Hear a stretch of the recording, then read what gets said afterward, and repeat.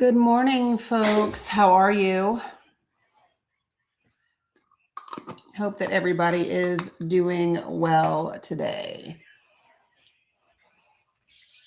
Good morning, Laura.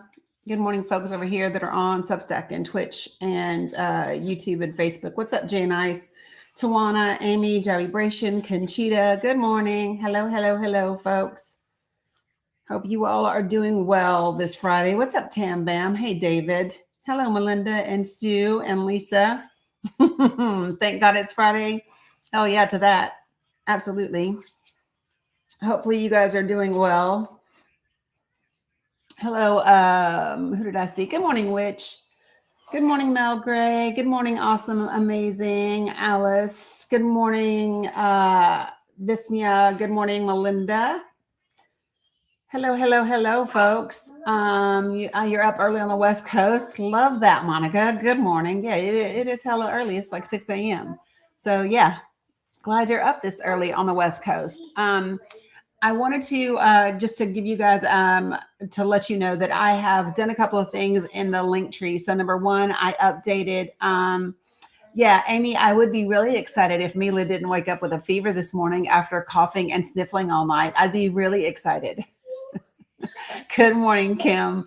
Good morning, Eric. Yeah, for real. You hear her coughing back there? Yep. Yes. Your birthday is Monday. Yay, Conchita. Happy birthday. Happy birthday to you. Okay. But I did want to tell you all this. Good morning, Butter's House. So I updated, love that. Awesome, amazing, Alice. So yours is today. Happy birthday, David. Look at all these tourist folks up in here. Good morning, Susan. Listen, I want to say this to you guys. So very quickly, Allah Shack gave me a new link. So it has been updated in the link tree. Oh, it's your birthday too? Well, look at this. We're going to have to do a birthday song, y'all. We got a lot of birthdays up in the house. So I updated the link for Allah Shack in the link tree, but then I also added Noor's link. As you all know, he's a photojournalist in Palestine as well. So I have added him to the Pali support link group that's in there as well. Good morning. Yeah, today is May Day. Good morning, Flying Nana. Blue Honey Pot, good to see you. Dax, good to see you as well. Blue Honey Pot, I do need to get with you. Probably, and I know everything is urgent. It's all urgent for everybody. So, you know, Mohammed OS reached out to me because his cousin is in a bad way. And also, though, Bilal's wife needs her medication and her treatment. So I would, you know, if I were going to say it's going to be that. Yep. So, yeah. So today is a day of action. I know some people are not going live in terms of, you know, because of, you know, like being in solidarity with like the economic thing.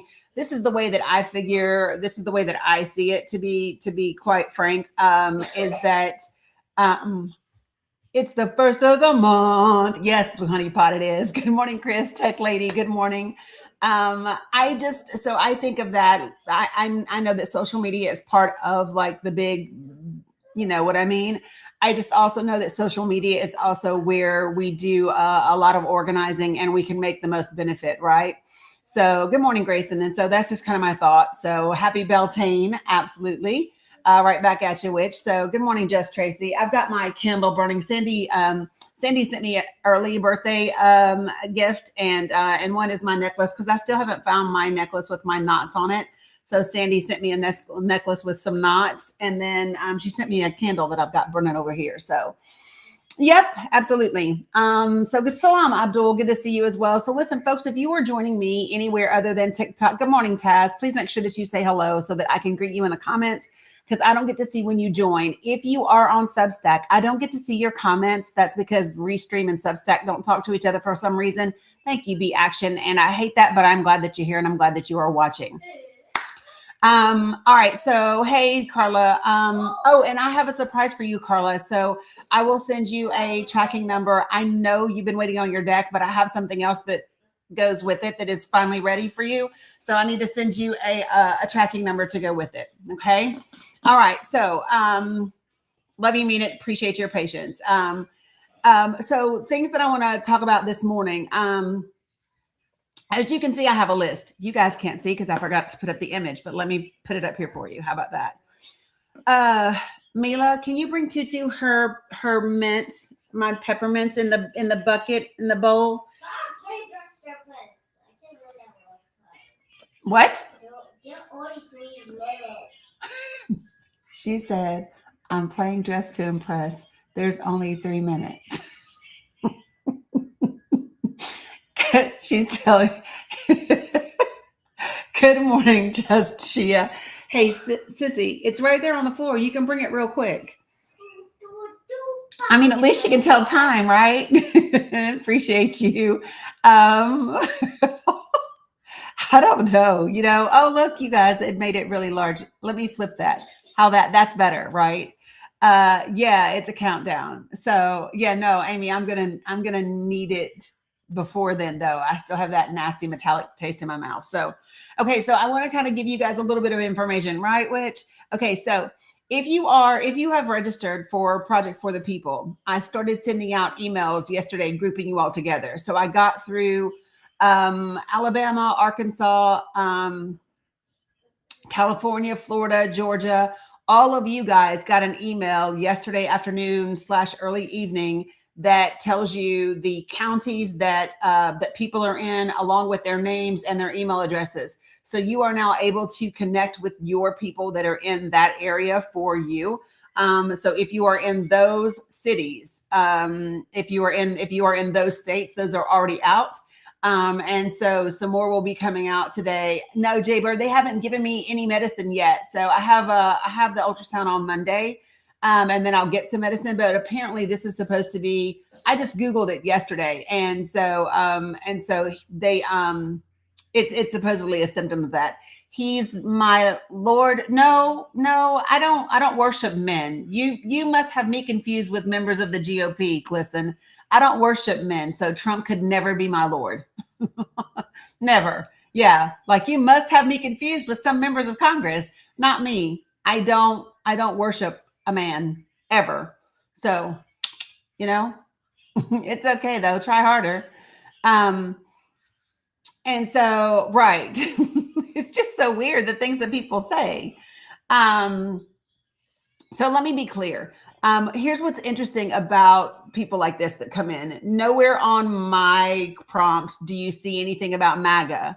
And you don't really see anything. Hey, Nisi, good to see you. You don't really see anything about Trump. What you see is I have the president. And the reason why is because the president gave a speech that is very relevant. And we should be absolutely concerned with and listening to what the president has to say.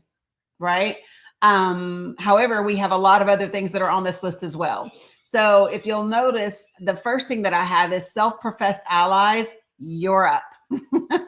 And we're going to talk about what that means. And yes, that is tied to the Supreme Court decision regarding the Voting Rights Act. And we're going to talk about that. I've also got, good morning, Scotty. Missed you yesterday. We're also going to talk about, I'm going to play a clip from Tad Stromer, who is an amazing resistance historian. And he made some beautiful points and tied them into the Constitution, which I'm excited about, so that we're going to share some information that empowers and equips people to do something. And then we're also going to talk about what's happening in Iran. Boy, they sent out some messages yesterday. Woo, they took a little jab at Pete Hegseth. We are going to talk about Hegseth, not only in relationship to what's happening in Iran and Israel, but also his testimony before Congress. And we're also going to talk about King Charles's address to Congress, right? We're going to talk about some of it, Butter's House, not all of it. It was over 5 hours long, right? But there are some specific pieces of it that we are going to address today. And then we are also going to talk about, let me see what else I have on the list. Oh, we're going to talk about eugenics a little bit, white nationalism, because those two things actually tie in to the speech that the president gave. So we're going to talk about all that. No, the 5.5 hours was the congressional hearing of Pete Hegseth before Congress. So that's what all of that was. Okay. So yeah, we have a lot to discuss today. I follow a few different accounts on X specifically for the purpose of being able to see what people are saying in different parts of the world. Right, Amy? Good morning, Pat Cole. Good to see you. So we're going to kind of go over all of those things. Hey, Sweet Pea, can you get me my mints, please? My peppermints. Thank you. So we have a full day today, which reminds me, my mother gave me the instruction to let her know when I was going live today. Hold on one second.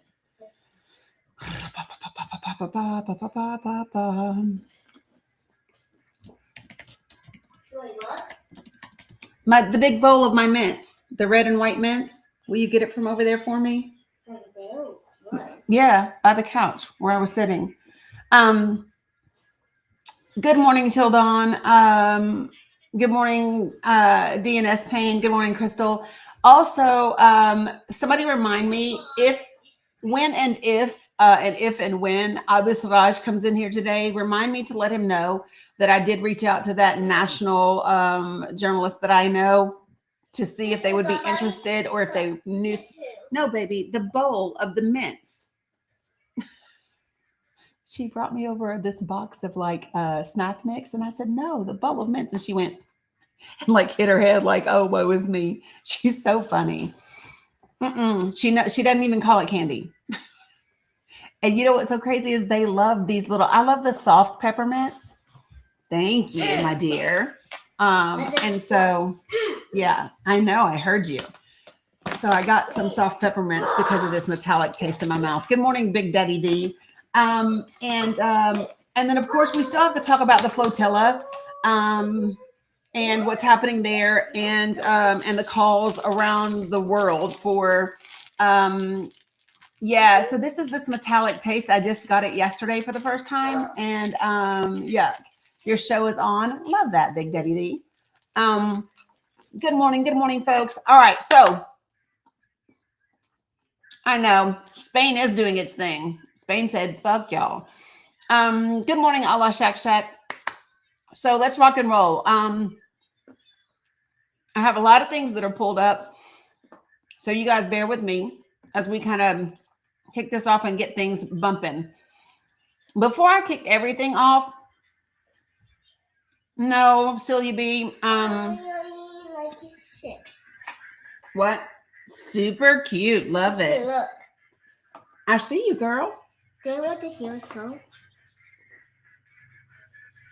I see. I hear it.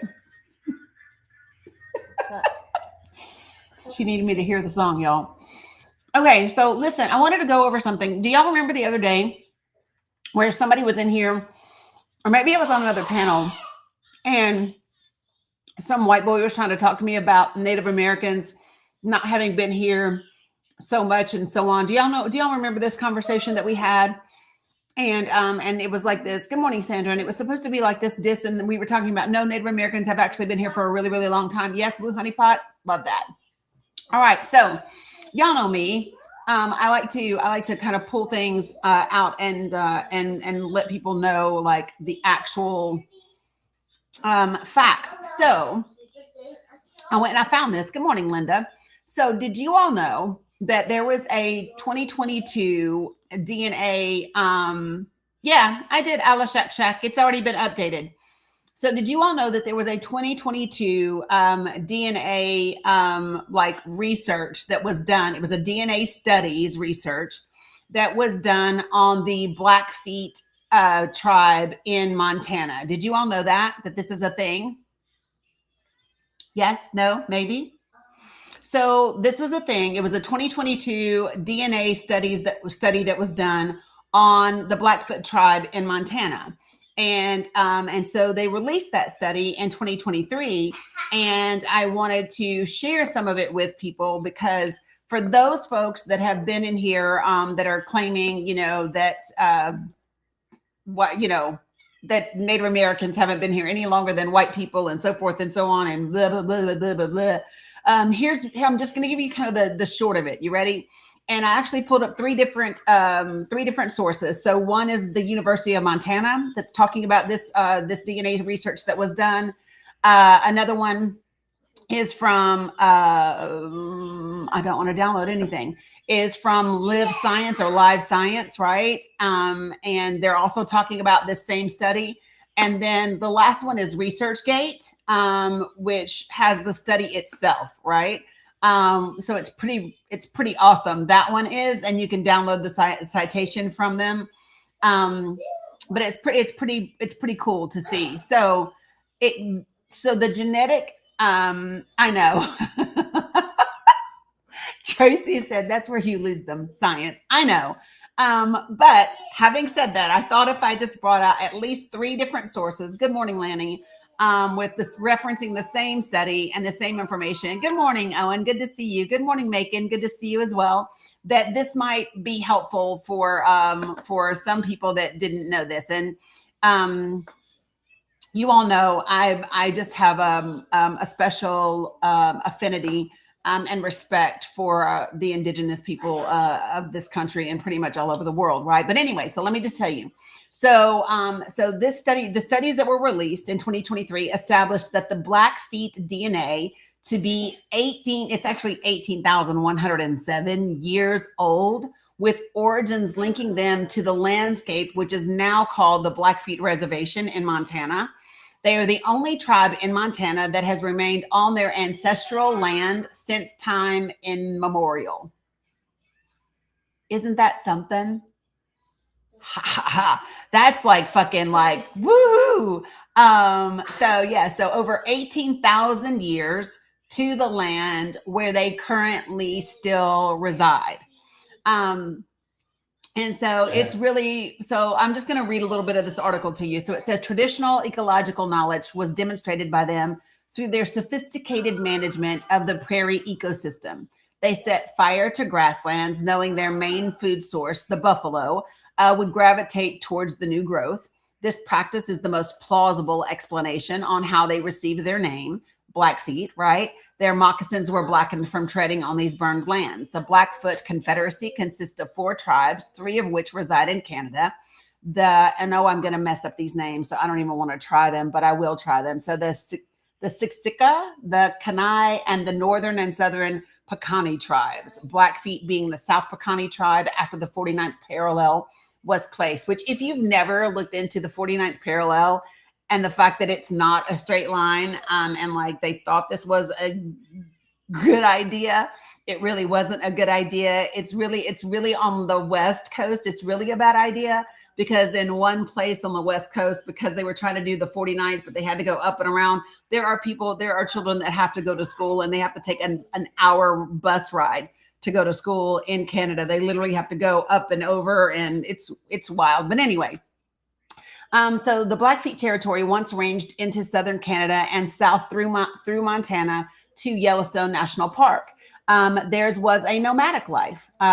Before acquiring horses and dogs, they were used to pull. Before acquiring horses and dogs, used to pull the travios, they traveled in search of bison, right? So they were one of the first tribes to use pushkins, steep cliffs over which herds of bison were driven for harvesting.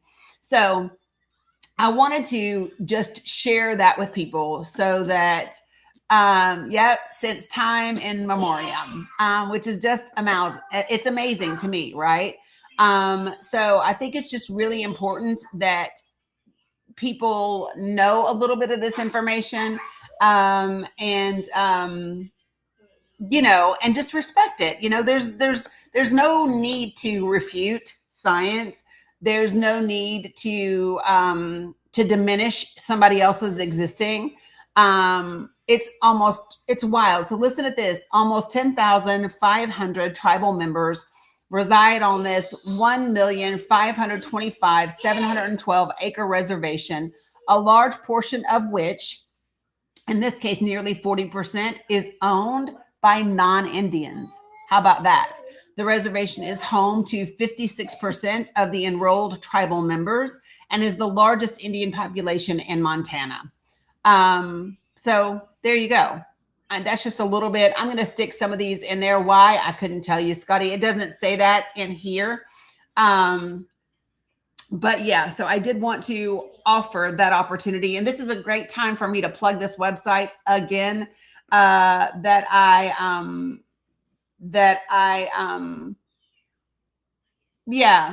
know about all the stolen land. I mean, the purpose of of giving this particular information is because there were people that were claiming that, you know, indigenous Americans hadn't been here for thousands upon thousands of years.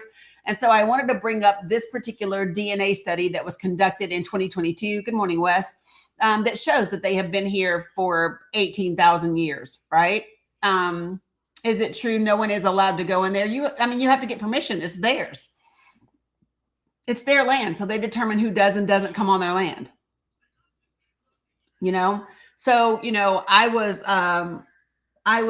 lucky to be part of Standing Rock and go to North Dakota during that time and all of that. So right, Jessica. Yeah. So I think it's really important that people know that information and people share that information. I am of the belief, and this is my personal belief, that the United States of America can never truly be as great as it can be until restoration is done in terms of the indigenous people of this land and the Black and brown people that were brought to this land. And so I think that, you know, you can't birth something incredible and have it be everything that it can be when it is birthed out of the horrendous atrocities that were committed by Europeans on this land and to the people.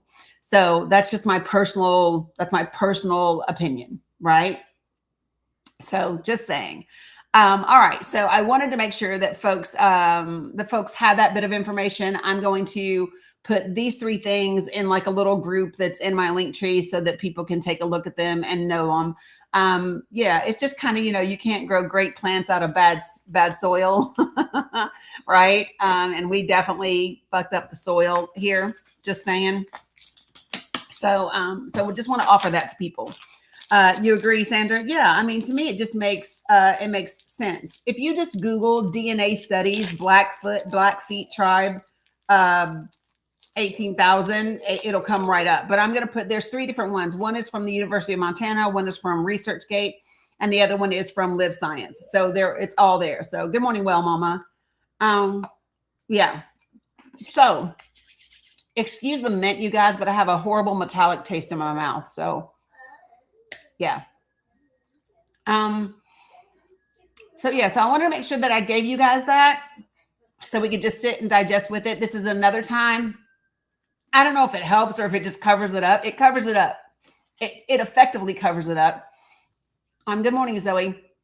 But this is also a great time for me to plug this website that I love to use. It is called native-land.ca, as in Canada. Good morning, Don One.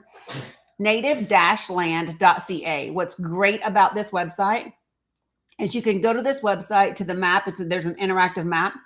You can put your address in and it will tell you what tribe's land you are on. It will tell you the languages they spoke. It will tell you, different little bits and pieces of information. It will also tell you contact information for the local tribes in that area that still exist. So that if you have an interest in learning more about them, then you can contact them through that website. So good morning, Candy Kiss. So it's a great opportunity to do that. So I recommend, and this is something that I did because we were asked to do this. I got you, Maria. We were asked to do this. When we went to Standing Rock, one of the things that they said was, there were 4 things that they said to us, right? The first was to be indigenous centered. And what did that mean? That meant because we were on Native American land, then we needed to behave in a way that was indigenous centered. So in other words, don't go asking an elder about questions and for wisdom or any of that if you don't have an offering for an elder, right? Don't be asking to touch anybody's braids or anybody's clothing or anybody's whatever. You know what I mean? Be indigenous centered. The website is native-land.ca, right? The second was, that's the website, Be Action. And so the second thing that they said to us was, hold on, be indigenous centered. The second one was, babe. Yeah. The second one was,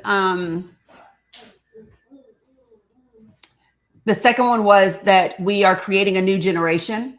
One of the things that they pointed out was that historically speaking, good morning, Sarah. They said historically speaking, whenever Native Americans had invited outsiders onto the land, it didn't end well for them, right? And so this particular weekend, the weekend that I went to Standing Rock, I was there for about 5 or 6 days, was the Veterans Weekend, right? And so one of the things that they said was, they looked at, one of the elders was talking, and he said, I'm looking out, and in this crowd, he said, I see black, I see brown, I see yellow, I see red, I see white. He said, if you had told me, 30 years ago, I would be standing here and I would see all of these people on our land in defense of our water. He said, I would not have believed it. And he said, so this is a new generation where, people are coming together around indigenous lands and indigenous water and protections and things like that. So we are creating a new generation. The third thing that they said to us was, don't just take up space. They said, if you're going to be here, if you're going to be part of this, if you are going to, don't just be here to take a damn selfie and post that you were at Standing Rock. But if you're going to be here and take up space, then actually take up space, like embody it. And so that meant get involved and participate, So while I was there, I volunteered in the medic tent, and help sort donations and different things like that, So it's the same thing here, right? If we're going to be here in this life, and all of that, then what we need to do is take up space, like embody our existence here, like do things that are meaningful, right? So that was 3. And then the fourth was, they said, take it home. And so that meant take what you learned from them home. It meant go home and find out whose land you're on, right? And so that is what I did. And so I share this link quite often, so that people can also find out whose land you are on, what languages they spoke, find out where your closest tribe is, and you can contact them and verify information and find out other things. And so that was part of it. Right. So for those of you guys that celebrate, happy Beltane for you. For those of you guys who also celebrate, happy May Day to you. Just all the things today. Okay. So that's that. I just wanted to offer that to you guys. Okay. So hopefully that is helpful and interesting and all the things. I think 18,000 years is absolutely phenomenal to be able to trace in your DNA. Right. I think that's fantastic. Thank you, Scotty. All right. So, yep. And it is a full moon too. Lots of things happening, right? Okay. Okay. So where do I want to start with things today? Because there's a lot, right, to talk about. You are welcome, Conchita. So if you all could see this browser, it is like really crazy. Yeah, I know. I've got it right here. And I filled it up before I got started. So I'm ready to kind of rock and roll and get this things going. All right. So real quickly, all right. So let's just start here.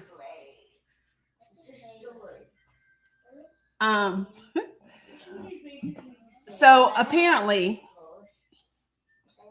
according to reports, Pakistan has worked with Iran to map out other places where tankers and ships could arrive in Iran. Okay. And let me see if I can pull this up for you guys real quick, because when I tell you that, I bet you I didn't do it. Hold on one second. Hold on, you guys. I'm not going anywhere. Just hold on.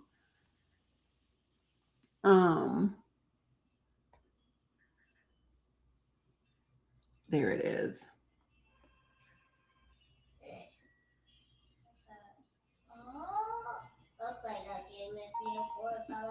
Okay, awesome.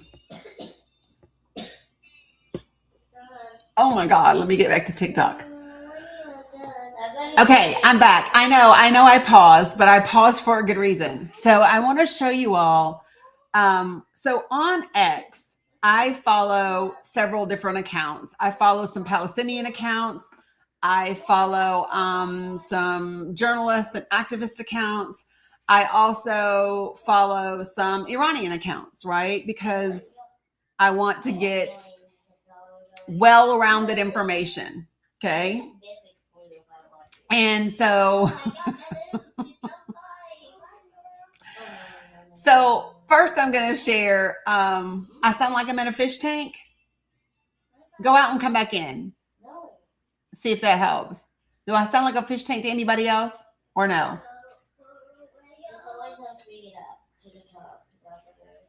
Is it just her? Kinda? No? A bit? Not there? I'm good now? Better now? Okay, it took it a minute because I paused it for a second. So it took it a minute. Got it. Perfect. All right, so listen. Okay. You are about to have a good chuckle. You probably get that feel because I'm also chuckling. Okay. So, everybody has been talking about this blockade of Iran, right? And how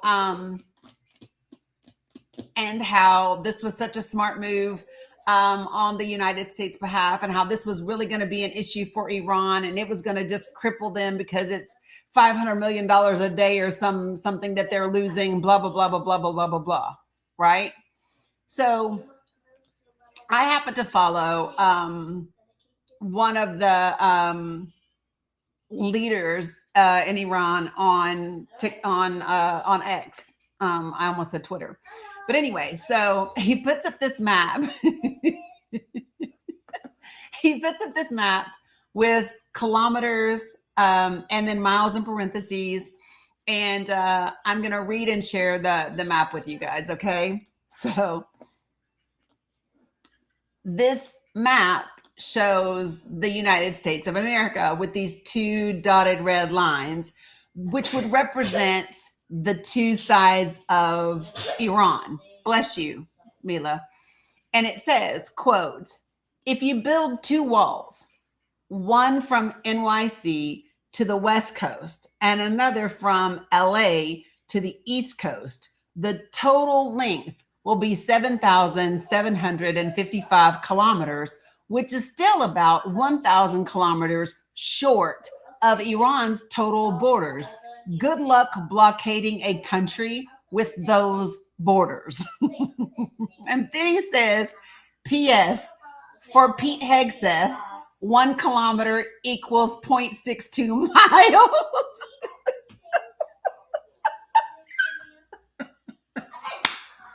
He literally said, hold on, you got to see it. Hold on.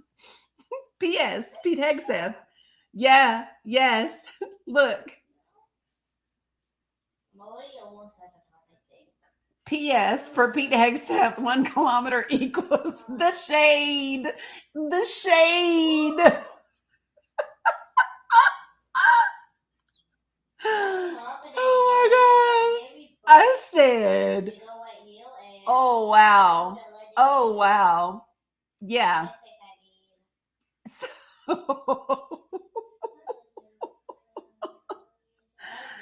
So, so like I said, I follow several different accounts over on X just so I can see what they're saying. So like I also follow like the Iran embassy in South Africa. I follow some of their because they actually give you the information. You just got here. Sure, you can see it again. So whoop, ooh, I almost dropped that. So it says, if you build two walls, one from NYC to the West Coast and another from LA to the East Coast, the total length would be 7,755 kilometers, which is still about 1,000 kilometers short of Iran's total borders. Good luck blockading a country with those borders. P.S. for Pete Hegseth, 1 kilometer equals 0.62 miles.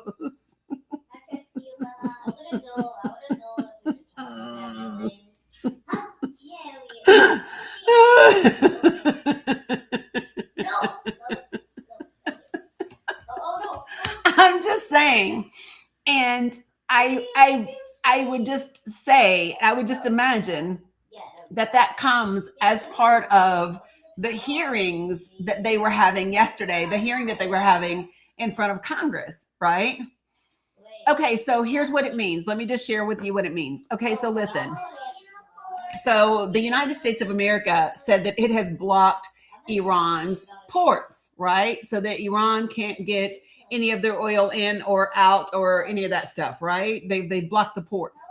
But Iran is saying, listen, idiots, our whole fucking country is ocean, right? You know, our borders are ocean. So good luck trying to blockade our entire borders, because our entire borders is almost 9,000 kilometers. And so he gave him a visual of the United States. And he said, if you did a border from New York to the West Coast and from LA to the East Coast, that's still 1,000 kilometers short of our borders. Good luck blockading all that. Yeah, baby. Yeah. Did you eat your breakfast? Did you eat your eggs and bacon? Okay, go ahead. So that's what they're saying, is they're saying good luck. So now this one is not from an official Iranian account. However, it's along those same lines. So let me just give you this, and I'm going to tell you that I can't verify this just yet, but we're going to see where it goes. Okay, settle down because you still have a fever, Mila. So here's what it says. Pakistan has now opened 6 corridors with Iran to bypass the U.S. blockade. And it says, you did not understand the shade part because they had to tell Pete Hegseth how to calculate kilometers into miles. that was the shade. It was, okay, Pete, in case you can't do the math, let me give you the math formula. Yes, baby. I see you. I see that little wild dance you got going, girl. I see it.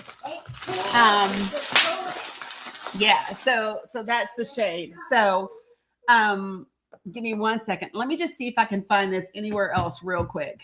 Pakistan.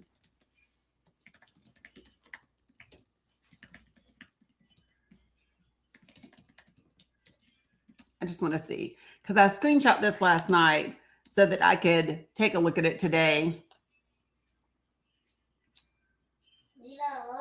Yeah, no, this is a real thing. It's a real thing. I found it on Al Jazeera as well. I found it on I found it on several different sites. So I'm good sharing this now. Okay, so cool. Yay. All right, so here's what's funny. So I'm sorry I'm laughing. And listen, okay, so some people will see me laughing. Good morning, Alice. Good morning, everybody. And there are some people that are like, oh, you're such a traitor because you're whatever. So listen, I'm not being treacherous, right? I happen to think that the biggest traitors to the United States of America are in its administration and Congress right now. And the Supreme Court. Like, that's my honest belief, as I believe that the greatest threat to our country exists in those three branches of government. I'm laughing right now because, to be quite frank, we started a war without justification. It's an illegal war on the Iranian people, right? Dozens of school children lost their lives as a result. Thousands of Pakistanians have lost their lives as a result. So yeah, and I think here's the part that makes me laugh about it. You ready? Because Pete Hegseth and Donald Trump stand in front of the world and they profess and they say all these things that aren't true, right? And they act so fucking cocky. This is what makes me laugh. It makes me laugh because you act so cocky and you are getting your ass handed to you. Like, that's the part that makes me laugh. Is you act so cocky, you say these things that just aren't true, and Iran, this tiny little country, is absolutely making a mockery of you, right? So let me share this with you all because this part is wild. Pakistan has opened, listen to this, 6 overland transit routes for goods that are destined for Iran. So now there is a road corridor through its territory as thousands of containers remain stranded at the Karachi port because of the US blockade, right? So the Ministry of Commerce issued the transit of goods through territory of Pakistan order on April 25th of 2026, bringing it into an immediate effect. So this allows goods that are originating from third countries to come through Pakistan to be delivered to Iran by road. That's really important because, yeah, so they are exploring more and more land routes. They are exploring how to make parts of their borders ready for port. And so they are in effect lessening the impact of the naval blockade. That's what they are doing. So today, also another reason that this is important is today is the deadline, right? If you all don't remember that, today is the 60-day deadline. So at this place, at this point, for anything else to go forward, it has to go through Congress, right? So we are at the point now where you cannot exceed that 60-day time frame. And this is the deadline, right? So it's going to be really important. You guys, Roaming Lioness comes in here quite a bit. Roaming Lioness is meant to just be a distraction. Roaming Lioness has what we call around here Dani derangement syndrome. They say they can't stand me. They say I'm useless, that I don't give great information, and yet they're here all the fucking time. So just ignore them. That's what I do. And they're still here. So it's okay. So the announcement coincided with Iranian Foreign Minister Abbas Araghchi's visit to Islamabad for talks with the Prime Minister Shehbaz Sharif and the Army Chief Asim Munir, the latest in a series of diplomatic engagements as Pakistan seeks to mediate an end to the 2-month war between Washington and Tehran. Federal Minister for Commerce Jam Kamal Khan described the initiative as, quote unquote, a significant step toward promoting regional trade and enhancing Pakistan's role as a key trade courier. Iran has not publicly commented on the move, and Al Jazeera's query to the Iranian embassy in Islamabad went unanswered. The notification does not extend to Indian origin goods. A separate Commerce Ministry order issued in May of 2025 following the India-Pakistan aerial war that month bans the transit of goods from India through Pakistan by any mode and remains in force. The 6 designated routes link Pakistan's main ports, Karachi, Port Qasim, Kwadar, with 2 Iranian border crossings, Gabd and Taftan, passing through the Balochistan via Turbat. I'm sure I'm butchering these words, but I'm doing my best. Panjur, Kuzdar, Quetta, and Dalbandan. So these are the land routes that have been opened. And let me show you with you what this picture looks like. Good morning, Ella Robinson. Good morning, Slacky. Good to see you all. So let me show you what these land routes look like. Okay, so here you guys go. Appreciate you, Scotty. So this is pretty significant in terms of minimizing the impact of the naval blockade by this administration. So these are the routes, and so they are going to go through Pakistan. Let me see if I can get rid of this little ad down here. Ad choices. Oh, nope, I don't want ad choices. I actually don't want that ad. Anyway, so you can see it attaches. These are the ports that are down here, and there's different trade routes that tie into bringing them into Iran. And so, and this is the Strait of Hormuz right here. So it effectively, I don't even know what to say about this. So if it's the blue, it goes from Port Qasim up to Layari, I guess, Amara, Pasni, and to Gabit. So this is the border. You see, it brings it right here. If it's Qadar, it goes straight to here. If it is here, it goes from Port Qasim up to Qudsar and then over. And then it can go up to this pass and then over and bring it into Tafton, right? So the main two delivery points into Iraq are going to be Tafton and Gabid. But these are all the different routes, 6 of them, in which to get goods into the ports in Pakistan and then over into Iran via the roads. So they're going over the lands because the United States blocked their port. And so you can't say anything other than to say, damn, that's smart. And to me, what it also demonstrates is, we keep saying that Iran has been planning for this for a really long time, right? You know how we keep saying that? They've known that this was coming for years upon years upon years. We've been threatening this for 40 and 50 years that we were going to do something like this. And Israel has worked very diligently to try to get us to do this. And so they have planned for it. And they said, okay, well, here's the answer to that.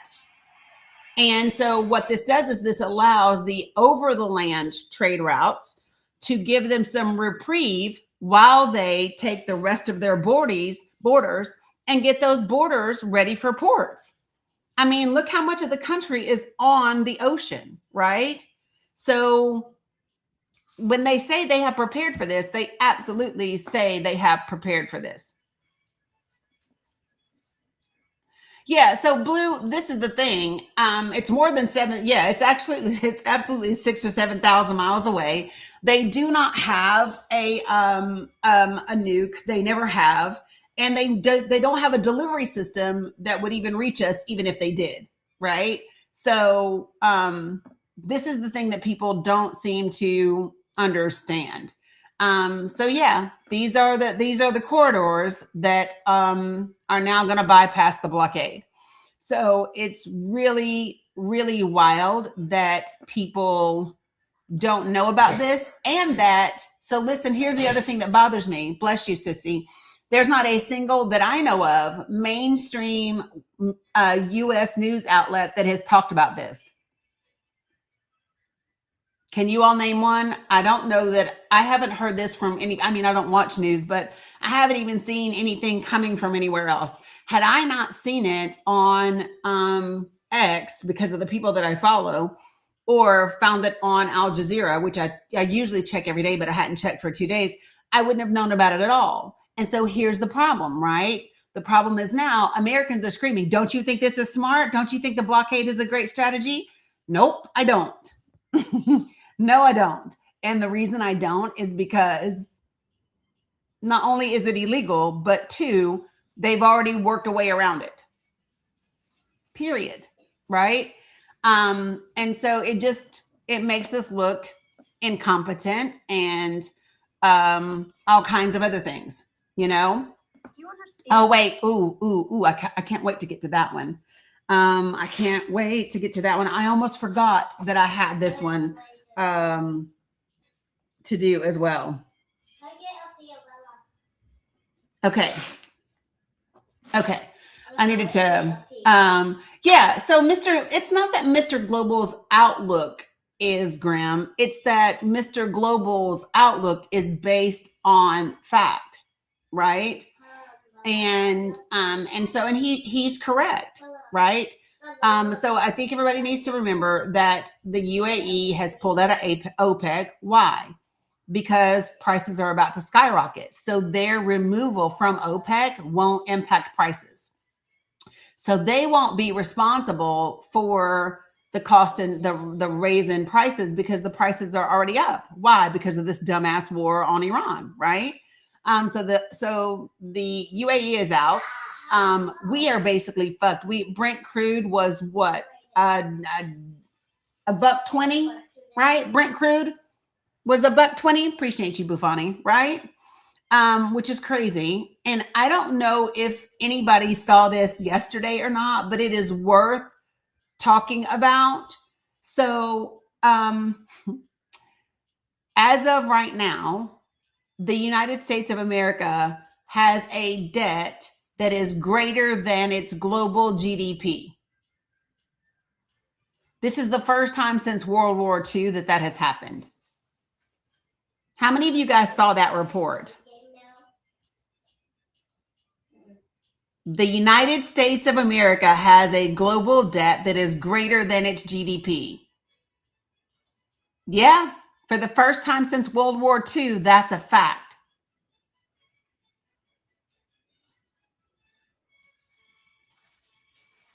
Oh, yeah, this is horrible.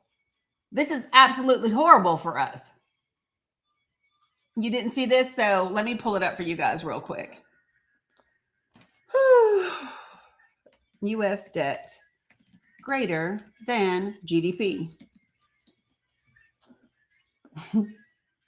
As of April 2026, the U.S. national debt held by the public has officially exceeded 100% of the nation's gross domestic product, with the total public debt nearing or exceeding 120 to 122% of its global GDP, of its GDP.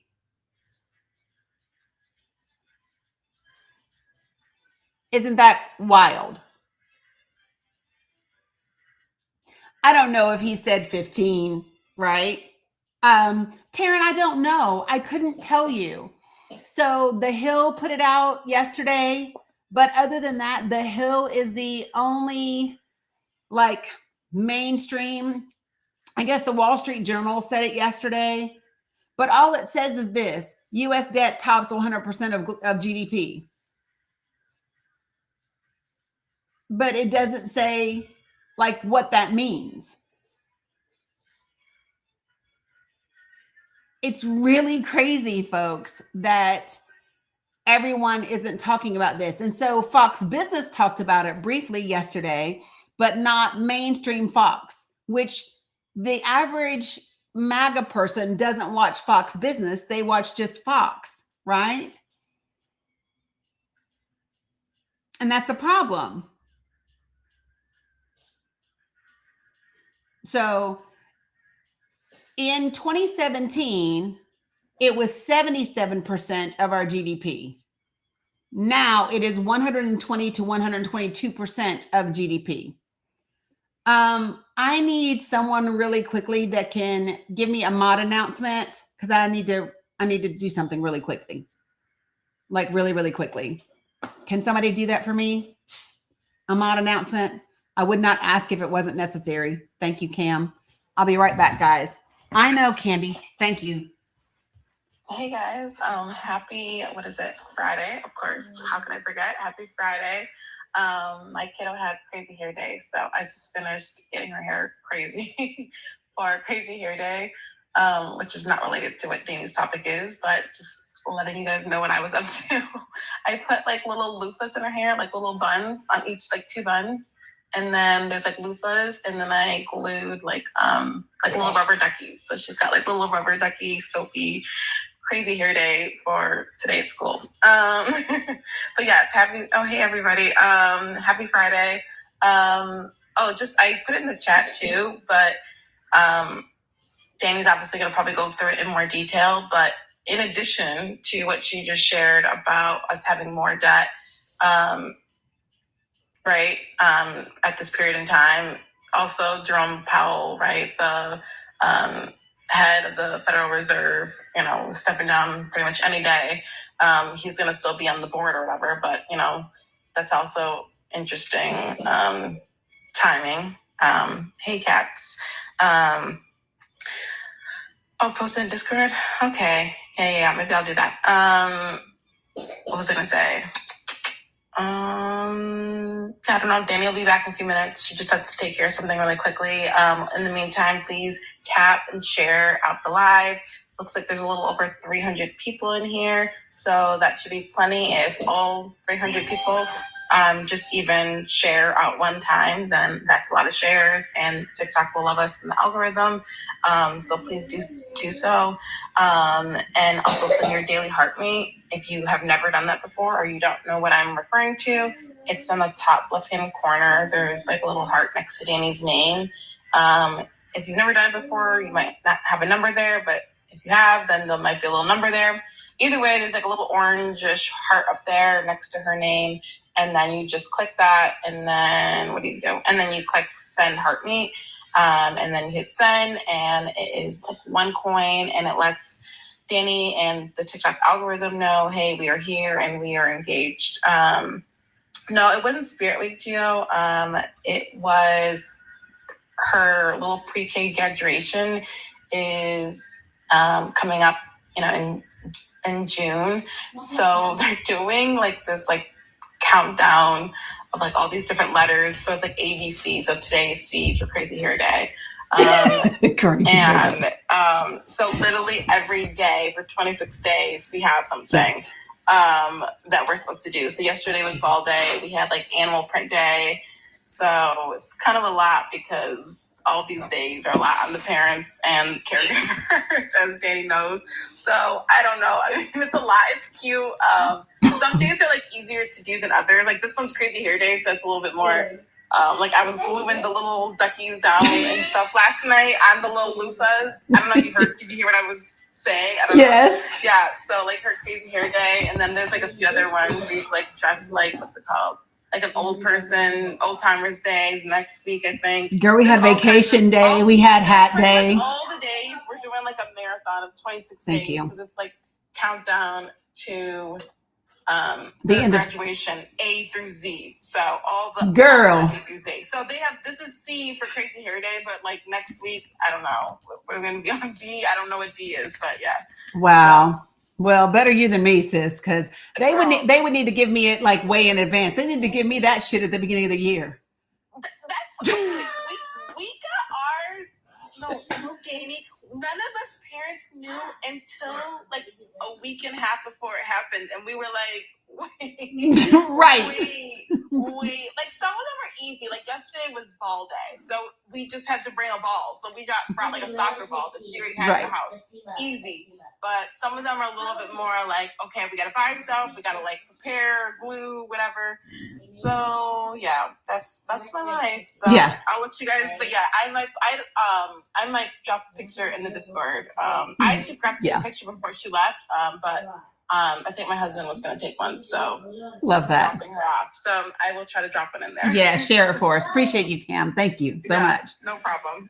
Okay, so all right, so folks, there's a lot, as you can see, right, that is happening. But these are things that I wanted to make sure that I talked about because I haven't heard anybody else talking about those things. Okay.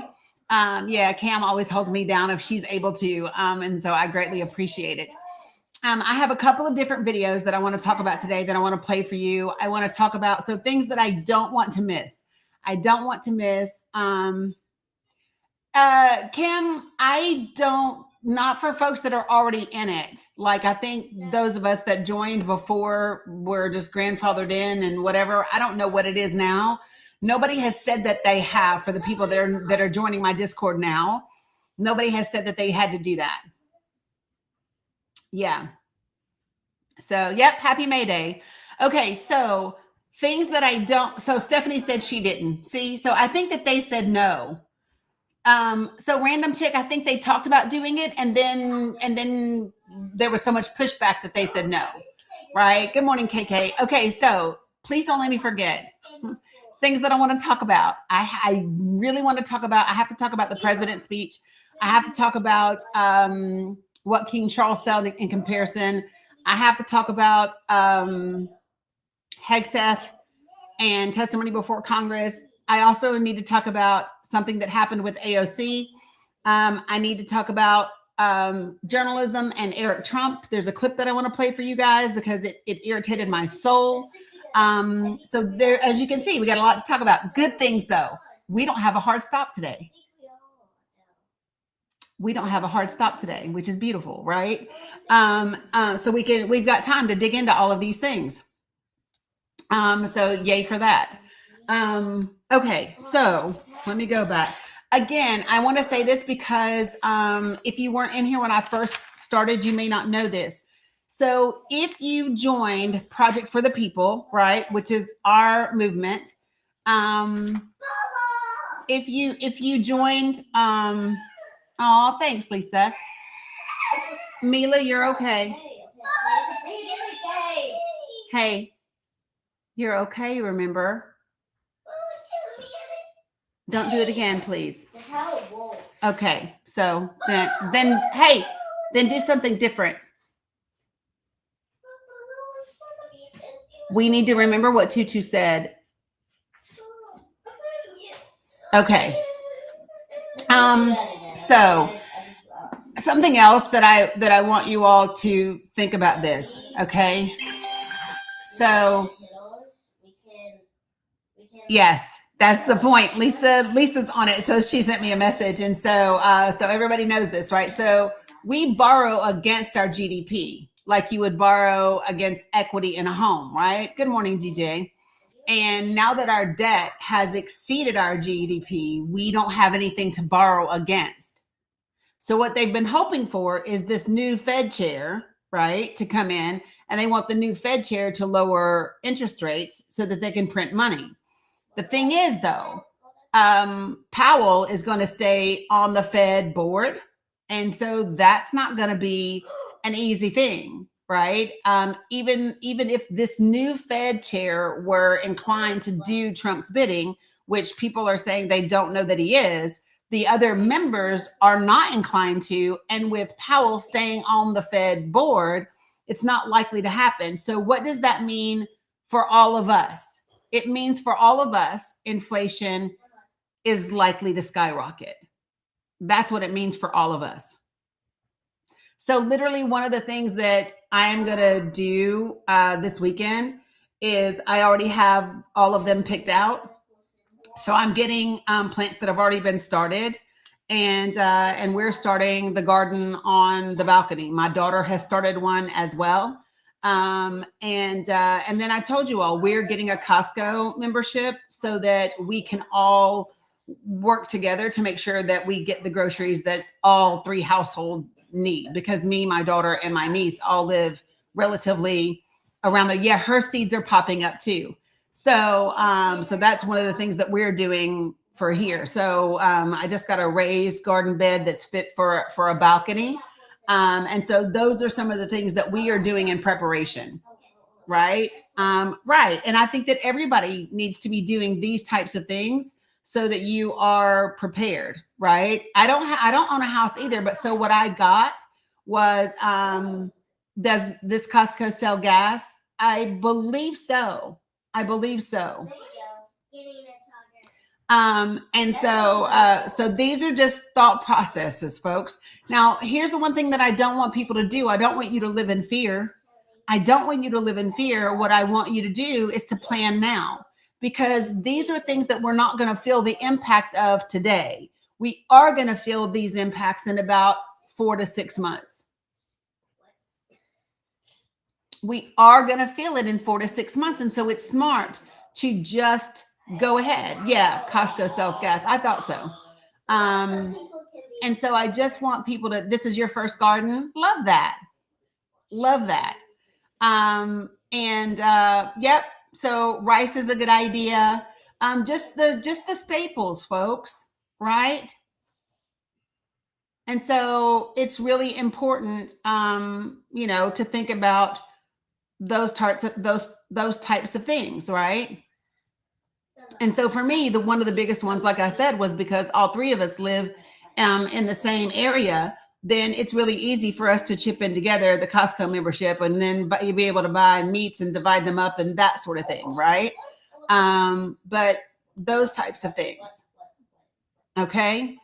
So I want you to remember this though, right?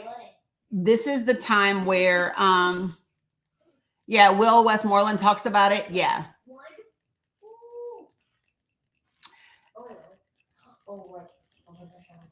Right. Non-perishables, all those types of things.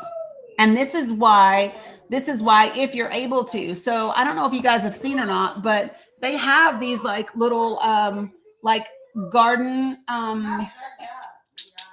like the tiered gardens for on your apartment balcony and things like that, so that even if you don't have a yard and tons of space and all of that, all of those types of things, right? So yeah, and even a small little freezer, deep freezer for out on your, yeah. So I have my hydroponic indoor garden that's here as well. I have one too. So yeah, this is just something for people to start thinking about. Okay. So again, not for people to go crazy, but yep, 5-gallon buckets will work too. Yep, potato baskets.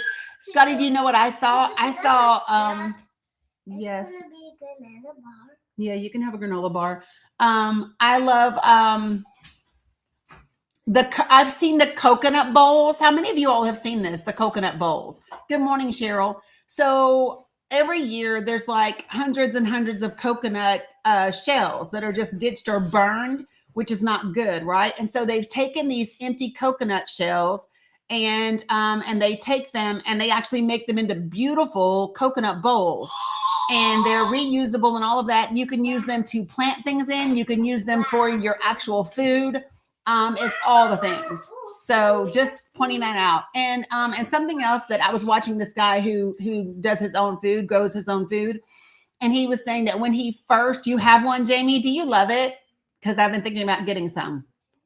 But so check this out. He said one of the things that he would tell you all, if you're doing your first garden, he was like, because when he did his first, he said, I grew everything. He said, if they sold it, I bought it. I wanted to grow everything. He said, but here's the thing. He said, only grow what you eat.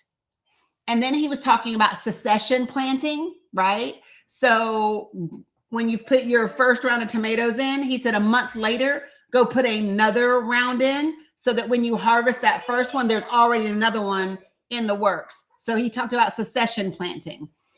So every month, put another row of that in with that, right?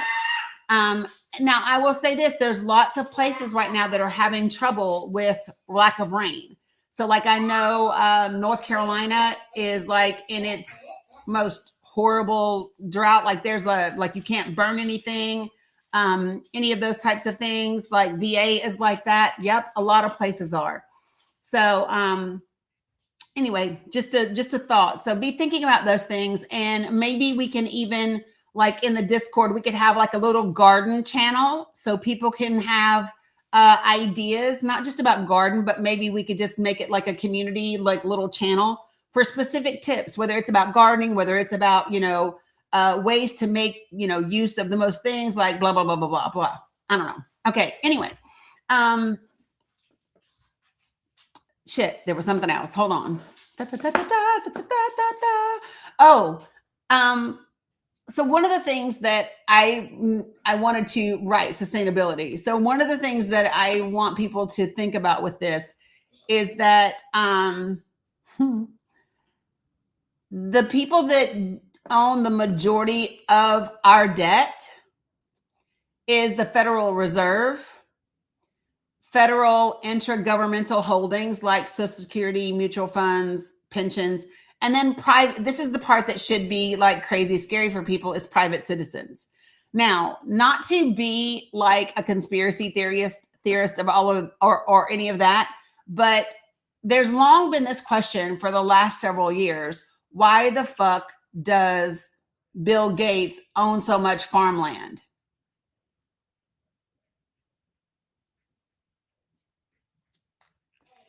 Anybody? Listen, why does Bill Gates own so much farmland?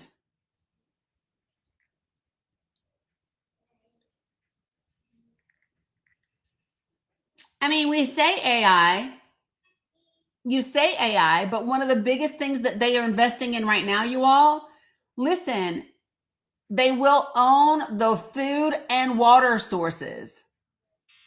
Listen, it's about the water. Exactly. So we talked about this the other day. Nope, it's not the data centers. They'll go into the cities for the data centers. It's the water. So do you all remember when I told you all the other day about investors that are purchasing the water rights and how they said that land that has natural water resources is going to be the most expensive thing in the future? There are literally, Cam said, this is my topic. So we talked about this the other day. Remember, you guys, and I showed you there's a video of this one investor. And this is what he was talking about. And he said that they realized they could make a shit ton of money. Yep. If you have a well, if you have a natural water resource on your land, that is going to be one of the most valuable commodities in the years to come. So instead of thinking about how we can make sure water is available to everyone, they're thinking, how can they make the most money off of fucking water?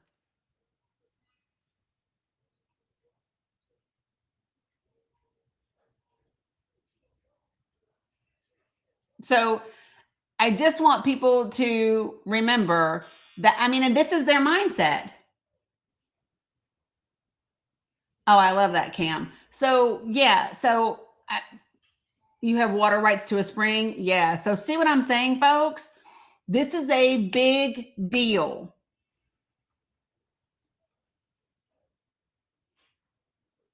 Yes.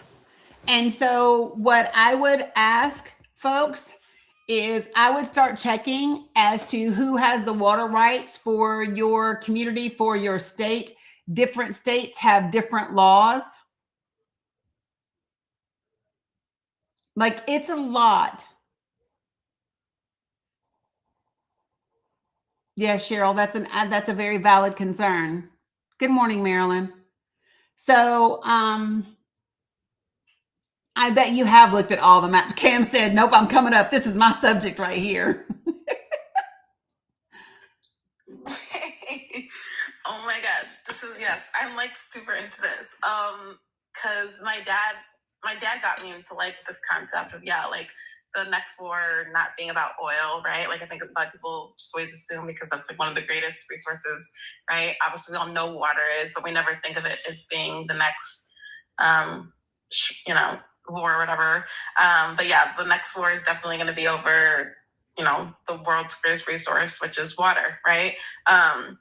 I will try to, I can't like think of all of them. Some of them are fictional and then some of them are nonfiction, but I've read quite a few books about this exact topic that I just can't, I'm not really good at like memorizing all the books that I read. So I'll have to like look at my Goodreads and like drop them in. I can put them in Discord or just message you I think later, we have a books channel, don't we? Like a recommended reading? Yep, we do. Yep, yeah. I just have to like look at my Goodreads because some of them, like I said, some of them are fiction too, right? Like they're kind of like more a little like apocalyptic necessarily, but it's on the same concept of what we're talking about. And then some of them are obviously, nonfiction. And there's a lot of good documentaries too about this exact topic. And obviously there are certain areas just within the country that should be more, I mean, obviously we should all be concerned because to your point, Gates is, owns all that farmland and whatnot, but there's obviously some states should be even more concerned than others, right? Like states like California or like in the West where they're already more prone to drought, right? So it's easier to take advantage of them. I mean, even in like California, there, a lot of that water and like farmland is like owned by, not like you said Bill Gates, but some of that's like owned by China, right? So yes. Like China has been buying up the shit out of the farmland, and they own like the pretty much they own the farms and stuff, right? So, but it's nothing compared to what so it's nothing compared to him. So like he owns 275,000 acres across 17 states. Let me say that again. Bill Gates owns 275,000 acres of agricultural land across 17 states as of the end of last year.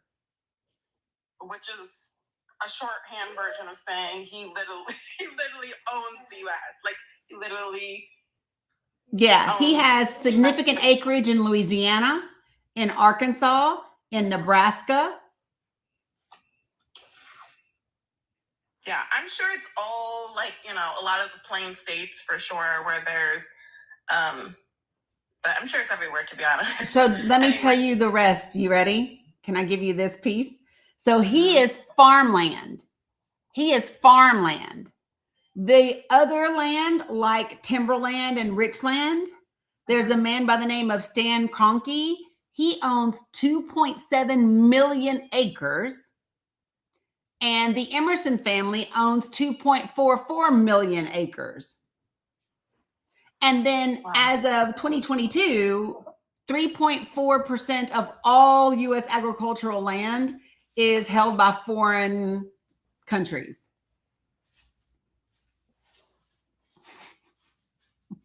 Yeah. No, not the Koch brothers. No. His name is Kroenke, Kroenke.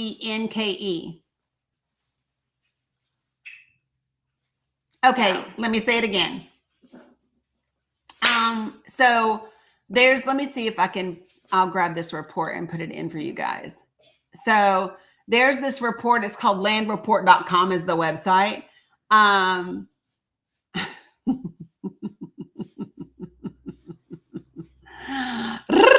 Okay, so this article came out January of 2026.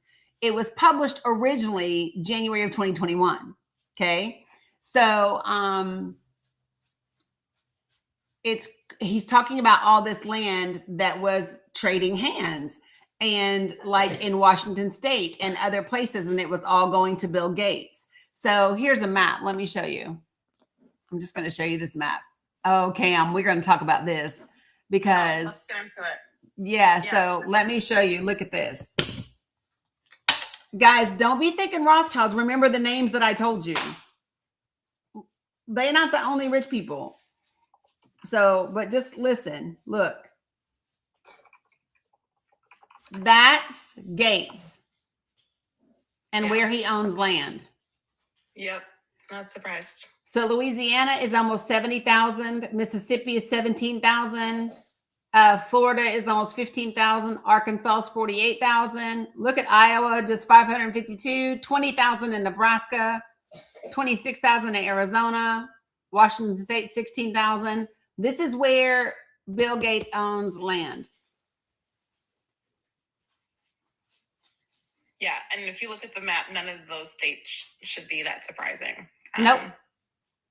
Look at all this border. A lot of them are either farmland states or, as you can see, the Great Lakes states, right next to the Great Lakes, where there's obviously an abundance of water source there. And the Mississippi River.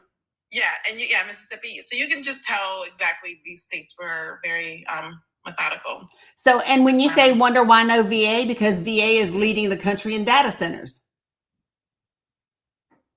Right, which is not, at that point, it's going to be sound bad, but like tainted water, right? Right. Yeah. And so he's looking for the best of the best water, right? Like either water he can take, or to your point,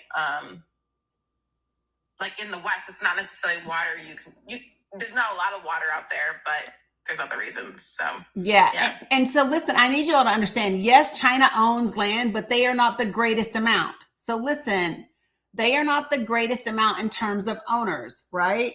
So if you look at, and there's a difference between farmland, timberland, ranch land, and it's different. So about 4% of all of U.S. agricultural land is owned by foreign investors.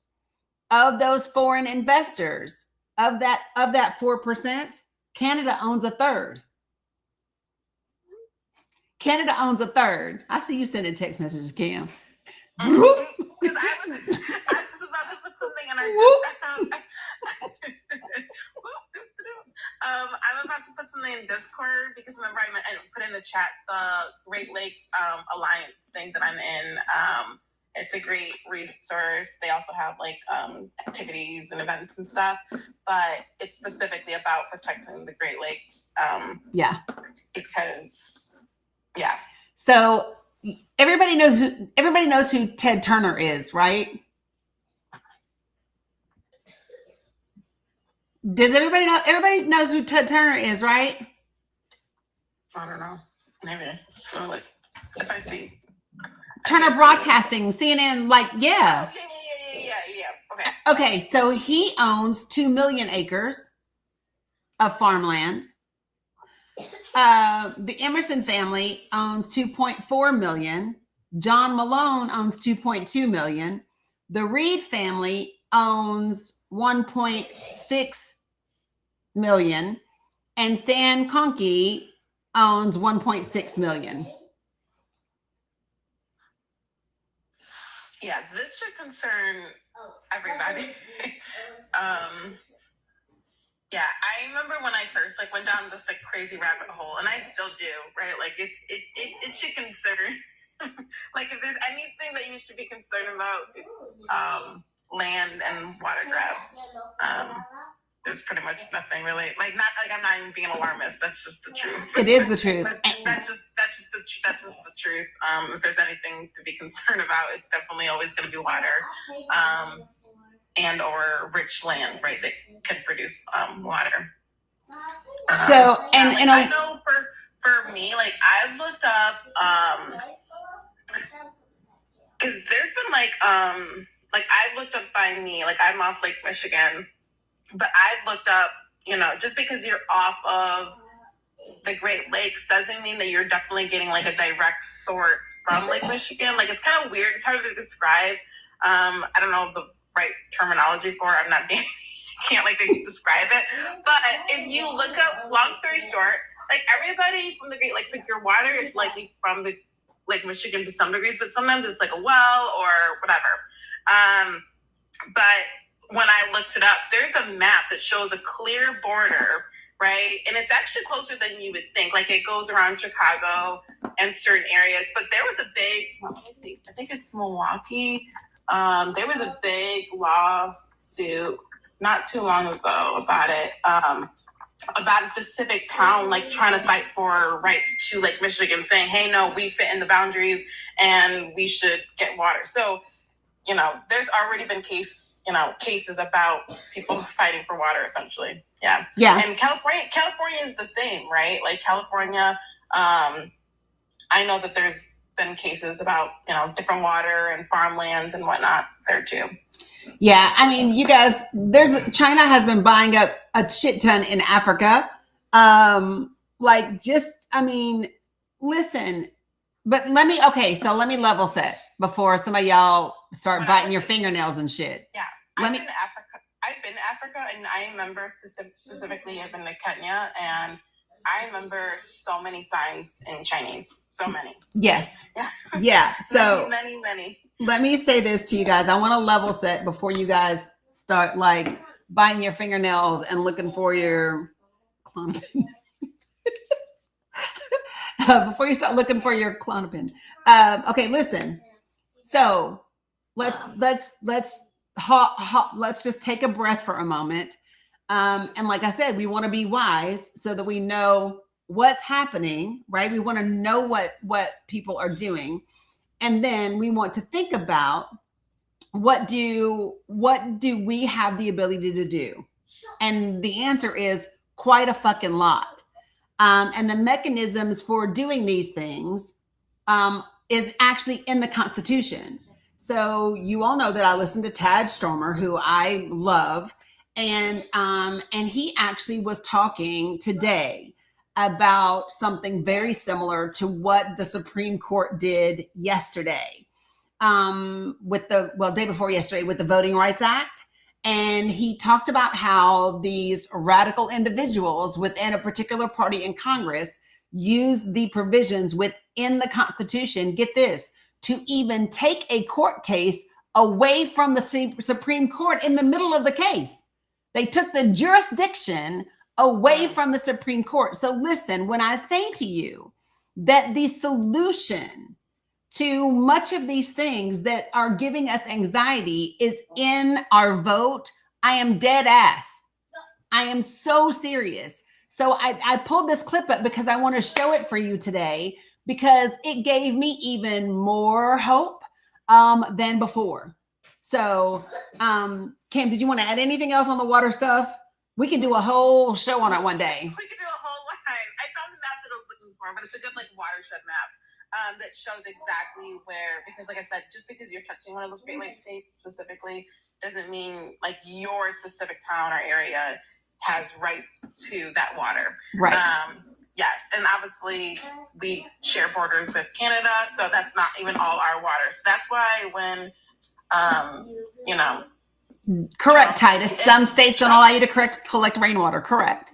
Yeah, and Trump and I think it's illegal in Arizona. I don't think they're allowed to collect rainwater in Arizona specifically. And it's exactly what Israel does to the West Bank. You can't collect rainwater, which is ironic because they're a desert state. So, but yeah, we can do a whole live about this. But I got excited, so we'll plan one. I could be down this rabbit hole for days, which I have been days and weeks. So let me know next time, and continue back on the other trend. Okay, I got you.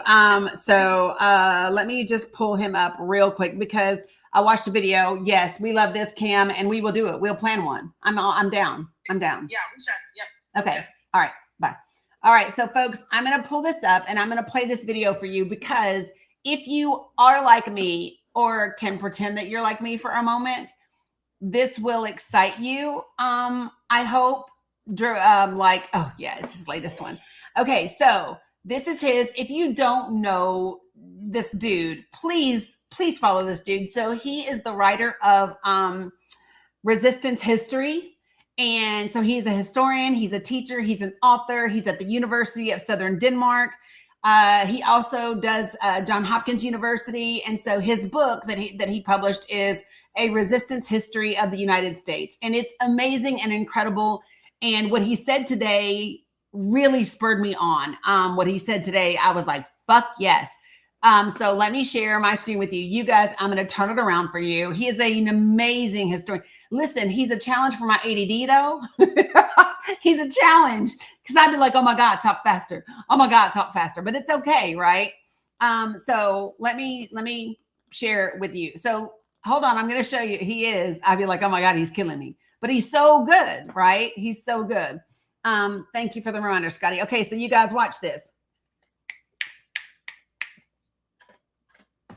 He's so fucking smart. Okay. So let me show you. Okay. So I'm going to take this down and I'm going to flip my camera and I'm going to play the video that I watched this morning. Okay. So this is him. Make sure you follow him. I'm not logged in. That's why you can't tell, but I do follow him. So this is him, right? No. Okay. All right. So watch, I'm going to play him. Oh, wait, shit. Hold on. I'm going to have to turn y'all around because I got to turn it up. I turned the volume down earlier. Hold on. I got to turn it up. Okay. Whew. He said you should damn well care about the Voting Rights Act. So listen to what he says. Yep, that's him. There's an R in there, Evelyn, though. There's an R before the M. All right, here we go. All right, so listen. Court gutted what was left of the Voting Rights Act on Wednesday. And this morning, the governor of Louisiana moved to cancel the May 16th primary for the state's 6 House seats, while mail ballots are already being cast so the legislature can redraw the map. Mississippi has called a special session. Florida passed a new map within hours of the ruling. Tennessee's governor told Trump he's going to do the same thing. And the court is still sitting on the birthright citizenship case, with the future of the 14th Amendment expected by July. People are rightly ready for a fight. And what they're asking, loudly, what can be done? It's a question a committed minority of members of Congress asked themselves in the mirror once before in our resistance history, when a white supremacist president and a hostile federal judiciary were unmaking civil rights protections faster than they could be passed. Hey folks, I'm Tad Sturmer, a scholar of American history at the Center for American Studies at the University of Southern Denmark and the author of A Resistance History of the United States. Go to Rachel Cohen and Ari Berman to learn more about what the court just did to the Voting Rights Act. Well, we need to see other consequences. As much as 30% of the Congressional Black Caucus could lose their seats. Roughly 200 state legislative seats held by Democrats in the South could be eliminated. Tennessee, Alabama, Mississippi, South Carolina, and Louisiana, the 5 states where voter suppression has been most consequential in U.S. history, could end up with no Black representatives in Congress at all. Ari put it plainly, this is on track to be the largest drop in Black representation since the end of Reconstruction. So now Democrats in Congress are doing what they do, pledges to fight, promises to pass new legislation, statements about how this is unconscionable. Nothing in any of it that this court with this composition cannot dismantle the same way it dismantled the Voting Rights Act. Reading the statute backwards to equal protection until the law means whatever Alito wants it to mean. The pledges are the same noise the same people made after Shelby County. Nobody in Democratic leadership took it seriously enough to act before the decision came down. Same as Hold on, Shawnee. Dobbs. So the question that keeps coming back in my comments, in my inbox, and every platform sounds the same. What can we actually do? It's the right question. So let me introduce you to some guys who can answer it. Stevens, Sumner, Wade. They were the leaders of the radical Republicans, a faction inside the Republican caucus in the 1860s. A minority of a minority for most of their careers. Moderates ran the party. But after Lincoln's assassination, Andrew Johnson, a white supremacist accidental president, pardoned tens of thousands of rebel officials and restored their right to hold office. Southern legislatures, refilled with the men who had just lost the war, passed black codes that put freed people back into something very close to slavery again. Johnson vetoed the Civil Rights Act of 1866 to protect all that.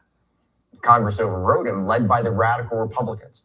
And every challenge to Reconstruction was headed towards the Supreme Court that had issued Dred Scott less than a decade earlier, a court still full of the men who had ruled that black people had no rights a white man was bound to respect. The radicals realized the federal judiciary was not a political problem requiring a political solution. It was a structural problem requiring a structural solution. So listen. So they used the constitutional authority Congress actually has, the authority that modern Democrats keep pretending doesn't exist. 3 moves in order. 1866. Congress redrew the federal circuits, reduced them from 10 to 9, and dismantled the enslaver dominance of the appellate bench. Between 1837 and 1862, 5 of the 9 circuits had been composed exclusively of enslaver states. So under the tradition of appointing justices from those circuits, that geography had been the architecture of enslaver control of the Supreme Court for a generation or more. After 1866, only 1 circuit was composed entirely of former enslaver states. Okay, so I'm going to stop it right there. Okay, so I'm going to stop right there, and I want you to hear what he's saying. So the Constitution, as it currently is written, Congress has the ability to redraw the maps for our appellate court, our federal court circuits. And what they did in 1866 was they redrew them because the way that they were drawn, because you select your Supreme Court justices from those districts, the way that they were drawn previously, it made 5 of those courts from slaveholding states. So they were all former slave and enslaving states, right? And so Lisa, Congress has full authority over the makeup of the federal courts. So what they did was they withdrew we're going to watch the rest of it, Lena, but his name is Tad Stormer. So they withdrew the maps, and so they changed it so that at the end of that, only 1 of those federal courts was then made up of folks that would have been former enslaving states. So that was the first thing. The second thing that he's getting ready to talk about now is the Supreme Court size. And so this is something that they also did. So here's what he's doing. He is giving our current Congress a roadmap to do something about this Supreme Court and about this administration. We, the people, have to demand that the members of Congress actually do this shit. So the people that are in Congress saying, oh, well, we're the minority, so we can't do anything, are full of shit. They absolutely can do something, and they can use the Constitution to do it. But there has to be at least 4 or 5 of them that team up together, they get on the same page, that are willing to be the radicals that push it forward, right? So here we go. Yes, that's exactly right, Megan. That's exactly right. And so they can do it. Congress can also right now change the makeup of the Supreme Court. Absolutely they can. So listen, it's a structural problem, yes, and they can absolutely fix it in a structural way. So this is why I was so excited to share this with y'all today. So listen to the rest of what he says. And no, I have to put y'all back on the thing because I can't talk without my hands. So hush. But here we go. Court size from 10 to 7, meaning Johnson, the man actively sabotaging Reconstruction from the White House, could fill no vacancy on the court for the rest of his term. He appointed nobody. 1868. A Mississippi newspaper editor named William McCardle, arrested under military authority for publishing articles attacking Reconstruction, had filed a habeas challenge arguing the Reconstruction Acts themselves were unconstitutional. The Supreme Court took the case, heard the argument, and was preparing to rule. What do the radicals do? They push Congress to strip the court of its jurisdiction over the question. It repealed the appellate jurisdiction the 1867 Habeas Corpus Act had granted while the case was still being decided. The court had to accept that it had lost jurisdiction in the middle of the case. So the Reconstruction Act challenge died. Congress had just removed the question from the court's docket. And then 1869, with Johnson gone and Grant in the White House, Congress restored the court in 9 seats, the size we still have. Grant filled the new and vacant seats with justices who would uphold the Reconstruction Project. That was the third move: structural reform when it was necessary, structural restoration when the threat had passed. That wasn't restraint. It wasn't norms. It was Stevens and Sumner and the rest of the radical Republicans in Congress doing what the Constitution explicitly authorizes Congress to do: set the size of the court, organize the circuits, define the appellate jurisdiction. Because the alternative was watching a hostile judiciary unmake the 14th and 15th Amendments before the ink was dry. And they did it as a minority. Even after the 1866 midterms, the radicals had to pull moderates along on every decisive vote.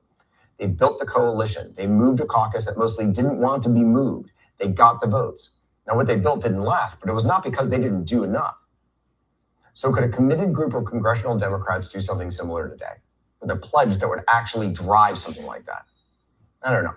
Historians are terrible fortune tellers. Don't pay attention to us for any idea about what should happen. But what I do know is that the tools are in the Constitution, and the precedent is on the record. Yep. And the pretense that nothing can be done, that's a choice, not a fact that the rest of us need to accept.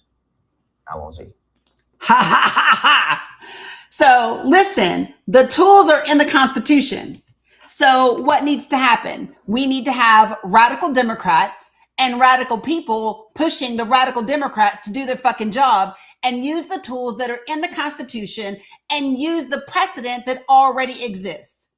Carla, it's Tad, T-A-D, Stromer, S-T-O-E-R-M-E-R. Stormer. It's hard to say, but anyway. So here's Butter's house. Tad, T-A-D, right? He is amazing, right, Owen? And then it's S-T-O-E-R-M-E-R, right? So here's the thing. So yes, thank you, dear God, till dawn. I love you so much right now. I love you so much. Yes, that. We pinned the comment on TikTok so people could just start typing it, writing it down. Okay, so listen, here's the part.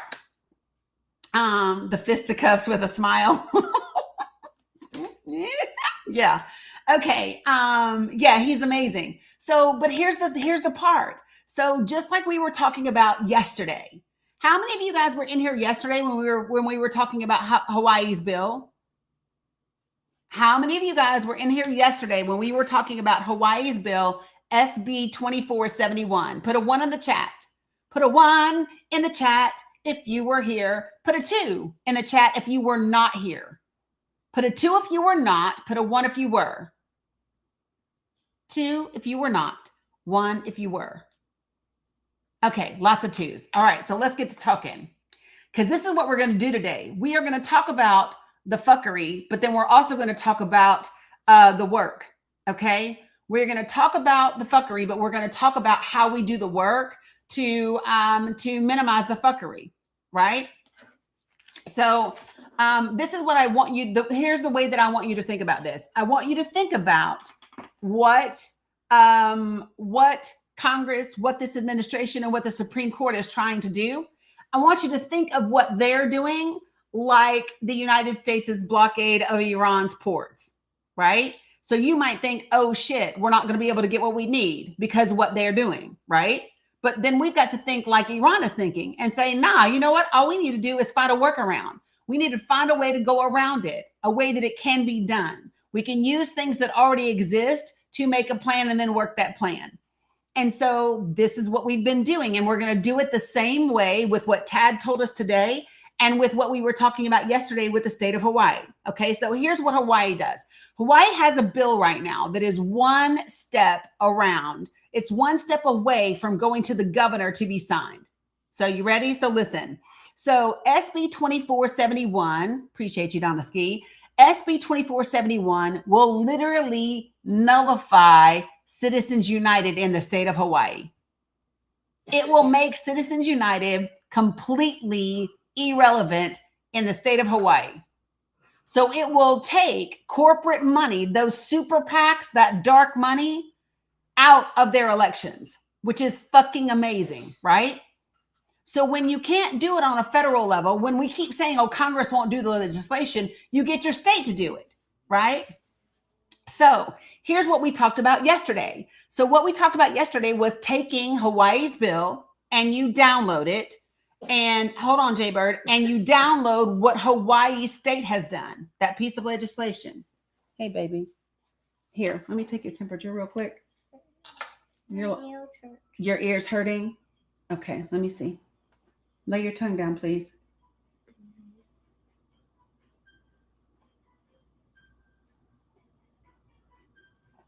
Hold on, guys. Go ahead.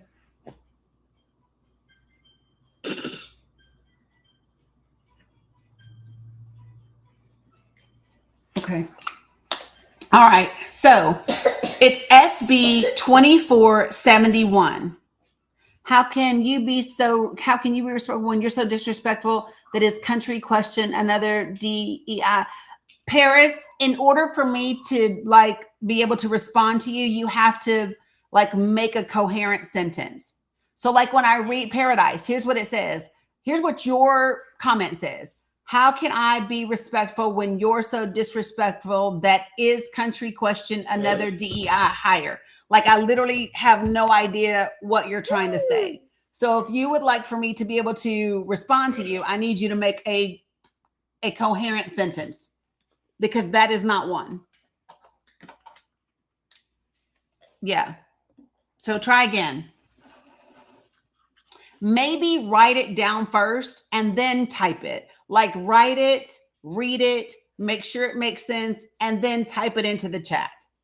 That might be helpful. Like read it out loud because then you'll know how it sounds. Okay, so here's the deal. So you take Hawaii's SB 2047, right? You download it, you read it, you take the parts of it that are general, that will apply to any state, right? And then what you do, soggy pronoun, I'm here for people. I am here. And so, buenos dias, Mr. Barrios. And then what you do is you take the parts that are specific to Hawaii and you make those same spot, whatever they correlate to in your state, you make them relevant to your state. Okay. And then, can I repeat it again? SB 2471. Okay. And then what you do, so here's what we talked about doing yesterday. So this is where Project for the People comes into things. So what we are doing in this collective is we have a group of people and we have at least one person in 46 states across this country. And we have at least one person in over 330 counties in this country. That is more than 10% of the counties in this country. And so what we've started to do is to connect together with each other. We have a database full of resources. And so then what you do, let's just say that there are 3 of you in the same county. So I'm going to give an example.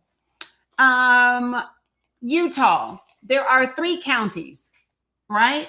So let's just say that one of you from each of the counties in Utah, right? You draw up this bill in a way that makes sense for Utah, okay? And then you get a blank sheet of paper, you go around and you get 100 people that you know to sign a petition in support of this bill for Utah. And all 3 of you do that. And then all 3 of you send it to all of your representatives in Utah. So now what your representative has is 3 versions of the same bill with 300 signatures, right? From 3 different counties in the state of Utah. And now they have to pay the fuck attention.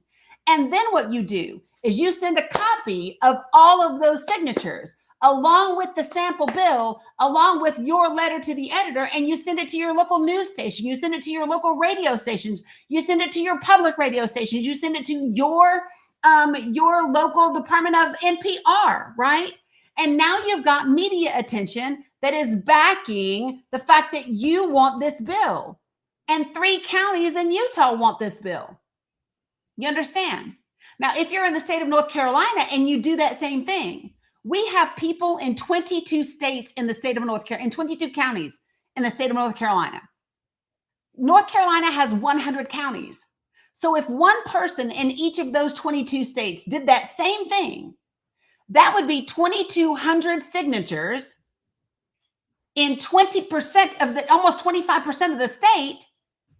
And your state representatives would have to pay attention to you. That is newsworthy. That is newsworthy. And I'm not saying just get 100, get however many you can get. And you collaborate with each other. This is why I sent out emails yesterday. So everybody in Georgia, everybody in Florida, you got an email yesterday. And it showed you what counties have people in them. And you got the names of those people and you got the emails for those people. So now all you got to do is reach out. So Marsha, Bagby, you emailed me back and you said, thanks for my people in Florida. I'm getting ready, or California, whichever one, wherever you live. And you were like, I'm hitting them up now so that you all can get together.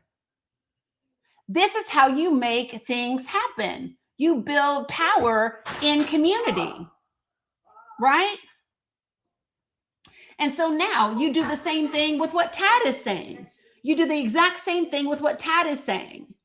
So if we represent 46 states in this country, you take that same recipe that Tad gave us, you give them the formula. You give them the same way that he outlaid it to us. You give them the same formula now. And so who do we know that could be those radical Dems right now? Well, you know, Bernie would be on board. You know, AOC would be on board, right? Rashida Tlaib would be on board, but Melanie Stansberry would be on board, right? You got to make sure that it's diverse enough to get the attention of absolutely everyone. And you need a radical white man.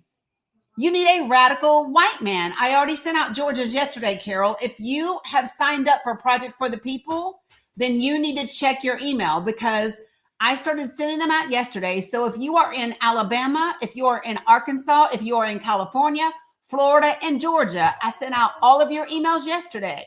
So you need to check your email because you have an email from me that shows every county that we have somebody is in, and you have their contact information.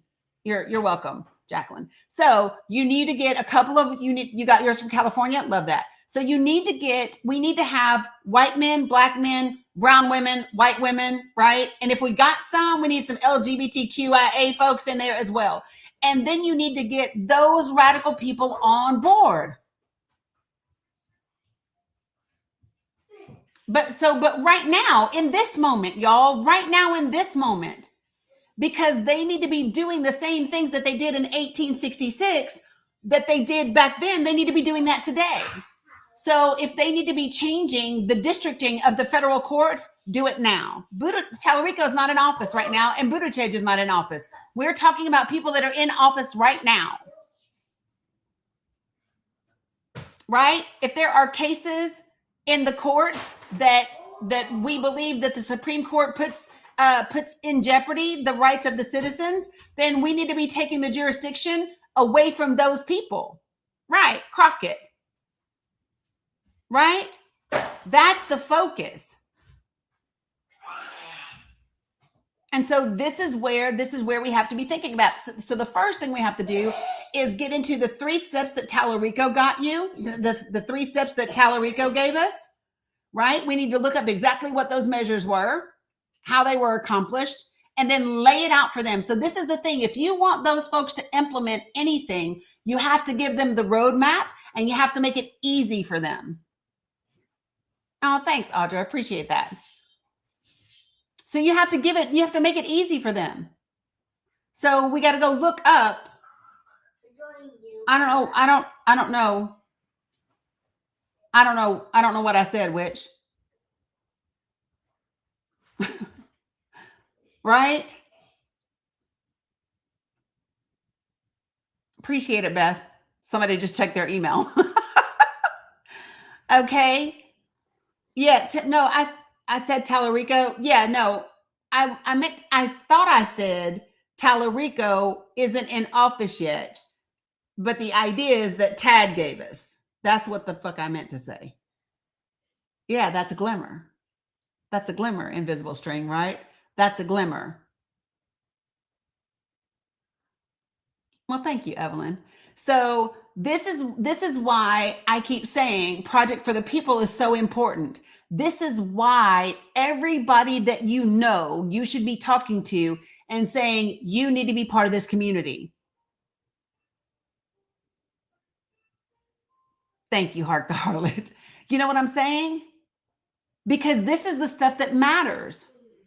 I'm going to tell you something, folks. Water matters to everyone. Water matters to everyone. You okay, Sissy?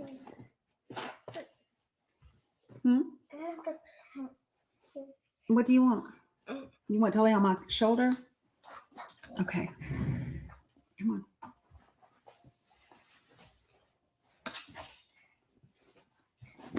Okay. So this is the stuff that we have to do, guys, right?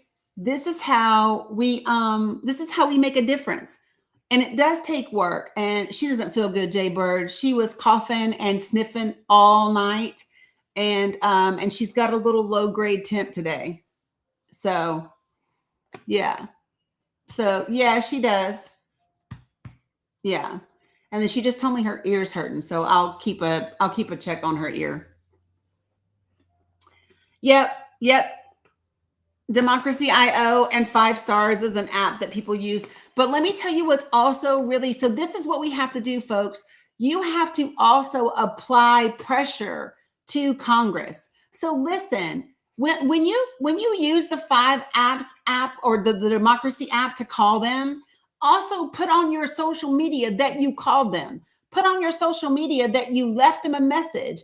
Put on your social media what you expressed and then tag them in your social media.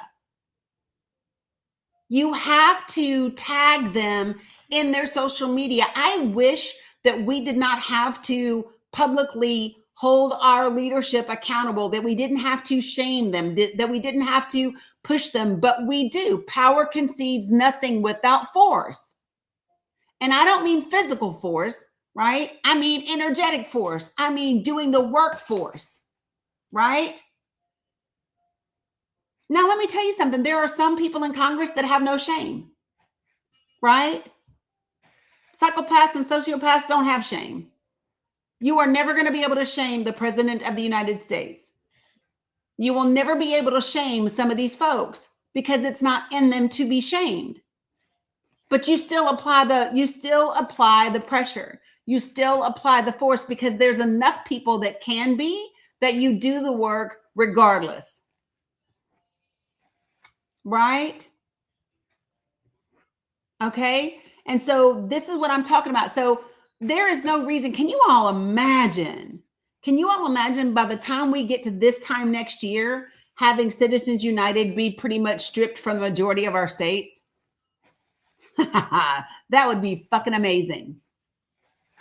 Can you all imagine being able to have such an impact on the midterm elections that by this time next year, we are getting ready to pass a continuing resolution that strips the reductions in federal funding that they did just a year ago so that people don't have to lose their Medicaid, so that people can still eat, so that when gas prices are through the fucking roof, people can still buy groceries. Imagine being able to do that. It's doable. And if everybody is smart, if you live in a progressive state right now, every single one of you should be contacting the mayor's office in New York City and getting the playbook that Mom Dani is using and figure out how he's accomplishing those things. How did he get universal childcare available for K2 and K3-year-olds starting in the fall? How was he able to tax those multi-billionaires that buy up land? How was he able to get fucking money from all of those shitty landlords and redo almost 7,000 apartments at the same time filling like 100,000 potholes? Listen, we don't have to reinvent the fucking wheel. What we can do is we can take things that are already working and just duplicate them, tweak them for what needs to be done in your state. But he's showing you that these things can be done. So all you need to do is say, okay, so this can be done. Do I have everything that they utilized in my state to do that? In my city to do that? And if I don't, what do I have that could be used as a substitute? How could we still accomplish the same outcomes at the same time? Right? Alaikum salam. So I'm just telling you, these are the things that are available to us. And this is how we do it. Now, I want to, don't do it so hard, sissy. Okay? So Bab, the Electoral College, you can't even think about those types of things until we win Congress. So listen, until we have a majority progressive Congress, changing the Electoral College isn't even on the table. That's not something that can just happen. That's in the Constitution, right? The Electoral College Act is what created that. And so right now, we've got to focus on what we can make happen right now. So we can nullify the impact of Citizens United on a state level, and while at the same time getting a small group of a minority, right? The minority of the minority to push for the changes that will actually limit a court system that we have right now that is not working on behalf of the people, that is a progressive toward the people, right? And so that's what we can do. Yeah, so Bab, we just talked about it. I literally just laid out the plan about that. Like literally we just finished watching Tad's thing. So we literally just talked about what we do about the state maps. 100%. Okay. Yeah, no, you're okay. So listen, and Babs, just so you know, I'm live on Substack, YouTube, and Facebook as well. Go lay down over there on the pillow. You want to get Sonic and curl up? And then Tutu can get you. For myself to turn up. Okay, and then Tutu will get you some ice cream later, okay? So it is literally one step at a time. For those of you guys that maybe you're just joining and you didn't hear everything that I got to say earlier, go back and watch it. I am on YouTube, I'm on Facebook, so you can go back and rewatch it. Hey Sissy, are you able to get Tutu some water, please? Yep. Thank you. All right. So, yep, you can rewatch it. So, do you hear what I'm saying? So, this is why, let me just say this. If you have not already joined Project for the People, put a 3 in the chat. If you have not already gone to my link tree, yeah, baby. Yeah. You okay? Go ahead. Take that. And do you want ice cream or do you want some of the Italian ice that's like watermelon or strawberry? Which one? Ice cream. Okay. Go ahead. Okay. All right. All right. So I see some 3s in the chat. I want to talk to you 3s. So I get it, Cheryl. No worries. Joe, do you have an either? All right. So listen, folks. Okay. One more question before I move on to the other things that I want to talk about. Okay. If you haven't joined and you put a 3 in the chat, I want you to listen to this question. If you haven't joined and you don't know what Project for the People is, put a 1 in the chat. Yeah, Cheryl's plate is way full. She's all good. No worries. If you haven't joined and you don't know what it is, put a 1. Okay. That's better. I can see now. I can kind of get a little tally of what we need to do. All right, so listen. So, you know how that can spill on the computer, baby. Thank you. All right. Let's drink some Oh, great. Thanks, honey. All right. So listen, you know how the conservative movement, they wrote Project 2025 and they wrote Project Esther, and they're always writing some sort of project, and they are planning how to do horrible things that to the people, right?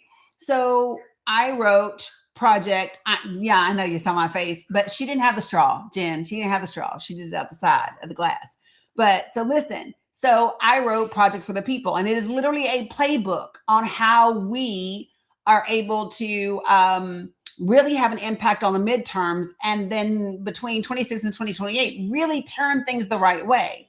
So one of the things that I believe is that the reason we had over 80 million people who did not vote in the 2024 election that were registered to vote is because people are disconnected from each other. People are overwhelmed with inaccurate and hostile information. And some people have just disengaged. It's just become too much, which is what they want. They want voter apathy. But we will not survive another election with that much apathy and disconnection. We absolutely have to get people engaged. So I believe that we have 3 things that we need to be doing over the next 3 years to get us in a great position, or at least in a great position to be truly great. Got me? All right. So those 3 things are very simple. 1 is elections. 2 is communities and conversations. And then 3 is government accountability. Now, government accountability is last, because if we do not do the first 2, we'll never get to the last one. Okay. So follow me with this. When I talk about communities and conversation, I am talking about getting into the people in your community and giving them information that actually matters to them, that impacts them, so that you then can build a relationship, build a connection with people, right? And make things happen. So this is the thing. We started with something that I believe is should be nonpartisan, which is healthcare. And I want to talk about it in a way that matters to everybody, right? And you're going to back it up with real facts and real sources. So for those of you all who said you haven't joined and you don't know what it is, I want one of you to tell me the state that you live in and the number of your congressional district. All I need is the state that you live in and the number of your congressional district. I'm going to write down the first one that I see. Healthcare and food insecurity. Yep, that's where we started. Ohio in the 11th. Mac D. Knife, you haven't joined? Shame on you. Okay, but here we go. I'm going to show you. You ready? In my head, I heard, you want to hear it? Here it go. That's what I heard. You want South Carolina 7? I'll do those 2. All right. Okay, so watch this. Oh, wait, do I already have it up? Of course I do. All right, so listen, folks, I'm going to show you something, and this is what we have been doing, and what I specifically have been doing for the last several months. And then I rolled this out to everybody on March 8th. And then starting on March the 26th, we had our first like full-on meeting, and we began talking about this and getting people involved and getting people informed so that you can be prepared. And we've had days of action and weekends of action so that we can get out into our communities and we can use social media, right? So follow me. This is the way that it works. I'm going to do Mac D. Knife first. I'm going to do Ohio. Then I'm going to do South Carolina 7. So watch. This is a Google Drive with resources in it. Everything that you see here, I created, and it is available for you. You just have to register and then come to the meetings. We meet every other week. And we have and we have merch too and all the things. But let me show you.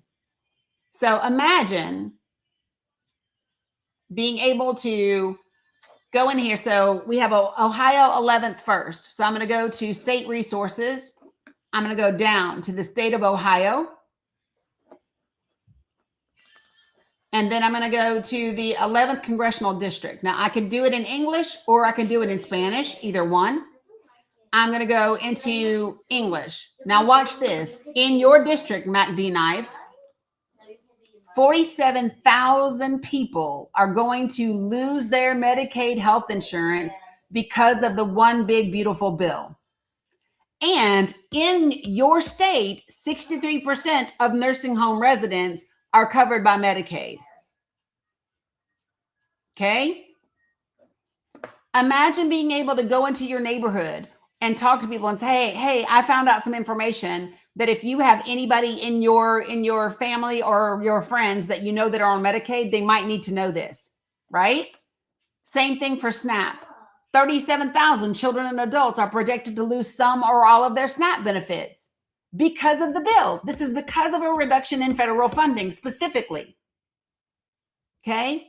And then those premium tax subsidies, yeah, you print them out. You can save them to your phone, share them on your social medias. Yes, all the things. Yeah, that's the idea, Hazy. That's the idea, is to literally go out and give the information to people. Now, look, because of the tax subsidies that they did not extend in December, in this district, an additional 49,000 people are going to become uninsured. An additional. No, the link to sign up is in my bio. Yes. So in my bio is my link tree. The very first link in my link tree is this. Right? So if you see my link tree, right? This is my link tree. The very first link on my link tree is how you join. This is how you join my Discord. This is how you join Project for the People. This is how you join my Discord. Okay. And so the idea is to be able to start conversations with people, and you're not arguing with them. Yes, I can't explain why it matters even if you're not on Medicaid. But the whole idea is to give people information that matters to them and not argue with them about Donald Trump or Joe Biden or anybody else, right?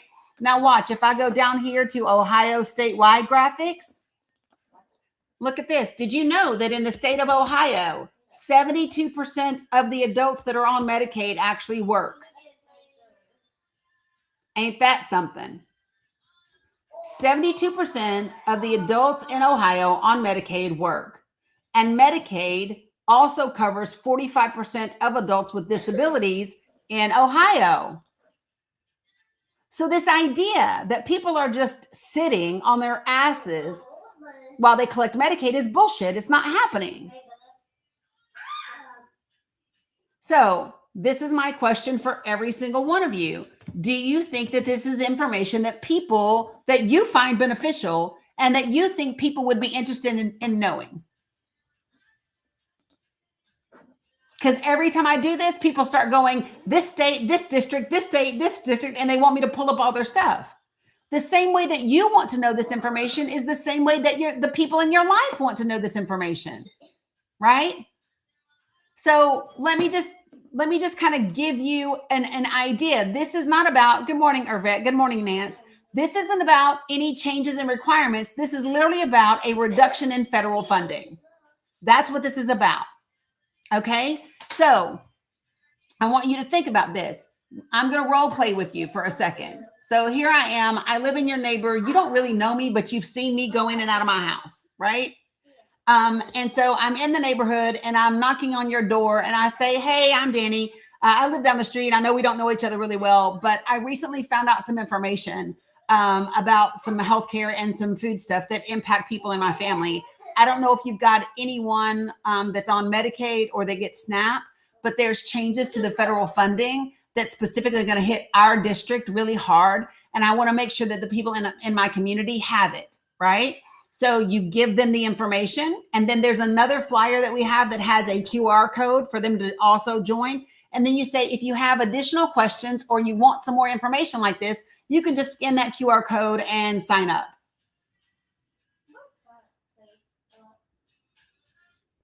Yeah, that's exactly what I want them to do.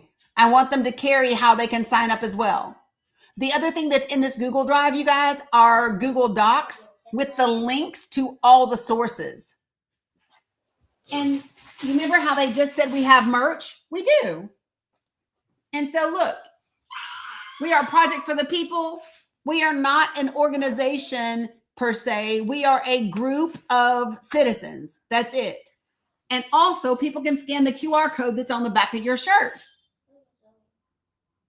Okay, so this is my thing. Okay, so she's role playing with me. She said, I don't care. I hate politics. Girl, I hate it too. But I do like to be able to go to the doctor and take my children to the doctor when they're sick. And I do like to be able to go to the grocery store and buy groceries when we're hungry. I hate politics too. But what I've learned is that politics is simply policy that is created in Congress and in the state legislature that impacts how I live. So while I hate politics, I love having access to the health care that my grandchildren need. And I love being able to know that if we need to go to the grocery store, we're going to be able to buy groceries. That's my answer to that. Right? And if the response by somebody else is, oh, well, I don't know anybody on Medicaid, that's fine. You don't have to. But guess what? It will impact all of us anyway. And here's why. When people lose access to Medicaid, right? When people lose access to their health insurance, they no longer can go to their primary care provider. Mila, not so loud, please. They can no longer go to their primary care provider. And so they end up in the emergency room for things that aren't emergent, right? They have a cold, right? And they're in the emergency room because they can't go to their pediatrician, because they can't go to their primary care provider. Well, the hospital, because of EMTALA, has to care for them. So then the hospital ends up not being able to collect any money because those people don't have the money to pay the hospital, right?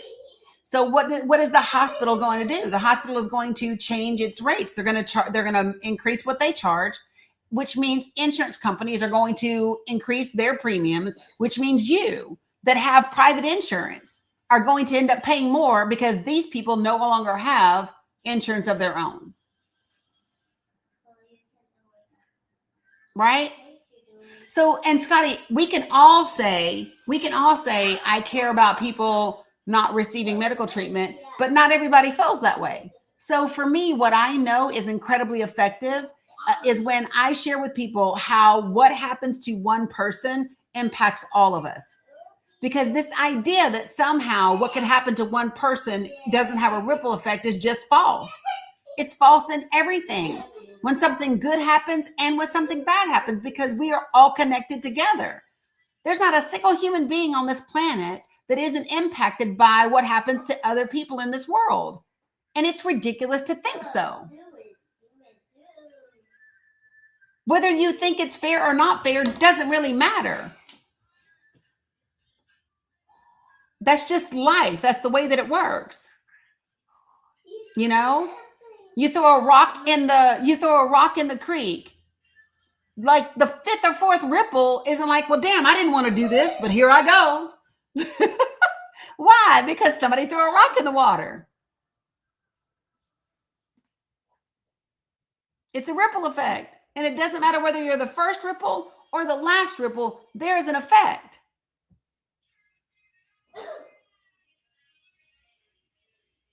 So all of those things matter. So even people that aren't what I would consider to be decent human beings, right? Who care about other people, they're still going to be impacted by the changes. Period. Right? Oh yeah. Yeah, no, Jody, it's all in the Google Drive. It's all in the Google Drive on the Tennessee and the Virginia side. It's broken down by congressional district.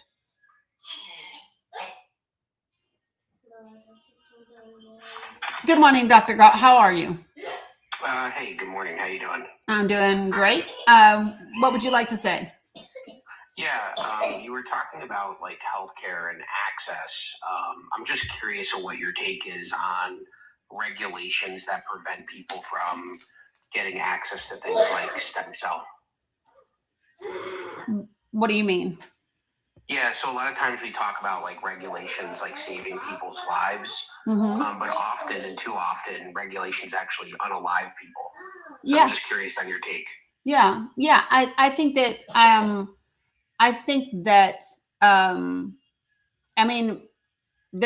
treatments and things like that. I think that we can't. I don't think that we should be regulating things that are helpful that isn't causing harm in any other place. You know what I mean?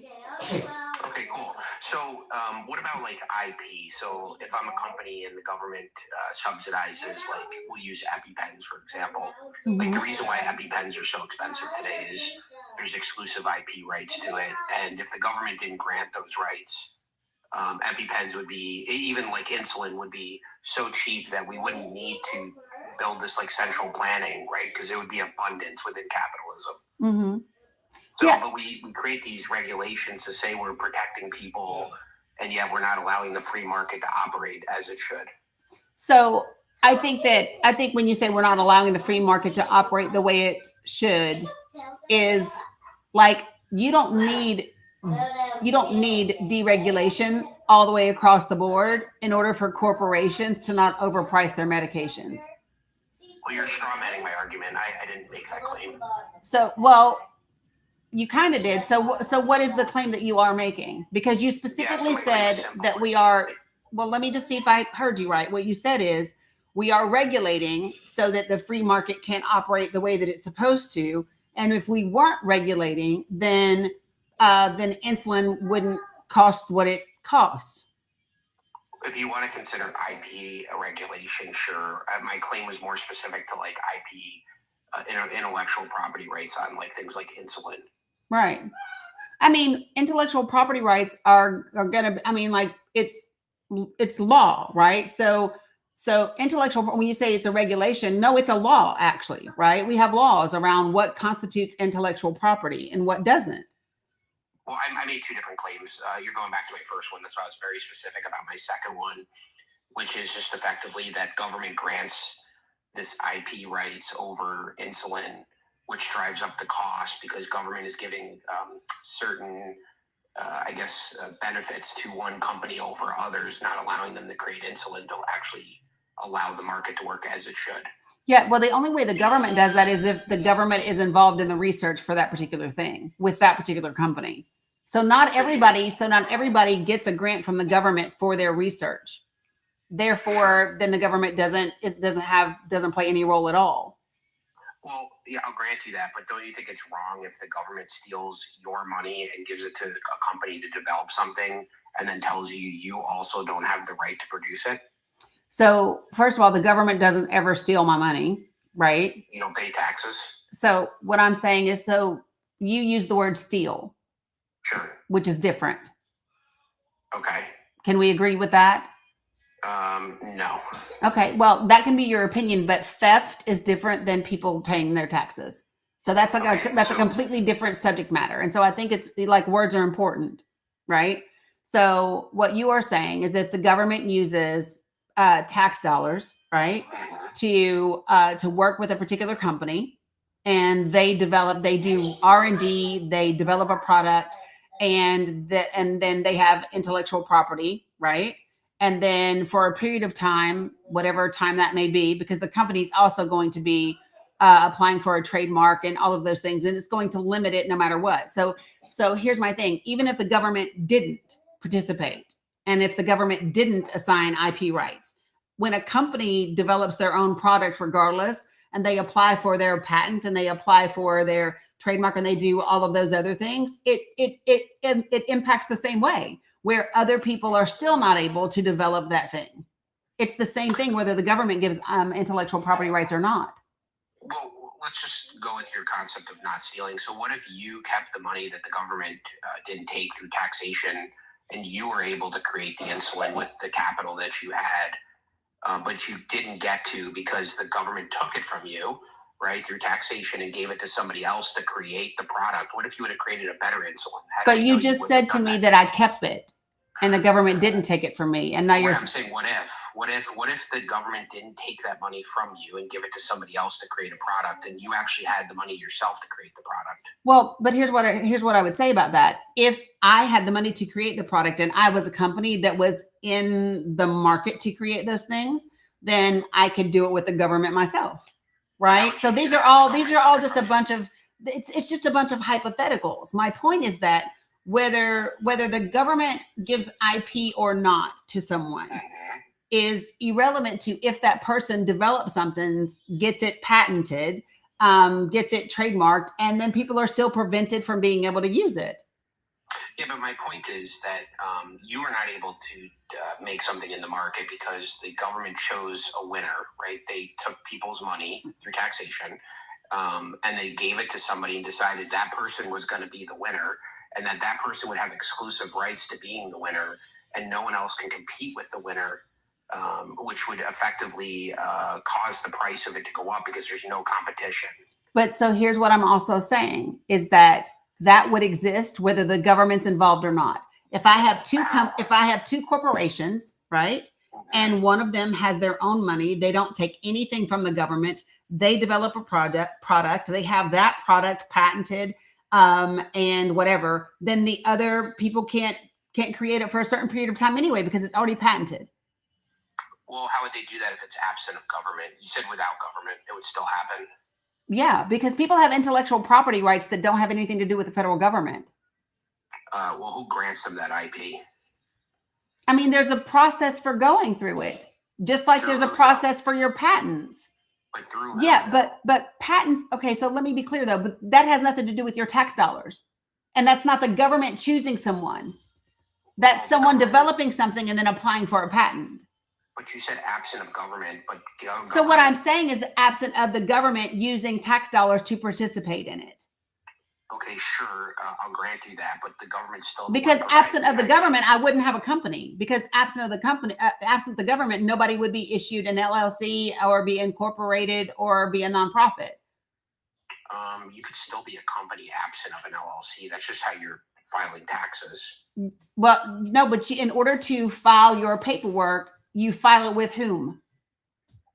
You would follow with the government. Yeah, sure. Right. So without the government, you're not a company. So companies can't exist without government? Not officially, no. Officially to who, though? Officially to the government, because we live in a society that has a government. Okay, so it would just be a business? No, a business is a company. Okay, so if the government didn't exist and I hired a bunch of people and I paid them and I created products and I sold them, what would you call me? I would call you doing under the table work. Well, the government doesn't exist, so it's under the table work. Well, so I'm not doing a hypothetical if a government doesn't exist when the government does exist around the entire world. Well, then you can't say that companies can't exist without government. Well, here's what I would say is in the world that we live in today, companies don't exist without the government. So unless you're going to move somewhere where there's no government, which I would imagine might be like your own island, then what you're talking about doesn't matter. Yeah, I mean, again, I think if IP doesn't exist, then the market would be able to compete with that product, lowering the price, which was my original claim. Right, but my point is that IP isn't what determines if there's a higher price or not. Well, it's a factor. It's a major factor. I mean, in your opinion, it's a major factor. Well, can you explain to me why it wouldn't be? Sure, I can explain to you why it wouldn't be. Corporations, let's just say they don't have intellectual property, and other people can they make the same thing, right? And I am Jeff Bezos, and I do a merger with that other company, and I buy them, right? Which is monopolization, which is what is driving up the cost right now. Even with competition, the reason that we have prices going in the direction that we do, one of the biggest things, especially when it comes to healthcare, is because of acquisitions and mergers. Yeah, but also so the intellectual property didn't play a role at all. Okay, so even with your theory, if Bezos buys the company that makes insulin, if nobody else is able to make insulin and compete with him, then yes. No, right. But even if they could, there's nothing stopping you from creating. You could create an Amazon right now if you wanted to. I'm not talking about Amazon. There's no IP on Amazon. You can create a company right now that can make anything that you want. It's not. So listen, here's what I'm telling you is it is not the presence of the IP that is the issue. It's not the presence of the IP that is the issue. It's greed. Okay, but you're not articulating why. Maybe I can. I did just articulate why. I think everybody else is clear. So if greed is the issue, then if the company's charging too high of a price. Correct. Okay.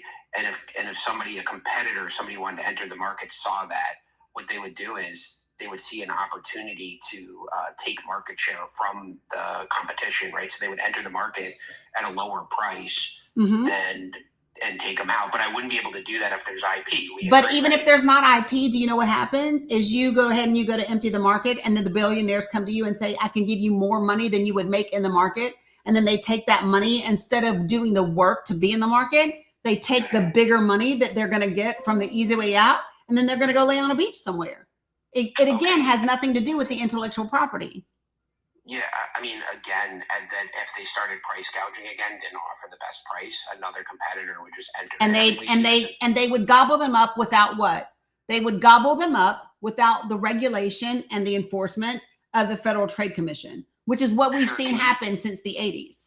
Can you give me an example of a monopoly that was formed absent of government regulation?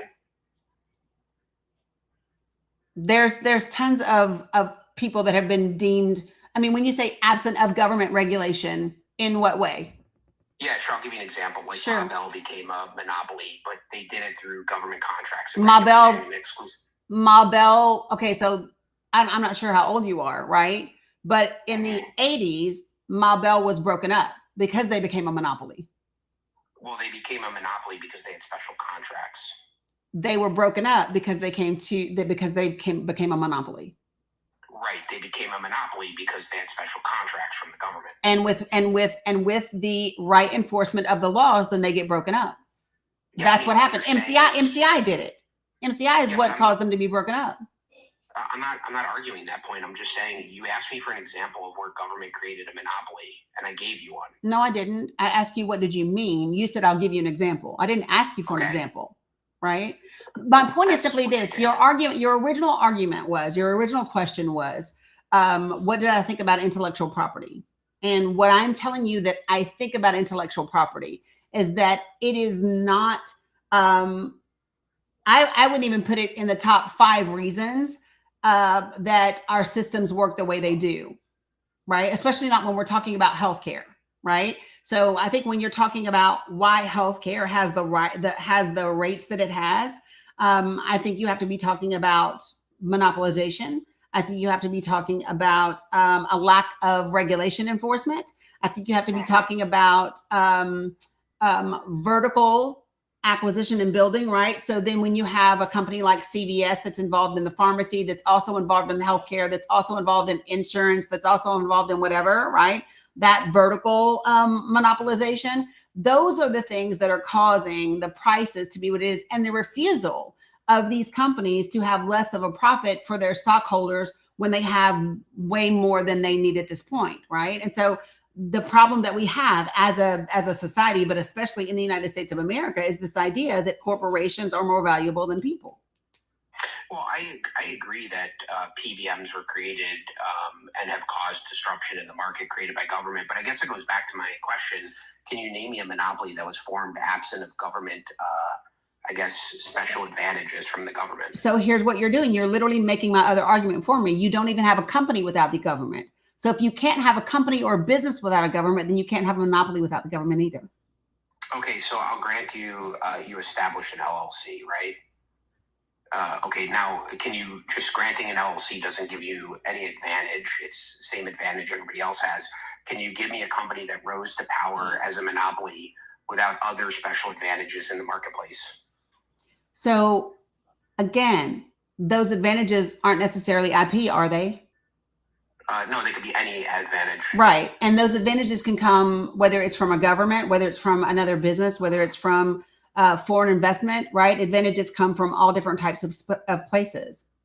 Sure, but that's not my argument. My argument is that government has created all of these billionaires and all these companies through special advantages, and then kept them in that position through other special advantages. So I'm asking you, in a free market, or in a free market sense where government hasn't propped somebody else, has anybody ever risen to power without those advantages? Yeah, I don't know, Chris.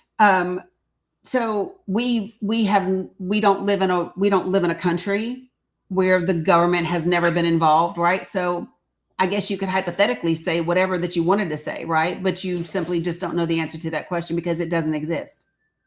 Well, because you're right. The answer is that no company can stay in power or get to power at the rate that they have without having those special advantages. And when they're a bad actor in the marketplace, the only way they don't fail is when the government makes it so they don't fail. Well, We so, agree on that. but this is my thing, right? So this is the reason. So this is one of the reasons why, like my biggest thing right now is that if you simply, so for example, let's just say that come November, you then had a majority progressives on in the House and in the Senate, right? And then you were able to do a continuing resolution that would change a lot of the things that they did last year under that same mechanism. And you could claw back that money that you allocated for ICE, and then you could give it to the FTC for actual enforcement, right? If we simply enforce the laws that do exist on the books, whether the advantages are there or not, then you would still be able to keep them from being able to create monopolies and so forth and so on. The problem, what we have right now is that not only are corporations getting advantages, right? But there's absolutely, not only is there very little regulation, there's been a significant increase in deregulation in the last 18 months. So because of that, you are seeing more and more of the issue, right? So it's, yeah. Yeah, no. Well, can you explain to me then why colleges, education, and healthcare have more regulations today than they've ever had, and it's become more expensive? Yeah, so it's not about a lack of the existence of regulations. It's about the lack of enforcement. Okay. So and I'll give you a perfect example. I'll give you a perfect example. Okay. So there is a piece of regulation that exists called the Robert Packman Act. Are you familiar? I'm not. No. Okay. So the Robinson-Packman Act is a piece of legislation that prevents suppliers from having basically the advantages that we're talking about with particular groups of people based on their ability to sell more of a thing, right? And so what we have seen over the last 6 to 10 years is suppliers give more and more deals, bigger deals, to companies like Kroger's and Albertson and Walmart and independent grocers, even large independent grocers. And I mean independent grocers that are over, $2 billion in multiple states, right? Those people end up paying the suppliers for the prices that Walmart has on their shelf, right? And so that's the reason that during the entire Biden administration, independent grocers were going before the FTC, before the only chairman of the FTC to ever have public meetings, and specifically asking for there to be enforcement of the Robinson-Packman Act in order to get independent grocers to be able to compete with these larger corporations, right? So that's what I'm saying. The law exists. The mechanism for enforcement exists. It is the lack of enforcement that is the issue. And one of the reasons we have a lack of enforcement is because we now have so much. So for example, it's almost impossible to go after Google, to go after Amazon, to go after Facebook, to go after, all those at the same time, and Kroger's and Albertsons, because we don't allocate our budget for the enforcement that protects consumers. We allocate the vast majority of our budget for the military industrial complex, right? And so because of that, we leave the consumer, we leave the general public out to dry. And we did that even more so with this administration when we got rid of the Consumer Protection Bureau. Yeah, and I think the biggest defense against corporations is actually the consumer. We've seen this with Blockbuster. We've seen it with AOL. Right, there are companies absent of government saving them, like they did save Chrysler. Right, and Chrysler now puts out a crappy product, and it's actually international. Right, it went overseas. It's owned by I can't remember. There's Stellantis. Right, like if government allowed these people to fail, better actors would rise in the market. But what you're saying, that's a hypothetical. It's not a hypothetical. I just gave you two examples how it's not. Yeah. So what rose in the market that was a better competitor to Blockbuster? Yeah, sure. So you have Netflix, you have Redbox. But that's not a competitor to Blockbuster. That's a completely different. Netflix is not a competitor to Blockbuster. So when they were renting videos through the mail, that wasn't a competitor to Blockbuster? No, it was not, because Netflix is a monthly subscription. You're not renting. And it's a subscription. Hold on. It's a subscription service, and you're not going to get them, right? So the reason that Blockbuster no longer exists is because of technology. Well, it doesn't exist because Netflix started mailing DVDs instead of you having to go to the store. Well, no, that was just their attempt to get more people to come into the store, right? So Blockbuster was a VHS store when it started out. Then they were selling DVDs. And then when streaming services became available, right? That's what made it so if we were going to talk like actual competitors, then you could talk Netflix, then you could talk Hulu, then you could talk Peacock, then you could talk all of those. Those are competitors, but Netflix is not a competitor to Blockbuster. That was simply an evolution in technology that made Blockbuster obsolete. But Blockbuster rented you videos, correct? Okay. They rented me Netflix videos used to that rent I you videos went. through the mail. No, but Blockbuster wasn't mailing me them. They're two different businesses. They're not the same, and they're not the same market. Well, they are. They are not the same market. Do you have you ever had a local Netflix on the block? Have you ever had a local Netflix building on your block? Why does it have to be a storefront to be a competitor? Because Blockbuster started as storefronts. Okay, so what? So that matters. If you are going to talk to me about a competitor, wait, so Amazon doesn't compete with retail stores? you would have to talk to me about a competitor. Okay, well, so if Amazon sells shoes, are they competing with? So did you? But no, and I'm going to tell you why. Because those stores sell those shoes on Amazon, and they have a contract with Amazon on what shoes they're going to sell on Amazon's platform. No, I'm saying I open a shoe store, right? A storefront, and I don't sell online. Is Amazon my competitor if they're also selling shoes? No. We're selling the same product. We're just delivering it differently. It doesn't matter, but your markets aren't the same. The product isn't what makes someone a competitor, not in and of itself. So you could sell shoes. So listen, by that theory, Dr. Galt, you could sell shoes in Missouri. I could sell shoes in Tennessee, and you would think that I'm your competitor, which is just not true. Well, we're in different markets, so you're right. Correct. And that's exactly right. Amazon and your shoe store would be completely different markets. Not if they're Amazon selling shoes in my market. Yeah, but you would have to actually, again, know how many people are going to Amazon for shoes that live in your market. Okay, so you're telling me that Netflix wasn't providing services to the same market that Blockbuster was? I am telling you that Amazon was not renting movies to people, and they weren't competing with Blockbuster, and that it was the advancement of technology that made the difference. Netflix is streaming, Blockbuster is not. One is a physical product, one is not. Okay, but I agree with you. Amazon wasn't doing that, but Redbox and Netflix were. So again, Redbox certainly did not put Blockbuster out of business. Well, it stole market share and helped put them out of business, yes. No, it didn't steal market share. Show me that. Show me your source that said Redbox stole market share from Blockbuster. Sure. The sources, they were around when. Nope, that is not a source. Their existence does not mean that they stole market share from Blockbuster. Okay, whatever. I mean, I don't think there's a source out there that directly ties. Well, you stated it as if it was a fact, and it's not. Well, they're a competitor in the same market. Not necessarily. No, they're not. Okay. So if I open up an ice cream store next to you. So again, I'm not going to do a bunch of hypotheticals. So listen, you started out asking me about IP in healthcare, right? Yeah. Okay. And so my question to you would be like, what is your point like right now in this moment? Yeah. Because I'm not going to do hypotheticals for the next like 2 hours. Well, these aren't hypotheticals. They are. Okay, sure. So my point is, absent IP, if people were able to create and sell insulin today, compete in the market, the price would go down. And my point is that is a hypothesis, right? It is a hypothesis that does not have it's a theory, but it's not proven, right? It's not? No, it's not proven. So if there's more competition in the market and more people being able to innovate and create a product, it doesn't make the price go down? The absence of IP does not mean an automatic increase in competition.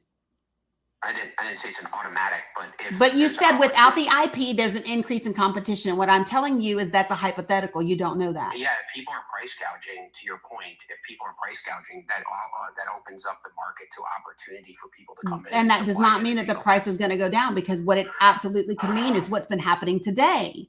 What's happening today, with or without IP, is acquisitions and mergers and monopolization of markets.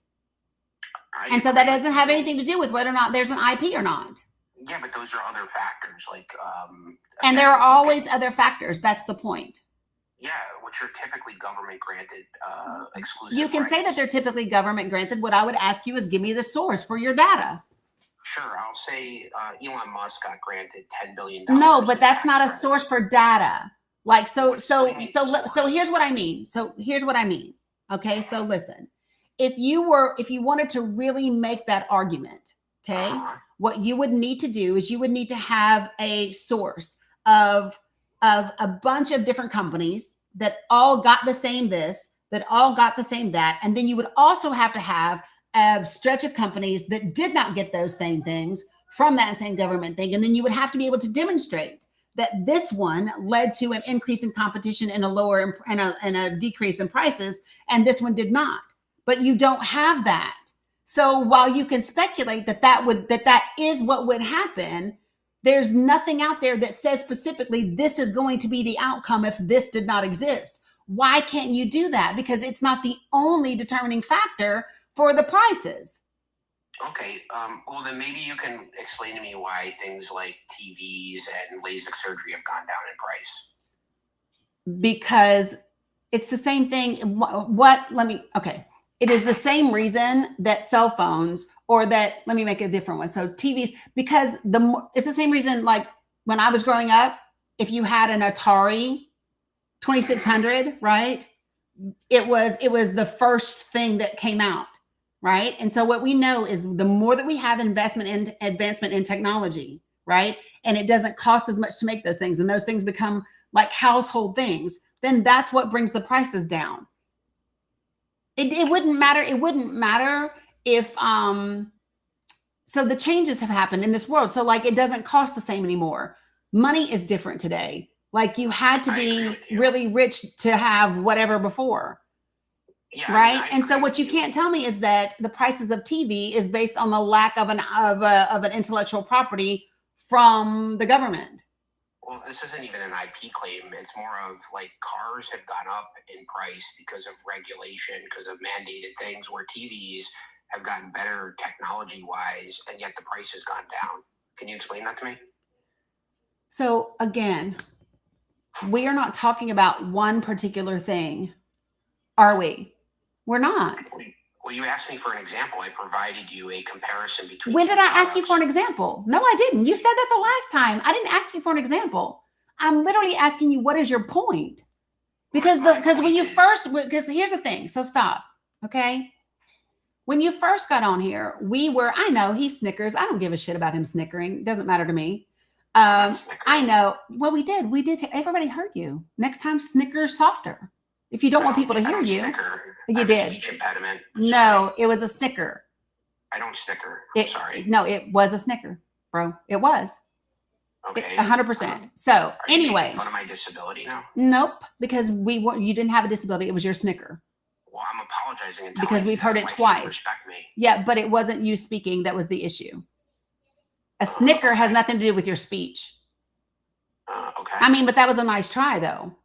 Right? What do you mean nice try? That was a nice try though. So anyway, so listen, I brought you up here because here's my thing. When I was talking about insurance and healthcare and how reductions in loss of insurance was going to impact everyone, regardless of if you were on Medicaid or whether you had private insurance or whatever.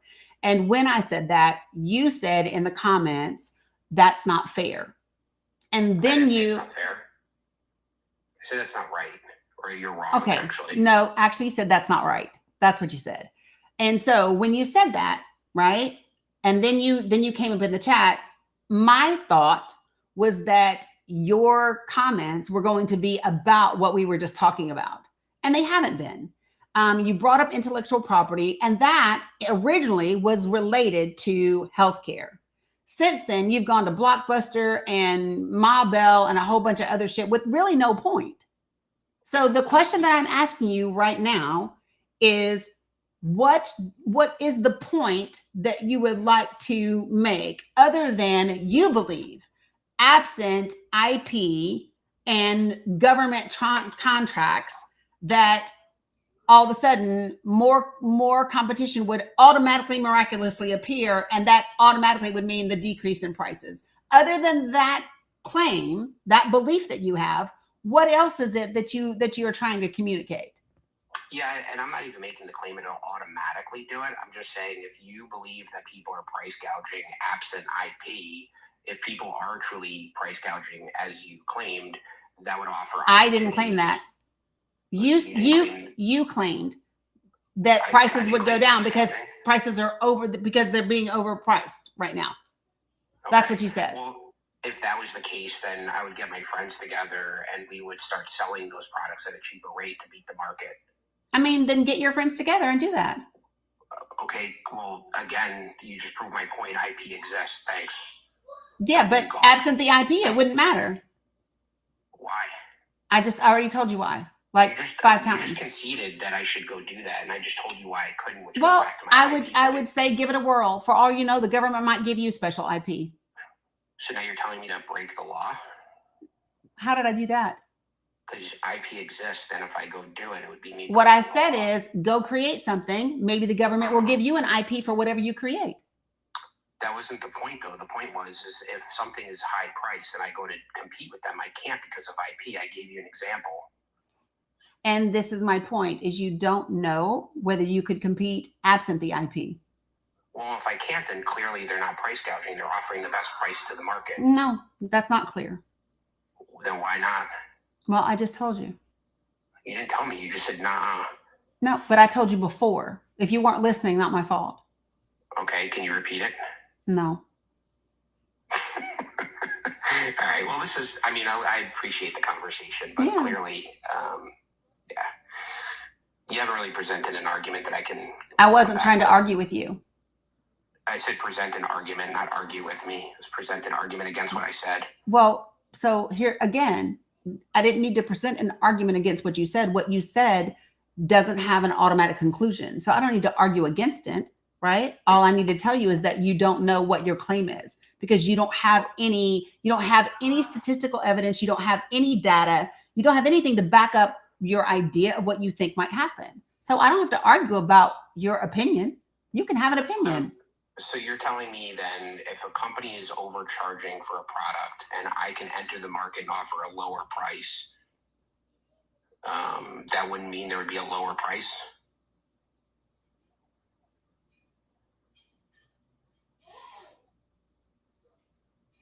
And if I can't enter the market, I got you, happy girl. So again, so listen, the price would be the same. So right? Listen, here's the thing. Okay, absent of IP, you may or may not be able to enter the market and compete. You may or may not have prices come down. Right, which just means that the best price is being offered in the market. That's not what it means. And you don't have any, because you don't have any data to back that up. There are too many factors that determine price. That's not what it means. Yeah, if the company who's providing again, listen, you can have your opinion. That's fine. I'm not going to argue with your opinion. It's not really an opinion. It is an opinion. It is, because it's definitely not a fact. Better opinion? It's not a fact. Why I'm wrong? It's not a fact. Okay, can you give me a different opinion on why I'm wrong? Again, what I literally just told you. It's your opinion. You don't have any evidence that what you are saying is what definitively would happen. Okay, well then give me your opinion. What's your opinion? I don't have one. Okay. Okay. So you're just like, nah, your opinion's wrong, but I don't know why it's wrong? No, that's your opinion. You don't have any evidence for your opinion, and I don't have an opinion on the thing that you have an opinion about. My evidence is simple. If somebody's price gouging and overcharging for a product, that's an opportunity in the market for somebody to offer a lower price and a better product and steal market share. So you understand that when you start your sentence off with, my evidence is if, evidence doesn't have an if. Okay. Evidence is this is what happened. Well, it's an if statement because if the competitor is not charging the highest price, then there would be no opportunity in the market. Therefore, it's the lowest price. Yeah. If is not evidence. Okay. Sure. Yeah.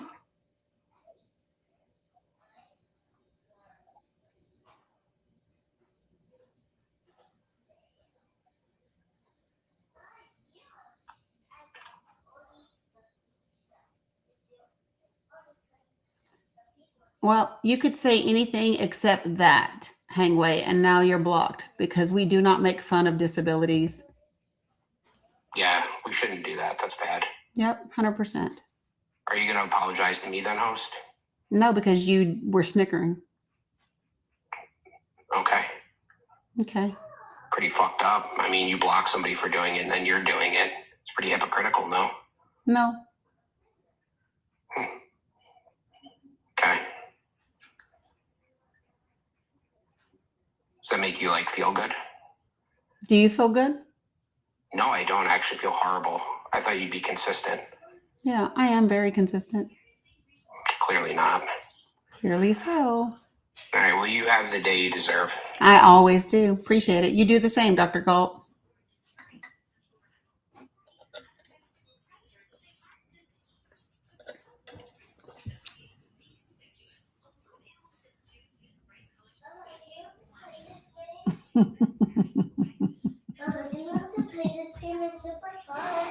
Oh my goodness. Oh, yeah. Yeah, I have no idea. Appreciate you, be action. Okay, so back to conversations that matter. Yeah, I just, I don't know, Jody. He claimed that his snicker was a speech impediment, even though he wasn't saying anything. And he only snickered twice. So I know we all heard his snickering. I don't really care what he says. Alaikum salam, Noor.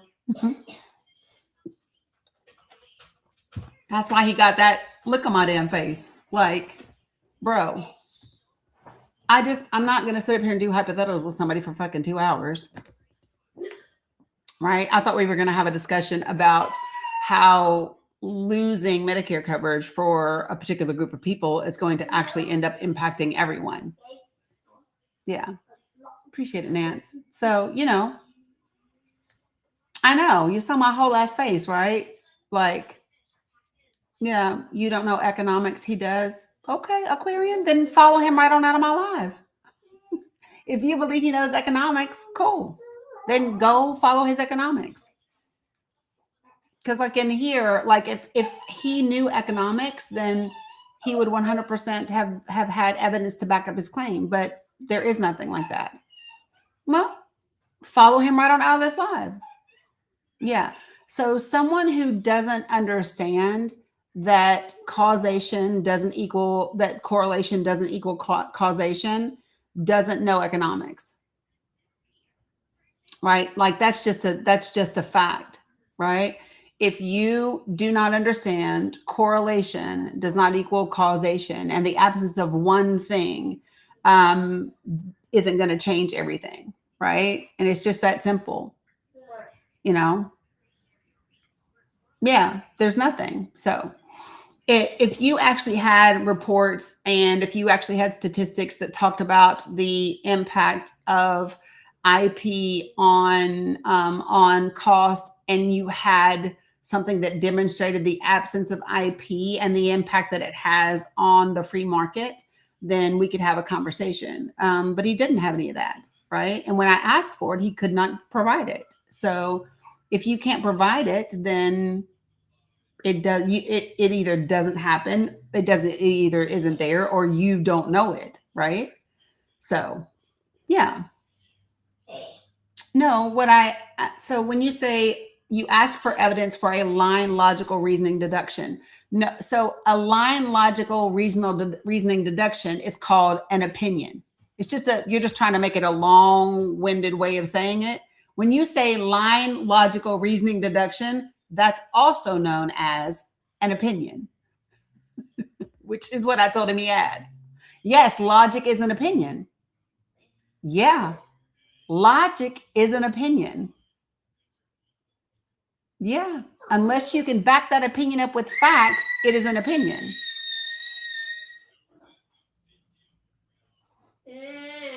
Like I don't know what's wrong with y'all.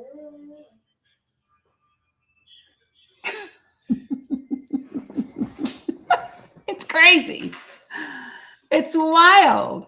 So listen, I might see someone and they lost weight. And logically, I might reason that they worked out and they did a diet logically because they lost weight. But it could be that they are sick. It could be that it's a side effect of a medication.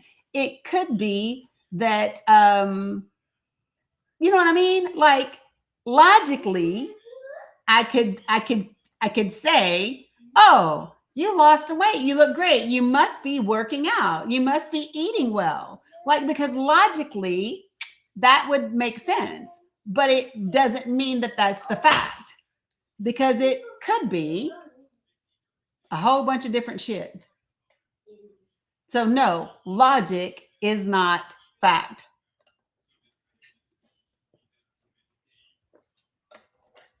See, this is why we can't have nice things. This is why we can't have nice things. Because when Kellyanne Conway told the world that there was something called alternative facts, there were people that fucking believed her. When Kellyanne Conway said, no, those are just alternative facts, y'all thought that shit was real. It's not. It's not. Just so we know.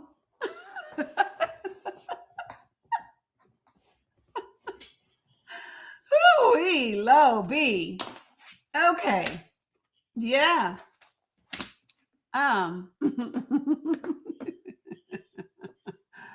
Oh my goodness. Y'all are so funny. Okay. Yeah, just saying.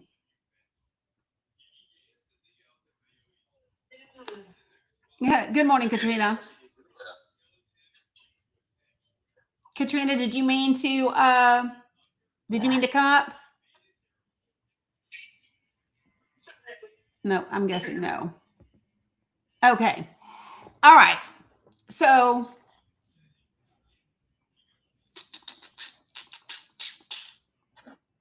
it's funny to me, but are y'all over here talking to people that are just saying nonsense right now?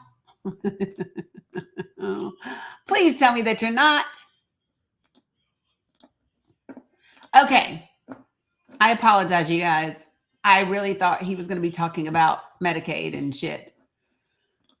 Oh, you know, I try to be patient with people.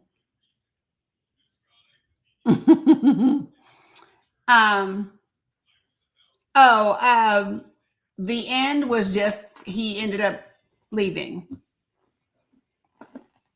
So if you just noticed, I just finally went to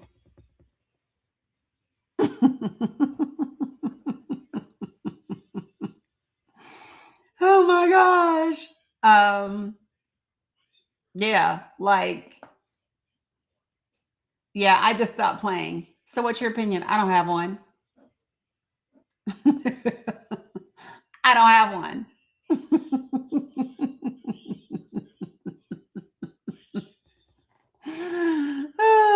Yeah, he just wanted to say whatever he wanted to say. I don't really care about all of that. I really don't.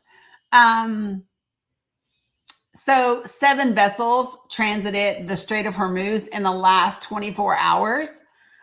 So data and analytics firm Kepler says that 7 vessels, 4 commercial and 3 non-commercial, have transited through the Strait of Hormuz as of yesterday. Quote, only 2 vessels laden west to east crossings were recorded under Pakistani and Comoros flags carrying CPP and dry bulk, while higher risk tonnage remained limited with just 3 shadow or sanctioned vessels observed, and the rest assessed low risk. No new physical attacks have been recorded since April the 22nd as the ceasefire holds.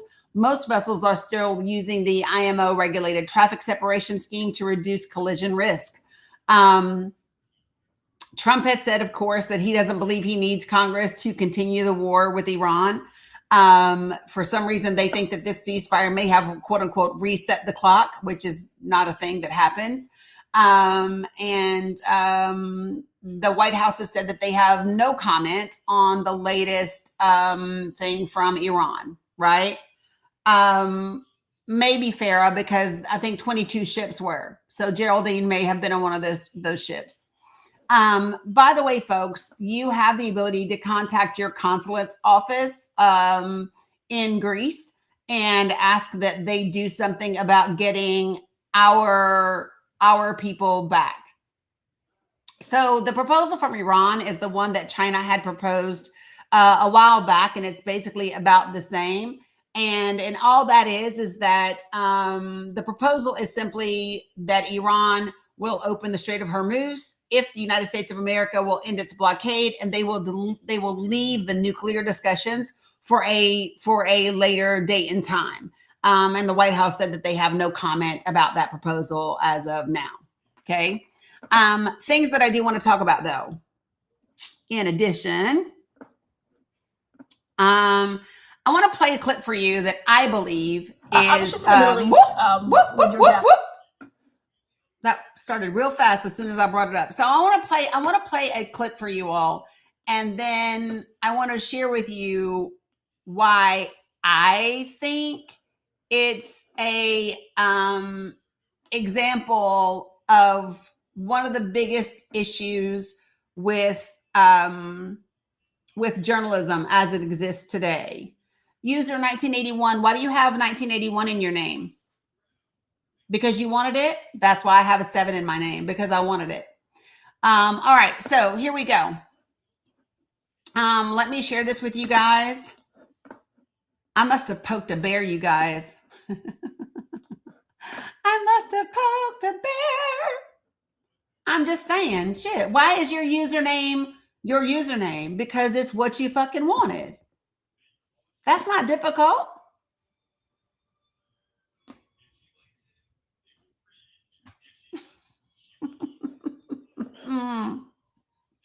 Like, what's wrong with y'all? That's like, why is your hair black? Because I wanted it. Like, what in the hell? All right. So here we go. Okay, so listen, I'm going to show you guys this clip, and then I want to share with, I'm just saying, Shawnee, I'm going to share with you this clip, and then I'm going to talk about why I believe that this is an example of what is wrong with journalism. You guys ready? Listen, here we go. I was just in the Middle East with your dad. He obviously brokered the ceasefire in Gaza, was there meeting with a bunch of world leaders on what the future of that is going to look like. This is from that agreement back in October 2025. There was a moment where he was speaking with the president of Indonesia. It got a lot of attention. I know you've seen this, but I want everyone else to see this as well.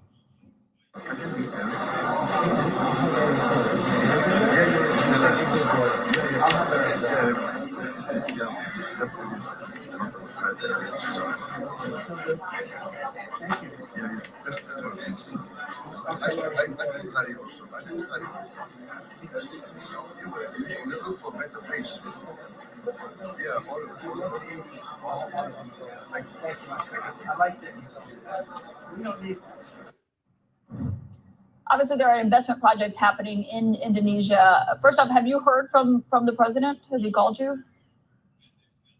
No, not about that, but I'm glad he acknowledges that I'm a good boy. I am a good boy.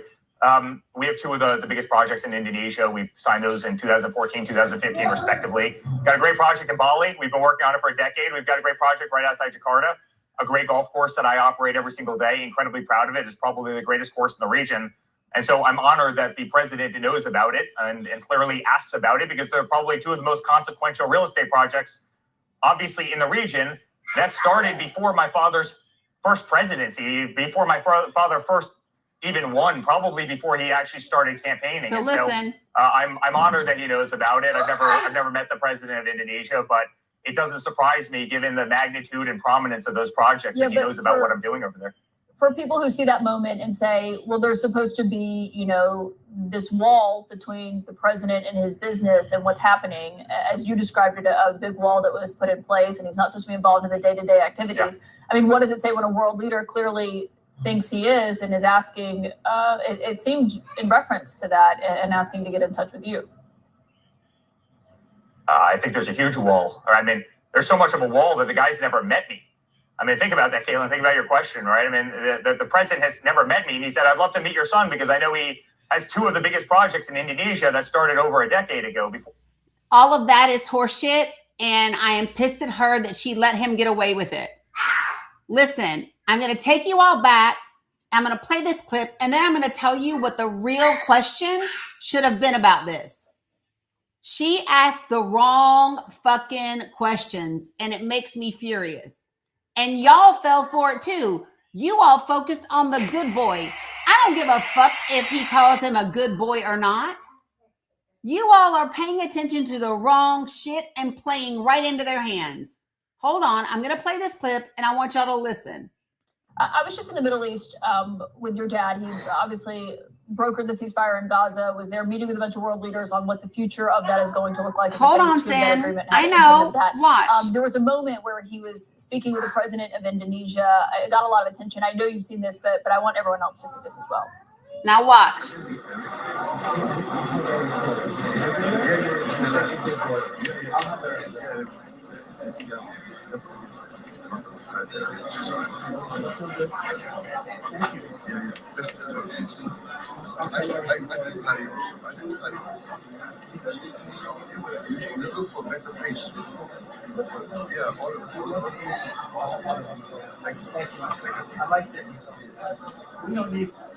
All right, so I'm going to pause it. Obviously, there are investment projects right here happening in Indonesia. Oh my gosh. I'm going to pause it, and I want you all to listen. So this should have been the questions. Are you ready? So Eric, I know you've seen this, and I know that you had projects that started before your father was in office, but can you explain what the president was referring to when he said, no, we don't want that, and that we need to look for a better place? Because obviously the projects that you already have are already in existence, and they've been there for 10 years. So what are you looking for a better place for now?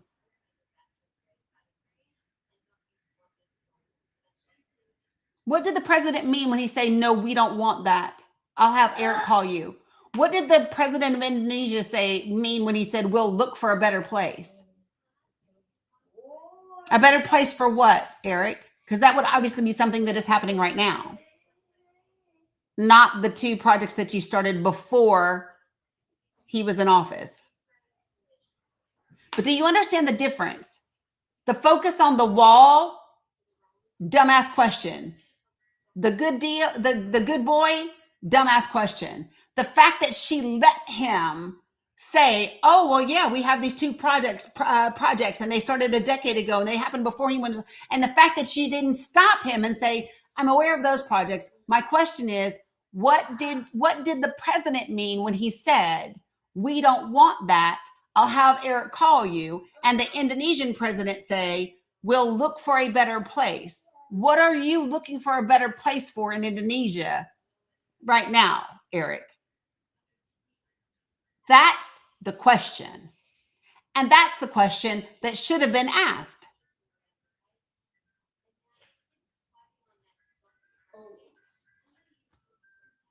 I'm just saying, the reason why I brought this out is because you remember the other day, right after the White House Correspondents' Dinner, and I asked the question, is journalism as we once knew it dead?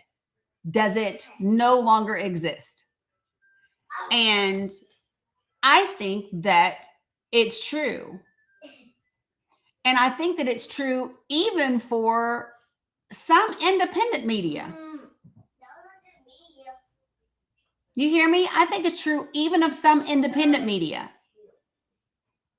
Because if all the independent media is doing is regurgitating what he's saying, right, and not pushing back, right, then what are we doing?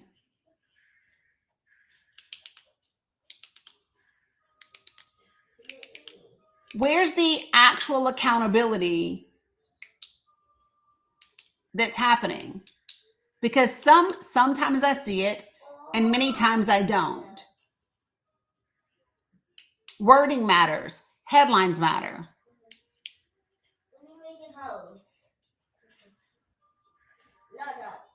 You know what I mean?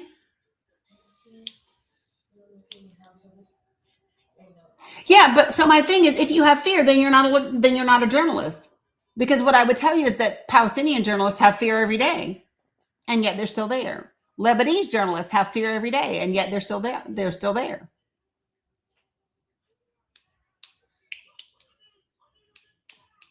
And what I find is that the other thing that I think, we talked about this the other day, I think that so many people, independent as well, are choosing which topics they want to talk about and which topics they don't.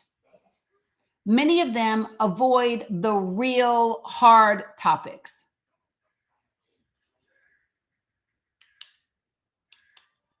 Right?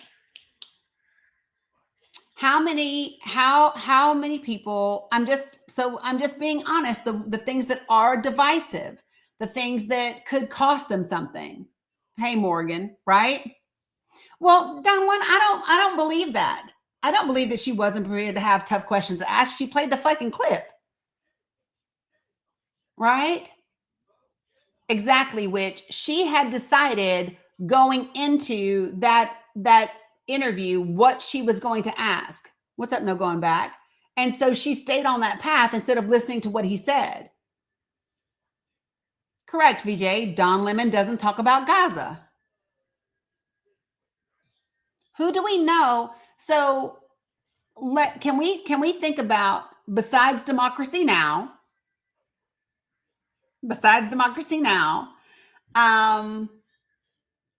who do we know? Right. She's a journalist. She knows how to do this job.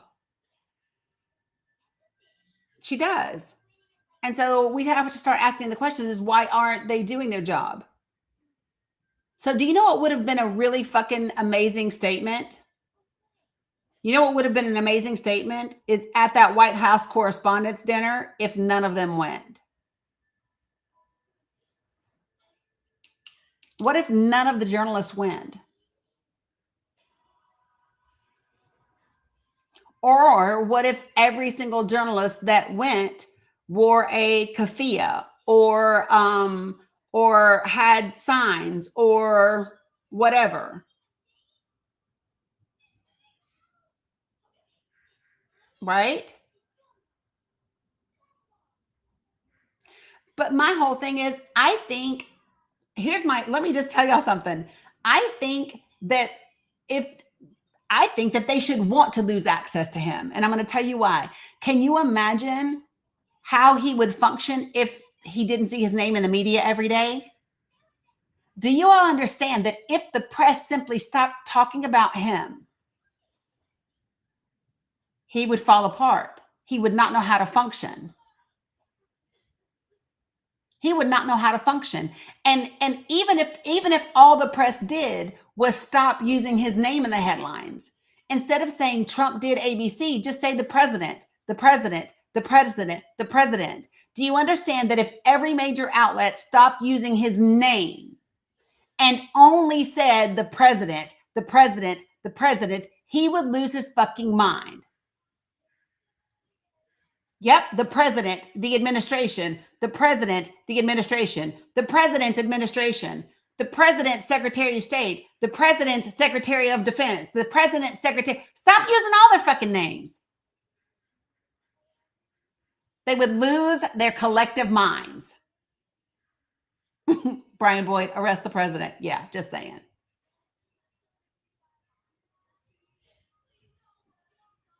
I'm just saying. We know how this works. Right?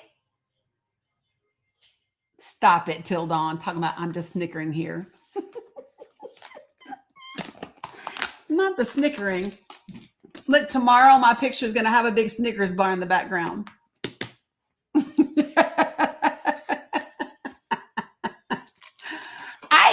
I want them to stop referring to members of Congress by their party. I do. I want them to stop saying, listen, when you tell me somebody is a candidate, don't tell me they're the Republican or the Democratic candidate. Tell me their policies. Tell me their positions on the issues. Let me determine what I think of them without you telling me the party. Right? Don't say the Democratic governor, the Democratic candidate for Congress. Just say the candidate for Congress. Let them tell me about their positions on the issues, and then I will determine if I want to vote for them, regardless of their party. Because what I will tell you is that if you take away the party aspect of it, there are many people that would never get into fucking office. Yes, baby. Playing the dangerous game, and you can see it with a leaf. Mm-hmm. This game. They're monsters on wheels. You're playing a dangerous game, Yeah, I like and there's monsters in there. that. What did I? Teacher, I'm playing a dangerous game.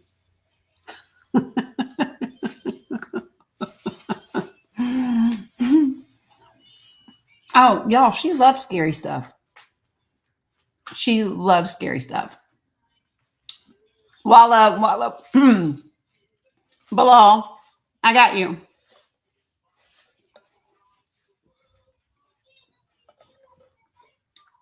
So this is my thing, right?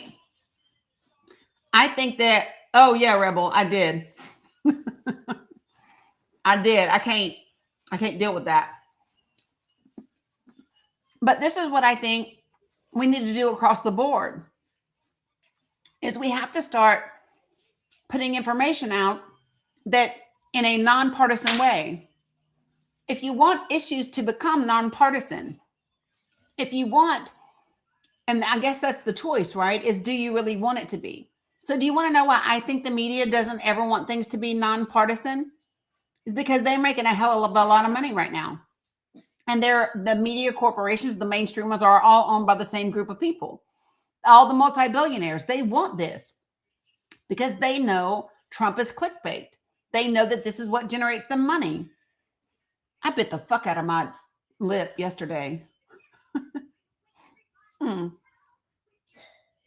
Anyway. And then it keeps hitting my tooth, which just makes it worse. Yeah, I bit it so hard. It hurts. But do you all understand what I'm saying?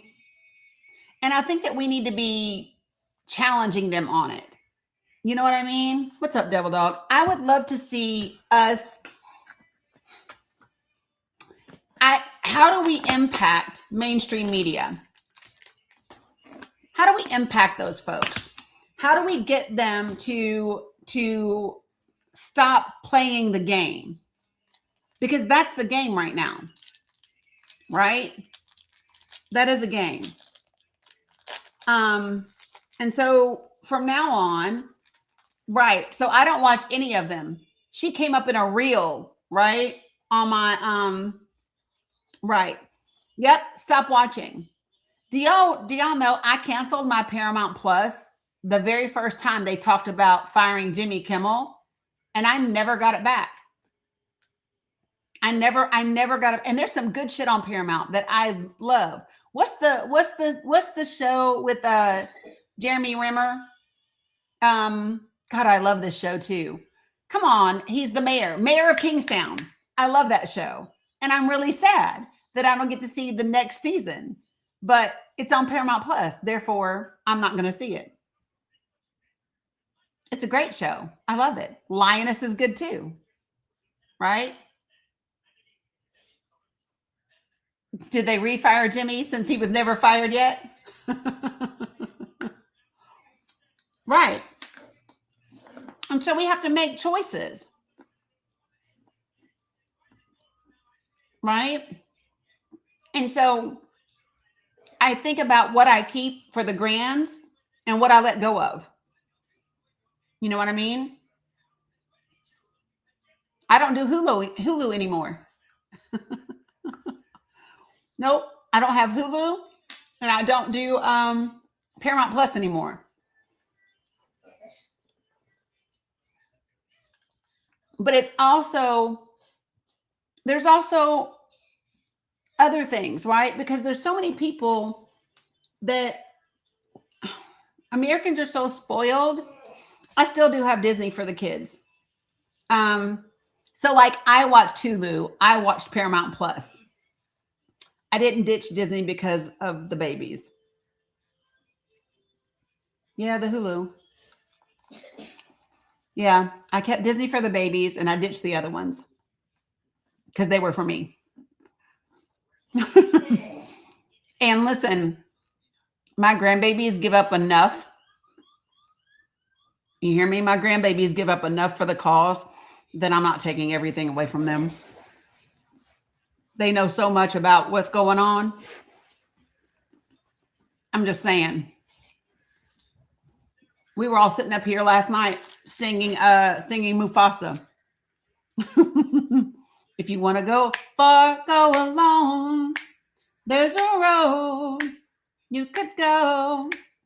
If you want to go far, we go together. I love Mufasa, Cam. He says, if you want to go fast, go alone. There's a road you could go. But if you want to go far, we go together. Anyway, it's my jam. It's my jam. It's my jam. It's my jam.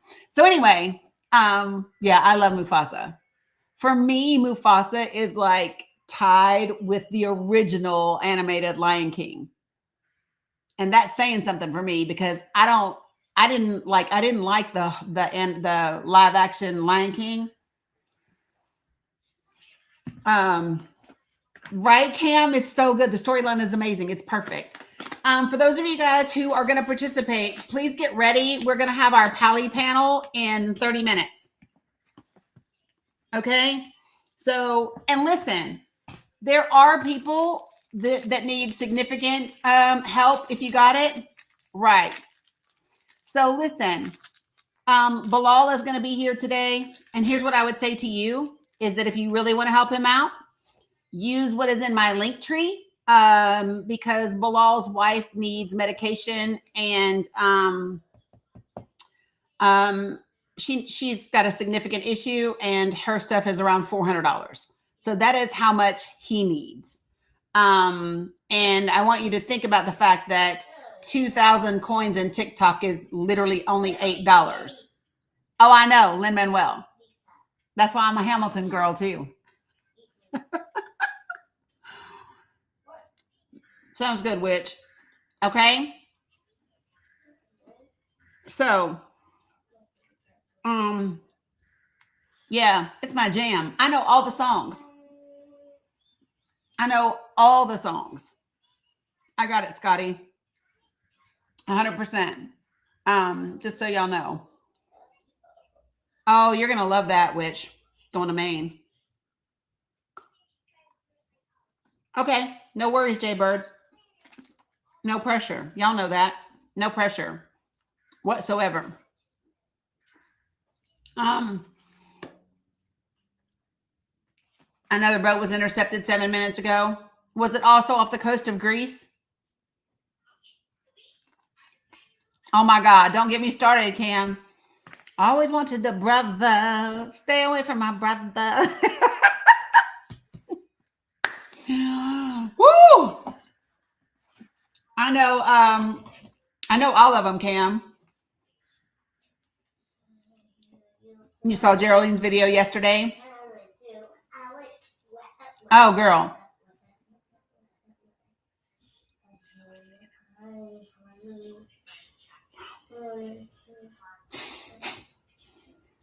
Mila be singing all the time. All the time. But we were all, and Bella likes to, I'll keep the captions on, and Bella will read the captions singing. Okay.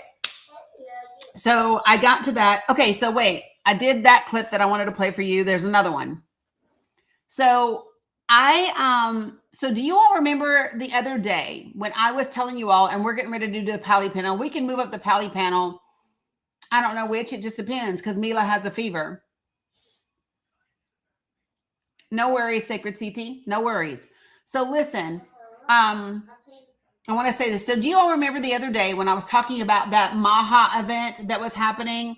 And there were these MAGA white women with baseball caps on that said, "Make America Healthy Again." And they were super pissed at this administration and they were mad at Trump because of the executive order. Do you all remember this? I will right after this clip, Don One. Do you remember this? And they were mad about the glyphosate because, oh, Cam. So there was a white liberal woman, but she dressed up as if she was like a white conservative woman. And so then she went to this event that was for Maha, Make America Healthy Again, right?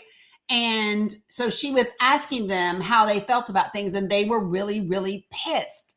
And they are pissed because glyphosate is what's in Roundup, and it has been linked to carcinogens, right? Causing cancer. And there's a shit ton of, and it's owned by Bayer, right? And so there are lawsuits against Bayer for not warning people about the glyphosate, right? And so she was interviewing these women, and they were all saying how pissed they were with this administration because Trump did an executive order.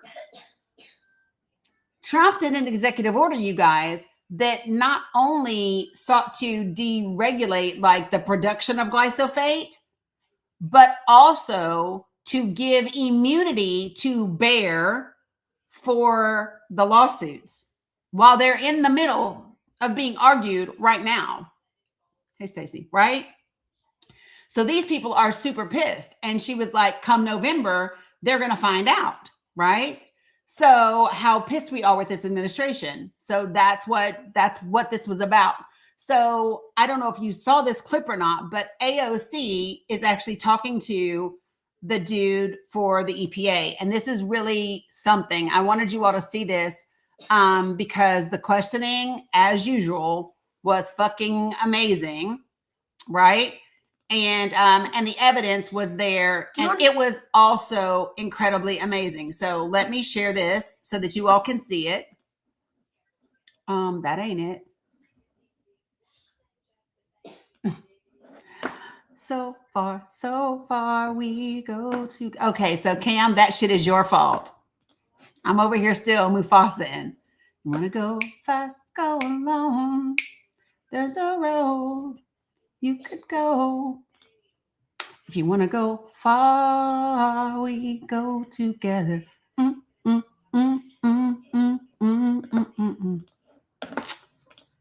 Okay, come on now. It's my jam, y'all. It's my jam. Oh, let me do that. Maybe that's why. There's a road. If you want to go far, we go together. Listen, Jules, it's the jam.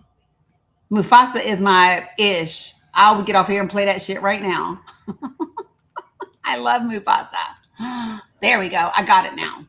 Okay. I mean, yeah, get the soundtrack. Make it happen. Okay. Not me not taking my background down and just got AOC staring at y'all. Okay, here we go. You ready? After this clip and this discussion, I'm doing our Pally panel, okay? Here we go. Do you understand the conflict of interest that is before the American people right now, Mr. Secretary? Glyphosate is the active ingredient in the herbicide Roundup, which is produced by Bayer. Glyphosate is also internationally recognized as likely carcinogenic to humans. In fact, tens of thousands of lawsuits in the United States have been filed against Bayer for failing to warn them about the cancer risk of exposure. On February 18th of this year, President Trump released an executive order to increase the production of glyphosate in the United States, correct? Yes. And not only did that executive order call to increase the production of glyphosate, it also called for legal immunity for Bayer from the tens of thousands of Americans who are seeking justice in court. Administrator Zeldin, have you ever participated in a meeting with Bayer where you discussed the legal or litigation issues that the company was facing? No, I never did. Okay, I have My meeting with them was very brief and that topic did not come up. Mr. Chair, I'd like to submit EPA visitor logs from July 7th, 2025. You're certain they didn't bring up anything regarding your work? I'm telling you 100%, absolutely. Maybe there was some brainstorming that was done beforehand of potential topics. I would like to submit to the record some internal emails from the EPA that I have acquired, emails from your senior advisor for agriculture and rural affairs, saying that you were meeting with the Bayer CEO last year. He said in these emails that they will be bringing up some legal/judicial issues. It says that Bayer was specifically seeking to and discussing Supreme Court action, and that, interestingly, Bayer will provide a small thanks for updating the glyphosate webpage from the EPA. Do you have any idea what they might have been referring to in this email? Well, first off, as I mentioned a few minutes ago, it's possible that the team was doing brainstorming of potential topics. This glyphosate update that they're referring to seems to be correlated to the EPA agency withdrawing its support for California's cancer warning on glyphosate. Now, this is important because 5 days after the EPO this year, Bayer filed their opening brief to the Supreme Court, citing the Trump's executive order and hinging their case on the EPA's warnings or lack thereof of glyphosate. So we have internal emails from your agency saying that Bayer wanted to thank you and your agency for removing support for California's warning because their case before the Supreme Court right now hinges on you not warning the American people and withdrawing your support on glyphosate. Do you understand the conflict of interest that is before the American people right now, Mr. Secretary? Do you understand the conflict of interest that is before the American people right now? So I wanted to show you all that because it is astounding and it is incredible. And the way that she just connected those dots. And listen, if I could give anybody any advice ever, when you are talking to a woman and she says, "Are you sure?" I need you to rethink whatever the fuck you about to say, because she knows the answer. That is a that is a Perry Mason. That is a listen. When a woman says to you, "Are you sure? Are you sure?" that there was no mention of listen. And when they leaned forward, she didn't just say, "Are you sure?" She said, "Are you sure?" That right there, listen. That is all she wrote. She is giving you time to come clean because she's about to whip out them damn receipts. You lucky she didn't pull it out of her bra. Who was the girl that used to do that all the time? What show was that? Y'all know it was one of them shows. Love and Hip Hop. Who was the chick that used to always bring out results out of her? Woo! Listen, she was bringing them, and she was giving you a chance. She was giving you a chance to get it together. And then he was like, "Well, maybe there was a little brainstorming." She said, "Listen, I don't even know who it was. Carly Red, whoever it is, I don't even know." But that right there, yeah, you remember the last time she brought out a pregnancy test. One girl did. I don't even know. It was Peter's girl. The second one, though, not the wife. The other one. Well, she became a wife too, I think. I don't know. I don't watch them show. I just happen to see Carly. Yeah, I'm just saying. Amina. That's who was bringing it out, Conchita. See? Y'all knew who I was talking about. So I wanted to put, so let me just say this. For anybody that is involved in those lawsuits, that clip right there is fucking golden. Like, I mean, it has to be clear that like every attorney that's part of those class action suits has to have that already in all their paperwork, all of it, because it's literally case made for you. It literally, and so guess what? Mr. Secretary is going to go to jail too. Listen, Mr. Secretary is going to jail too. when all of this is done and accountability is given, right? When accountability begins, his ass going to jail too. Because here's what I want to know. My next question would have been, can you tell me what was the thank you that you got? What was the thank you? That's what I want to know. What little thanks did you get for updating the EPA website? What thanks did you get? I want to know how much was updating the EPA website and removing your support for a warning against glyphosate? What was the thanks? That's what I want to know. Right? So, right, where was that thanks deposited? Right? So I think, again, it's about, kind of, he would have said, I don't recall. I don't think so. That joker was trying. He was spinning when he said no, 100%. And then the second time she said, are you sure? Are you sure you didn't have a meeting with Bayer where they brought up legal stuff? Are you positive? Because this email from your senior advisor says yes. And so for me, this is when, so like if you had a DOJ and an FBI that wasn't corrupt, this is when you would have already gotten search warrants for his bank records around that time, right? This is when you would have already done that investigation if you did not have a corrupt DOJ and a corrupt FBI. Right? But this is where we are. So I wanted to make sure that I got to the glyphosate. I've done Iran. I've done Israel. I did Native Americans first things. So we are down to the President of the United States. While I talk about the president, I'm going to go ahead and, you know what would be good? Hold on, y'all. We're gonna stir it up a little bit. We're going to stir it up. Can we stir it up? Okay, hold on. We're going to do this together. Y'all want to have a little fun? Since I don't have a hard stop. Oh yeah, we about to turn it up. So can one of my friends? Yeah, we're gonna do PD too. But can somebody put in Arabic that we are going to start a Pali panel in 5 minutes? Okay, so hold on. We're gonna stir it up a little bit. Stir it up. Little darling. Music be in my head all the time, y'all. Don't judge me. Yes, baby. Really? Because I thought I saw you pop it. Oh, so you both popped it?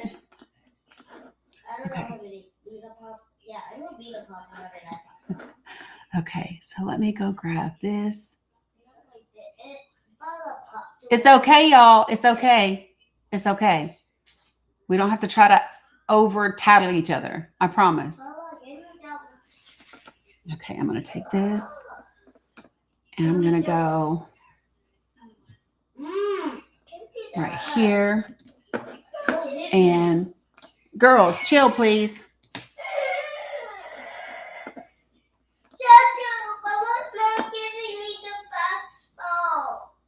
She's not?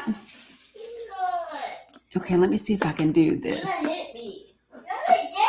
Hey, girls, I'm almost done.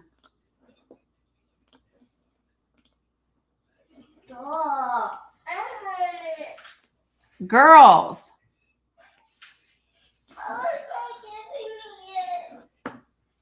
What is it that you want, Mimi? The ball from your God to go on the beach. The ball that we got to go on the beach? Y'all, I'm up to no good right now. But we're going to do it anyway.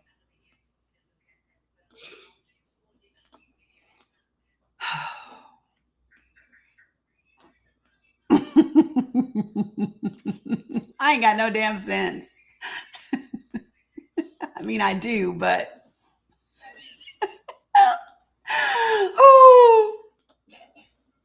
Okay, I got to take this off right here. Okay. Okay.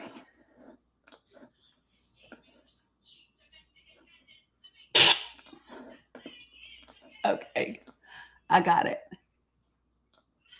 I tried to escape.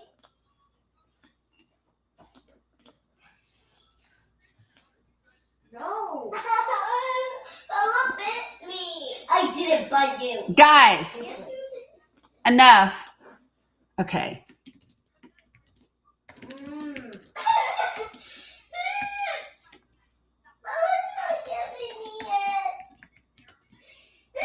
Hey, I'm working and we're going to stop. We're going to stop before we get in trouble. Dale, I wasn't giving it to you because you hit me, Mila. Okay.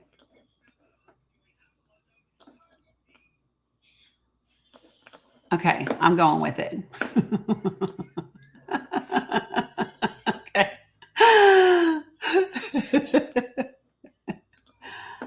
Okay.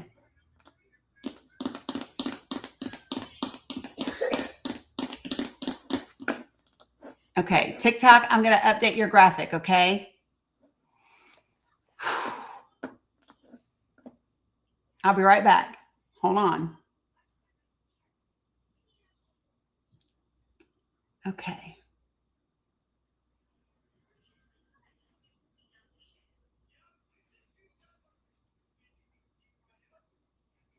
Okay, so I want to talk about the President of the United States speech the other day.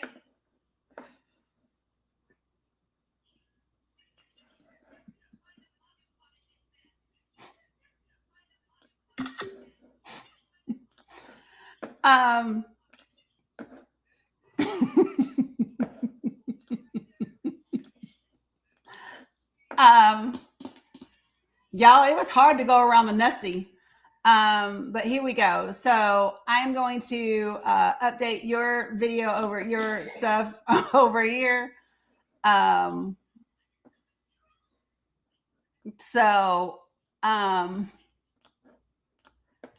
Okay, so what I want to do now is I want to talk about the President of the United States speech. And the reason what's up, Toop? The reason I want to talk about the speech is because of the verbiage that was utilized in the speech the other day. Jen, I can't with you.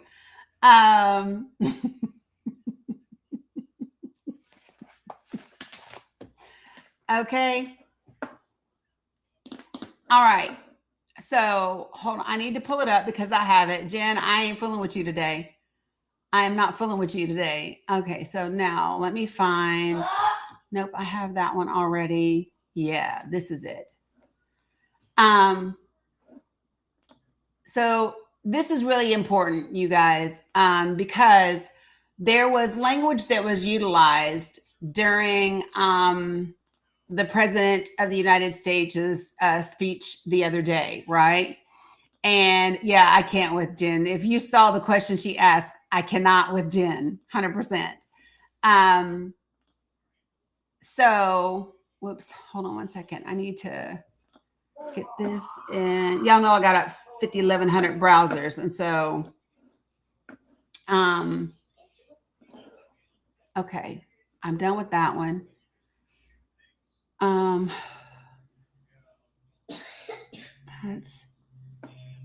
Hold on. Give me 1 second, y'all. That's Pete. Okay, here it is. So we're going to listen to the President of the United States and the speech that he gave, okay? And then we're going to talk about it. Okay, you ready? And what I'm going to do is I'm going to start to bring up some folks that are on the panel. Remember that I'm going to be going some folks that are here in the U.S., some folks that are outside of the U.S. And that sort of thing. But I just need to talk. I need to keep talking because we are going to be listening to the President of the United States and talking at the same time. Okay. So that's what we're going to do. Let me get through this Watch ad what real nail quick. polish actually does to your toenail fungus. It's kind of surprising, but fungal spores are 1,000. Okay. Ladies and gentlemen. Okay. So I got you. His whole speech, I don't know if we'll get through the whole thing. It's 12 minutes, but I might pause and talk about it as we go. Okay. So here we go. Y'all see them? Y'all see, I figured it was. I got you. Y'all see them numbers doing what we want it to do, right? This is why I changed the picture, is because I want to make sure that we got some more folks. So thank you, Chris. Okay, so here we go. The President of the United States, Donald J. Trump. Okay, sorry. Thank you very much, everybody. What a beautiful British day this is. And it really is. Your Majesty's members of the British delegation, friends, service members, and distinguished guests, welcome to the beautiful White House. Great honor to have you. Melania and I will never forget the spectacular honor Your Majesties showed us during our extraordinary visit to Windsor Castle last September. Now it is our tremendous privilege to host you, and you're going to have a wonderful short stay, but stay nevertheless. Then you're going over to Congress, and you're going to make a speech that's going to make everybody very envious of that beautiful accent of yours. Very elegant. He's a very elegant man. You should Here in see the King shadows Charles's of face. monuments to George Washington, Thomas Jefferson, I know, Scotty. honoring Just bear the with me. It'll be worth British it. King might seem an ironic beginning to our celebration of 250 years of American independence. But in fact, no tribute could be more appropriate. Long before Americans had a nation or a constitution, we first had a culture, a character, and a creed. Okay, so Before we stop. ever That proclaimed- part is very important. Okay, so listen, that's the first part that I need you to hear. Okay, that is the first part that I need you to hear. When he's talking about who we are as a country, he is not talking about democracy. He is not talking about unity. He is not talking about diversity. He is not talking about liberation and independence. Listen to what he says about the country. I need you all to listen to what he is saying about the United States of America. Okay? Yes, that was me, Cam. That was me. So, you guys, this is Bilal. He is our friend. He is in Gaza. He is the one whose wife needs medication. And we are talking a good $400 worth. And he has a link in my link tree, okay, as well. So listen, I want you all to hear this part again from the President of the United States. 50 years of American independence. But in fact, no tribute could be more appropriate.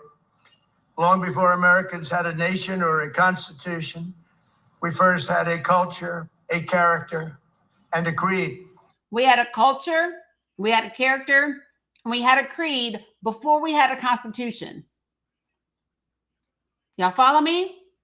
I want you to listen to the things that he says and what they uphold. Yeah, he means they was white is what he means, but just listen. Before we ever proclaimed our independence, Americans carried within us the rarest of gifts, moral courage, and it came from a small but mighty kingdom from across the sea. For nearly 2 centuries before the revolution, this land was settled and forged by men, women who bore in their souls the blood and noble spirit of the British. Here on a wild and untamed continent, they set loose the ancient English love of liberty and the Great Britain's distinctive sense of glory, destiny, and pride. And that's what it is, glory, destiny, and pride. The American patriots who pledged their lives to independence in 17. Yep. So I'm going to go back to the eugenics. I was trying to bring up somebody. So Merlo, let me go back. Thank you for pointing it out. I need to go back. This is when King Charles was here. This was 3 days ago. Listen, the top box, you guys, is Hussein. He has cancer. He has a tumor in his neck that is the size of a lemon and absolutely needs treatment and those sorts of things as well. Okay. So I'm going to go ahead and play this part again. So listen. See, for nearly 2 centuries before the revolution, this land was settled and forged by men and women who bore in their souls the blood and noble spirit of the British. So they bore the blood of the noble British. He believes in eugenics, guys. He talks about it openly. He talks about the pure blood. He talks about the genetics of people. Keep listening. Here on a wild and untamed continent, they set loose the ancient English love of liberty and the Great Britain's distinctive sense of glory, destiny, and pride. And that's what it is. Glory, destiny, and pride. So did you notice the pride? Y'all know what that is, right? That's the white pride that he's referencing. Okay, Mo. No worries. Here we go. The American patriots who pledged their lives to independence in 1776 were the heirs to this majestic inheritance. Their veins ran with Anglo-Saxon courage. Their veins ran with Anglo-Saxon courage. America, before they got here, was wild and untamed. America, before they got here, was wild and untamed. Those savages, remember? Right? Hey, friend. So I want you to listen to, this is the president of the United States. This is the president of the United States. We have to talk about this damn speech, y'all. He stood in front of the White House and gave a white nationalist speech. It matters. And anybody that tells me, oh, you're playing the race card, you're full of shit. He's playing the race card and I'm just calling him out on it. He's playing the race card. I'm just calling him out on it. I am making sure that you don't miss the race card that he is playing because he's playing it loud and clear. Just so that everybody hears this. And if you don't hear it, it's because you don't want to hear it or you're not well enough informed so that you will hear it. Because the bottom line is that he is giving you every dog whistle in the playbook. And if you're not hearing it, it's because you don't want to hear the playbook. Top box is going to be Abu Malik. He has several children. One of them has Salam Malik. One of them has significant malnutrition, really badly. Like at one point, his 14-year-old weighed 44 pounds, folks. So you know what to do. Bilal, we're going to use your link today to help you out, okay? For your wife. Okay, we got you. So listen, you guys. Yeah, you're welcome. You're welcome, Walla. Miss you. Mwah. Okay, here we go. Listen. Revolution, this land was settled and forged by men, women who bore in their souls the blood and noble spirit of the British. Here on a wild and untamed continent, wild and untamed, they set loose the ancient English love of liberty and the Great Britain's distinctive sense of glory, destiny, and pride. And that's what it is. Glory, destiny, and pride. The American patriots who pledged their lives to independence in 1776 were the heirs to this majestic inheritance. Their veins ran with Anglo-Saxon courage. Their hearts beat with an English faith in standing firm. You got Anglo-Saxon courage, and you got English heartbeats. What is right, good, and true. In recent years, we've often heard it said that America is merely an idea, but the cause of freedom did not simply appear as an intellectual invention of 1776. The American founding was the culmination of hundreds of years of thought, struggle, sweat, blood, and sacrifice on both sides of the Atlantic. Fate drew a long arc from the meadow at Runnymede to the streets of Philadelphia that ran through the lives of people born and bred on the British code that Born and bred. I'm gonna go back because y'all know I'm trying to run the thing as well. Hey, Allah Shak Shak. So listen, you guys, Allah Shak Shak is in my top box. He has a significant heart condition. He really needs to get out of Gaza. He hasn't been able to get help from the WHO. And he also has a link in my link tree. Things are really, really rough for him right now, if you can't tell. Okay. He really needs to get out of Gaza, to be honest. He needs to get out of Gaza in order to get the help that he needs. Okay. So here we go. with an English faith and standing firm for what is right, good, and true. In recent years, we've often heard it said that America is merely an idea, but the cause of freedom did not simply appear as an intellectual invention of 1776. The American founding was the culmination of hundreds of years of thought, struggle, sweat, blood, and sacrifice on both sides of the Atlantic. Fate drew a long arc from the meadow at Runnymede to the streets of Philadelphia that ran through the lives of people born and bred on the British code that no man should be denied either justice or right. American patriots today can sing, "My country, 'tis of thee, sweet land of liberty," only because our colonial ancestors first sang, "God save the King." We see today a living symbol of this centuries-old bond, just a few dozen feet to the left where I stand. There, Her late Majesty, Queen Elizabeth, an incredible woman who I had the privilege of getting to know. Queen Elizabeth II, very, very special woman who is very greatly missed on both sides of that mighty Atlantic. Long ago planted a young tree. It was a very young and beautiful tree, and look at it now. It's tripled in size and tripled in strength, very much as our nations have even more than tripled. Like our nation itself, it was laid with British hands, but grew in American soil. Today it stands tall and proud, reaching ever higher. And this morning it reminds us that the mightiest of trees, like the greatest of nations, must be anchored by the strongest and deepest of roots.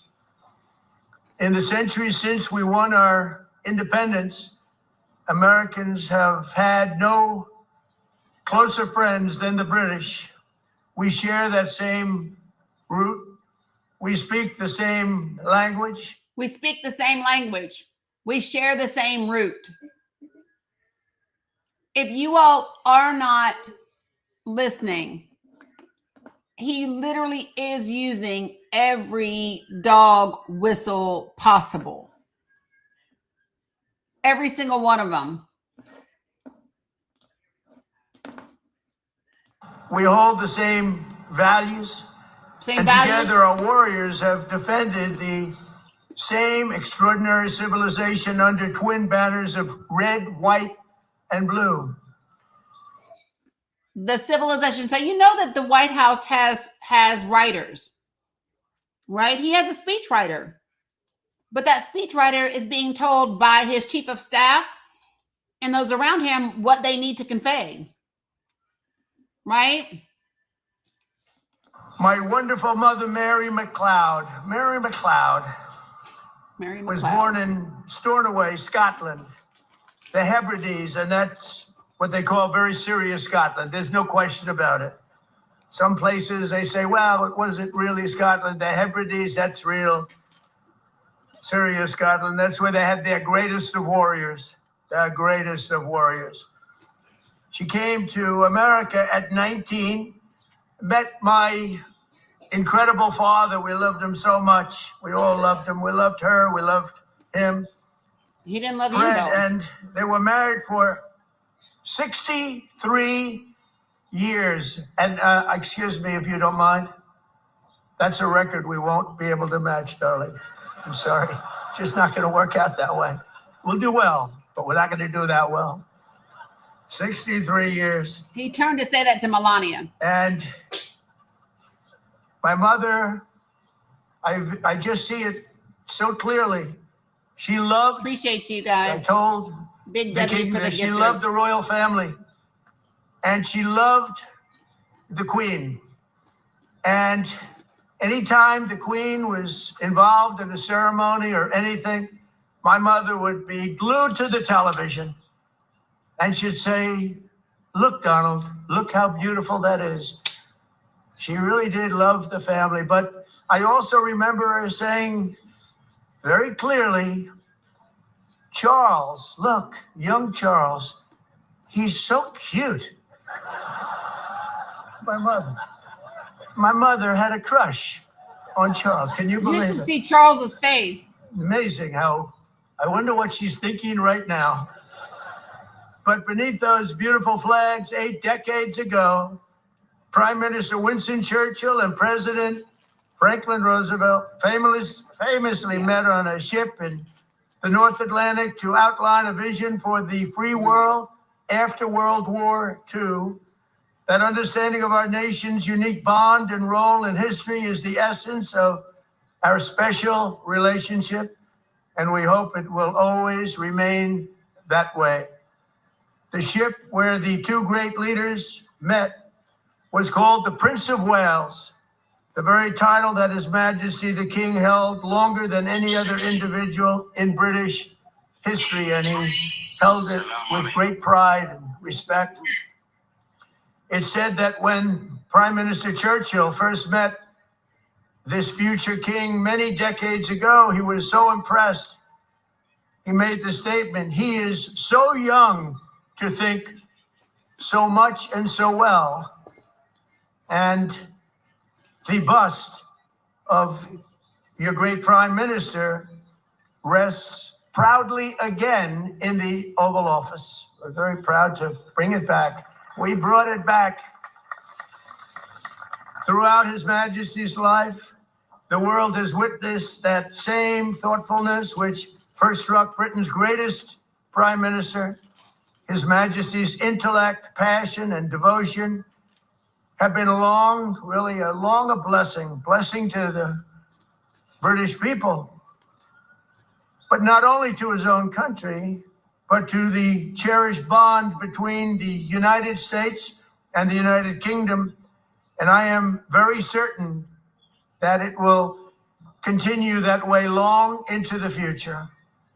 I know. In a few Stephanie. hours, His Majesty will stand in the heart of the United States Capitol as the very first Me too, Carla. British king ever to address a joint session of the United States Congress. So he's going to be addressing Congress, and I'm going to be watching.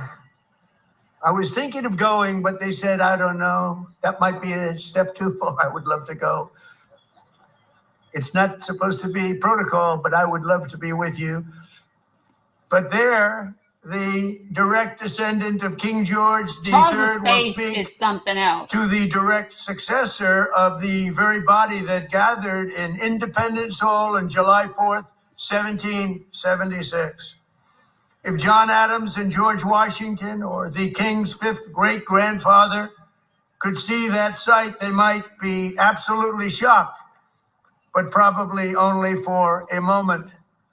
Surely they would be delighted that the wounds of war healed into the most cherished friendship. Think of that very, very long ago, difficult war.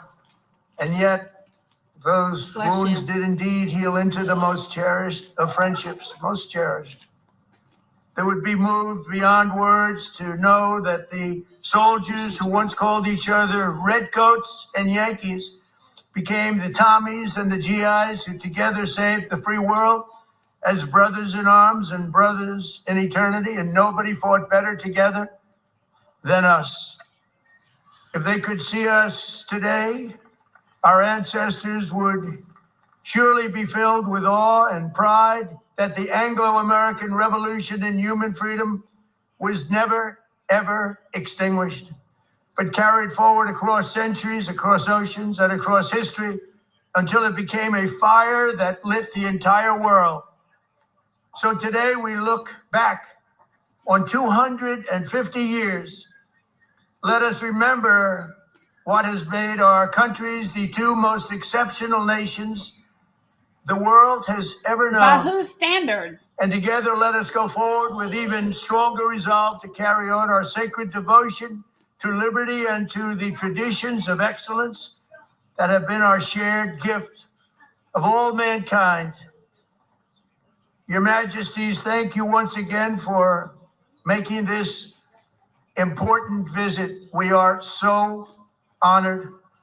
May God forever bless the United Kingdom, Great Britain, and Northern Ireland, and may God bless the United States of America. Thank you very much. I know it's a lot, guys. I know it's a lot, but it's necessary. And so if we just listen to the things that he said during that time, okay? If we listen, we heard him say Anglo-Saxon. We heard him say, talking about the blood that came from the British. We heard him talk about their culture, their values. We heard him talk about, what else did I miss, you guys? Oh, that the Americas were wild and untamed before their arrival. Yep, their pride, their values, their culture, right? All of those things. Yep, they have the same language. They have the same values. Every bit of that, and this is really important, folks. If I don't care who you are, right? They have the same roots, right? They have the same whatever. This is important, y'all, because the President of the United States just stood in front of the White House and literally gave a white supremacist speech rooted in eugenics, rooted in white supremacy in front of the White House. And there's no ifs, ands, or buts about that. It was full of nothing but dog whistles. And I really want people to understand that it's not, nobody is second guessing. If all of the stuff from his campaign wasn't enough, if him saying and telling you that Haitians ate dogs and cats, if him telling you they're all the worst of the worst and they're all they're the worst, they're the criminals, they're the thugs, they're the this, they're the that, they're giving us their worst, they're unalivers, and there's rapists, and there's, if that wasn't it, folks, you heard him. This language is 100% about white nationalism and white supremacy. There's no way around it. So if you didn't, how many of you all read Heather Cox Richardson yesterday? Because I did. And I want to show you, she talked about this, right? And it's really important that, give me 1 second.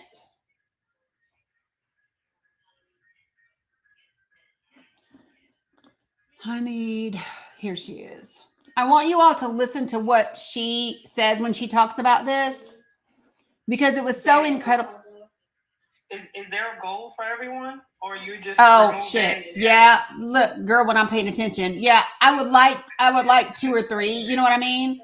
But yeah, 2 or 3, and that's it. Yep. All right. Sorry, thank you, Carla, because I'm over here trying to multitask and failing miserably. Failing miserably. That is definitely my bad.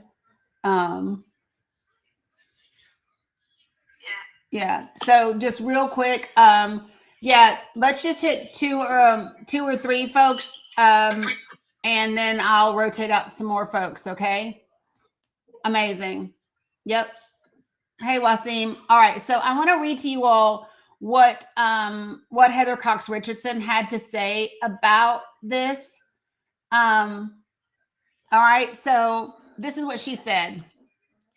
All right. So listen. Hello, Dani. How are you? Hey, Wasim. So here's what she said. I'm trying to keep the. We love you too. I want to try to keep the numbers in the room up, so I want to keep kind of sharing information.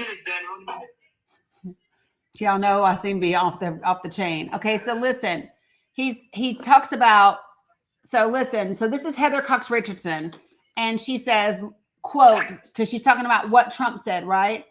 And he says, quote, long before Americans had a nation or a constitution, we first had a culture, a character, and a creed. For nearly 2 centuries before the revolution, this land was settled and forged by men and women who bore in their souls the blood and noble spirit of the British. Here and on a wild and untamed continent, they set loose the ancient English love of liberty and Great Britain's distinctive sense of glory, destiny, and pride. It's so crazy. And then she says, he then goes on to talk about, quote, the American patriots who pledged their lives to independence in 1776 were were the heirs to this majestic inheritance.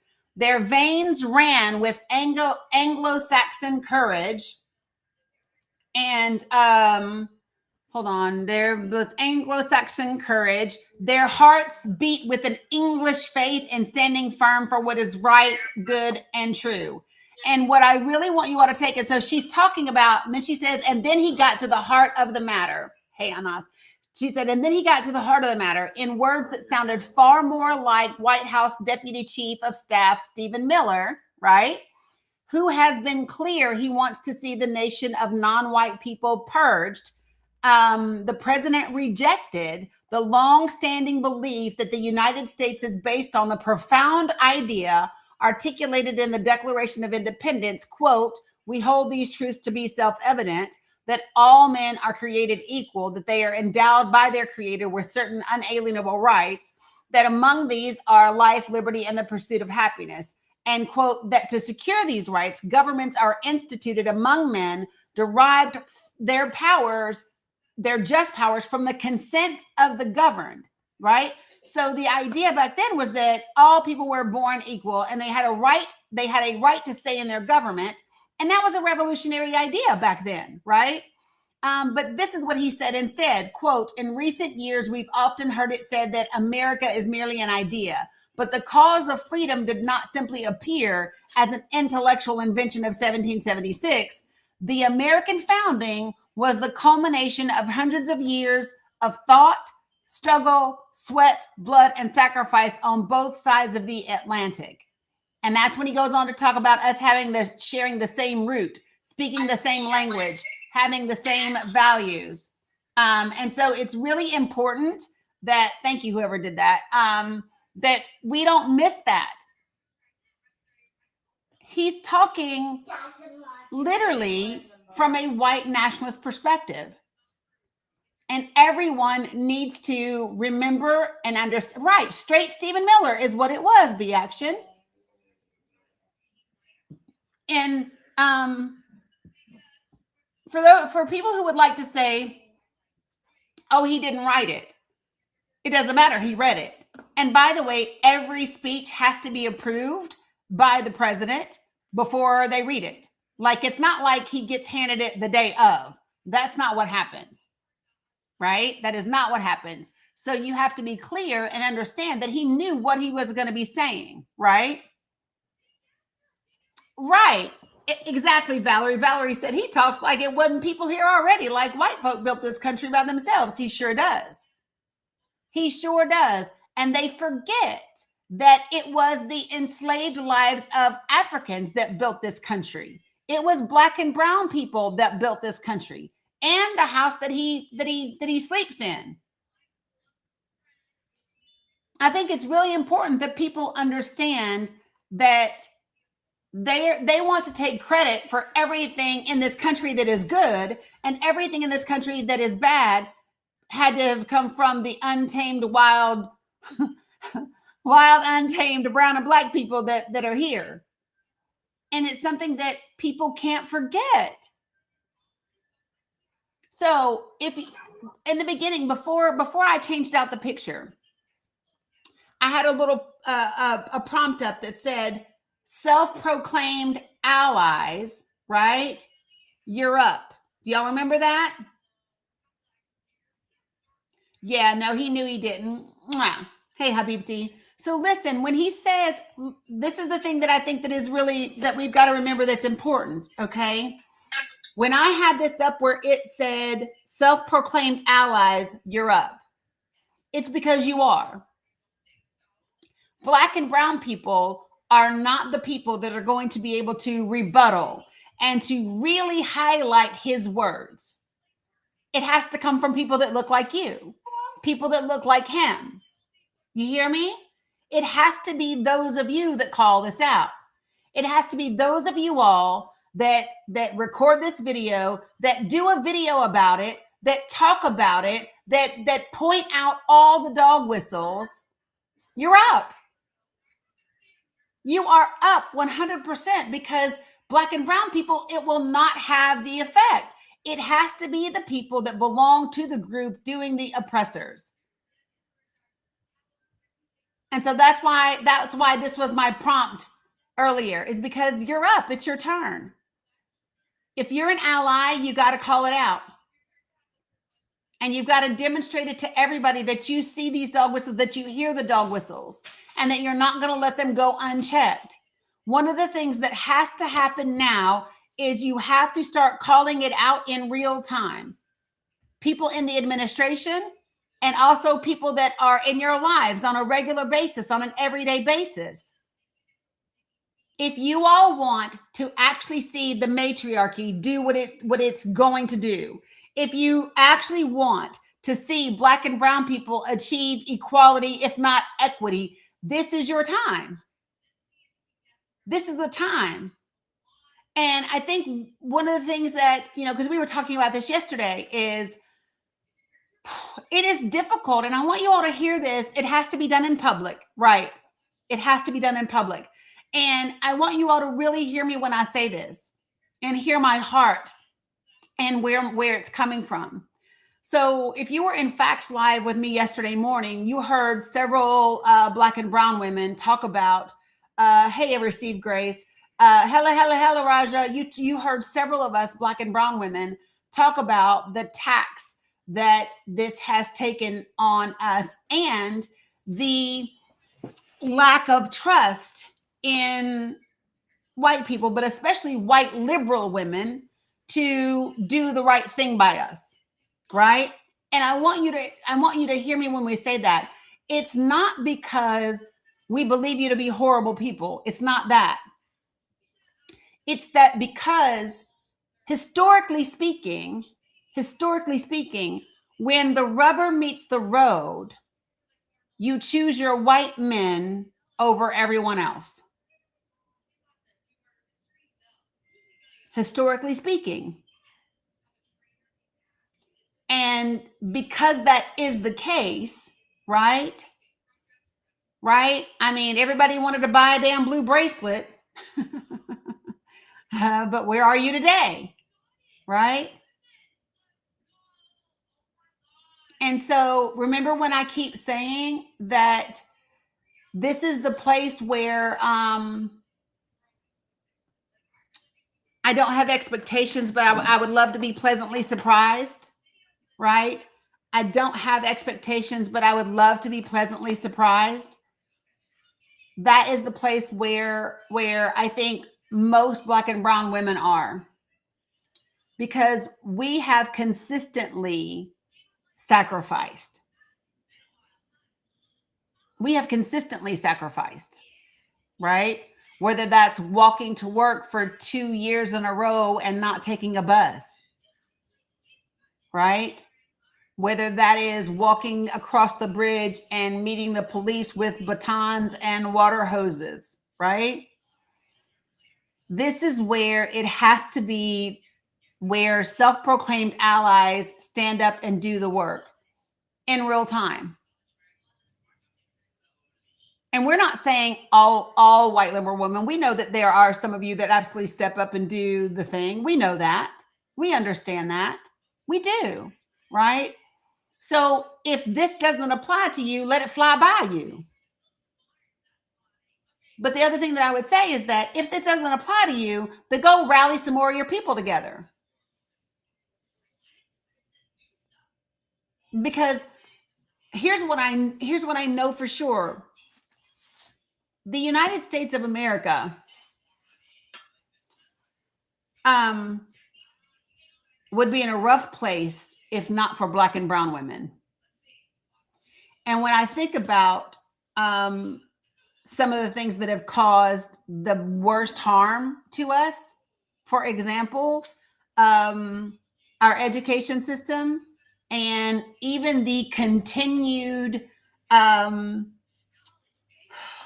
the Southern strategy, the continuation and the successful continuation of the Southern strategy comes, it came because of white women. It came from the Daughters of the Confederacy. It came from the UDC. That's what it came from.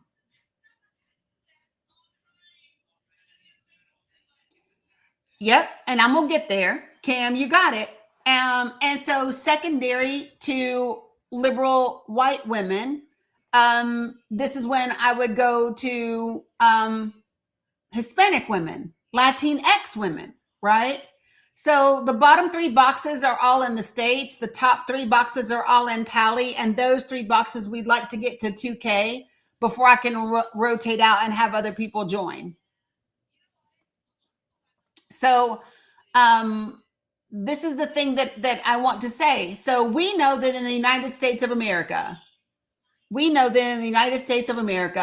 your data gets counted as if you are white, if you are Hispanic in this country, right? It's either white, non-Hispanic, white, Black, non-Hispanic, or Black. And in all of our statistics across this country, you all get credit for being white. Your numbers go in with their numbers, right? And what I'm saying to you is it cannot be that. You need to understand they don't like you. And Hella, Dani. Hella, Raja.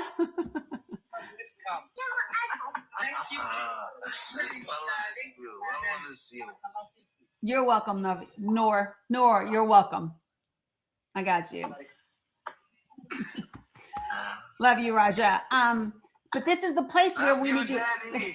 Love you, Raja.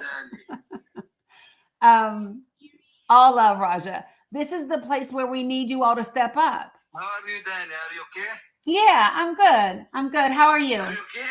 Yeah, I'm okay. How are you? كويس. هلا نور كيف حالك؟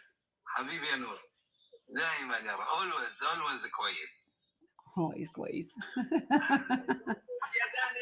Always see you. Always see you, Dani. I am كويس. Always you see me, you're كويس.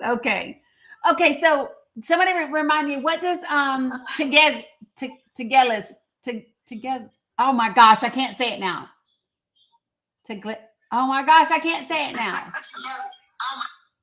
Shit, what is it? You have to leave, Wadmi. Are you okay, Wadmi?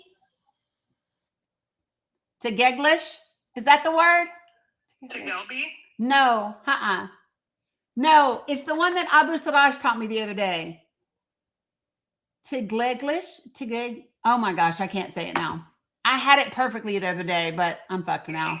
No, either. I thought it was Tegelby, like Chris said, but no, it's not in Tegelby.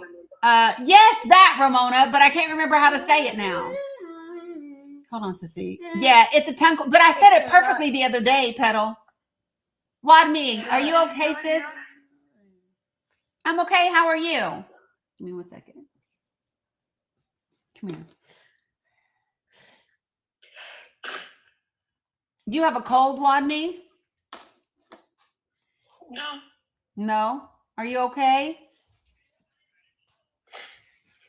It's okay. No, it's not okay. What's wrong? What happened?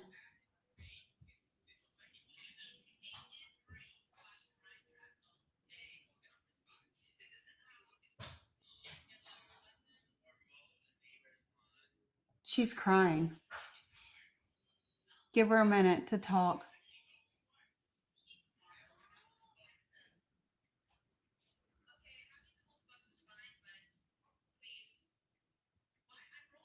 Sorry, I can't talk right now.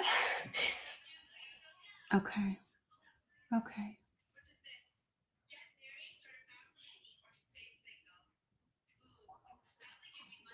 مالك يا وعد؟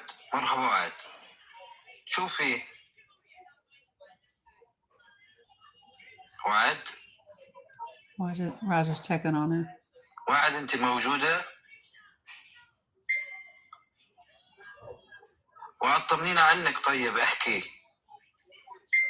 I know, Merlot. Me too. Talk anything. Are you here, وعد? You guys, hold on. I think something really bad has happened in the West Bank. وعد هذا حسابك ولا فيك مزور ولا اشي؟ بدنا نسمع صوتك بس لنعرف. Are you fake؟ أنا شوي مش قادرة أحكي، آسفة. سلامتك سلامتك. ألف سلامة. وعد sick. Okay. سلامتك يا وعد سلامتك ألف سلامة. Go ahead Dani, go ahead. Yeah. Wadmi, do you need medication?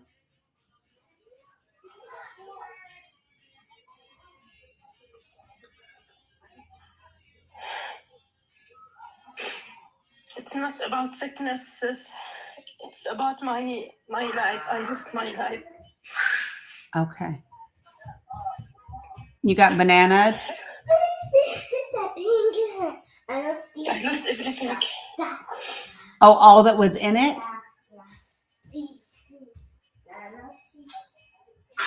Wait. Are you saying life or life? Yeah, I lost my life. My ex. Yeah, your life. What? That's what I. Yeah. مالك يا وعد؟ سلامتك طمنينا عنك طيب. قلقتينا. Yeah. Wadmi, did something else happen in the West Bank? Did something new happen? I can't find my phone. عندك إشي خاص يا وعد يعني؟ Help you. عندك إشي Can I have خاص؟ one of these? Yeah.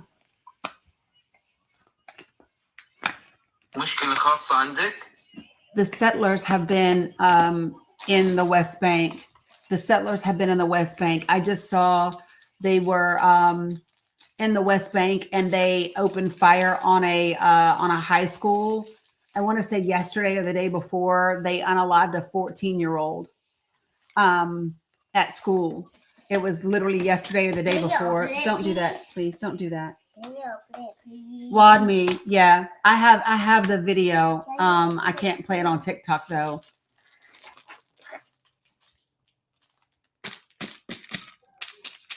It's not about that's just. It's about the people that. Yeah, yeah, it's just heavy today. My cousin.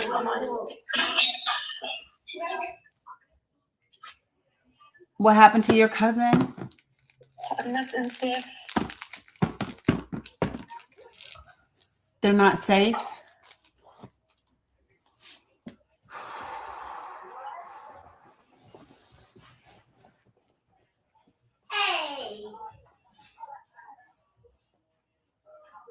I need to live here. I'm trying to save my points to travel out. Yeah. But every moment I stay here, I wait. I lose that. I lose it. Yeah. You don't know what the people around me did for me. Even beside the occupation, beside the settlers, beside the settlements. So people have been doing things to you. Yeah. Okay. I got you.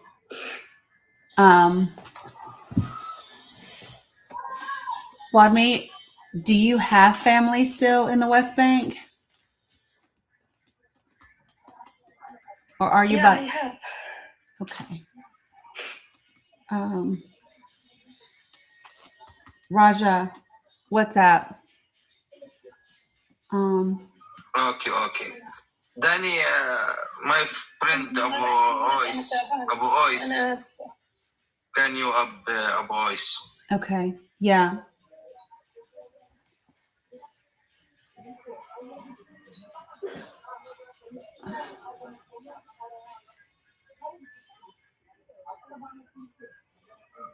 Here? Okay. They paid money to help me.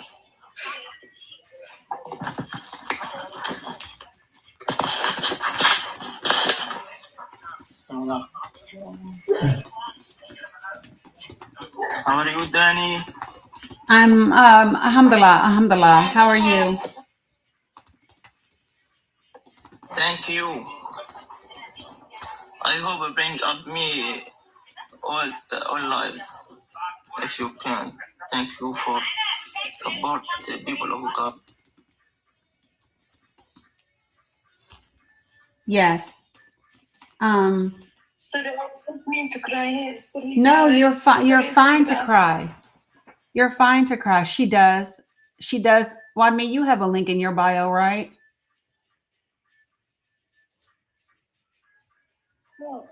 No, I don't have. Okay, we need to get you one. No, she doesn't, Big Daddy D.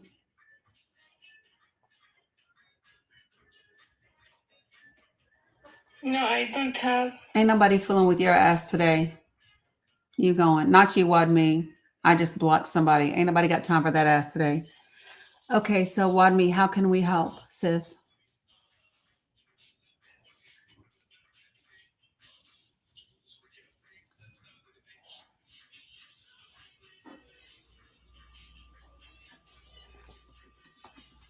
Okay, Wadmi, you have WhatsApp?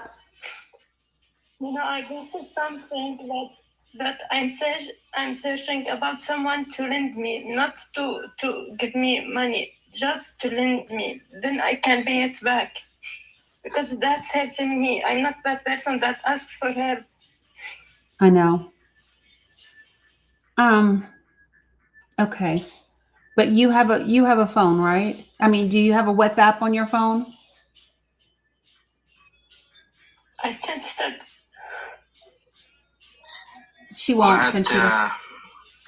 معلش يا وعد الأمور هذه بتصير كتير ممكن نتحدث أنا وأنت ونعرف أكتر تفاصيل.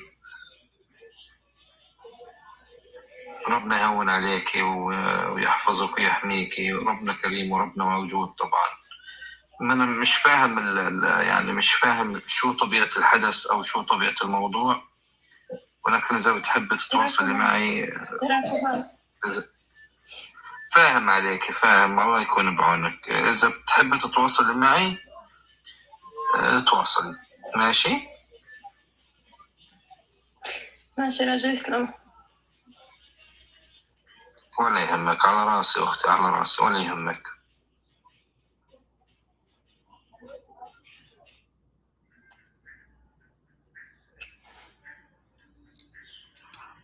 الله يسلمك يا رب.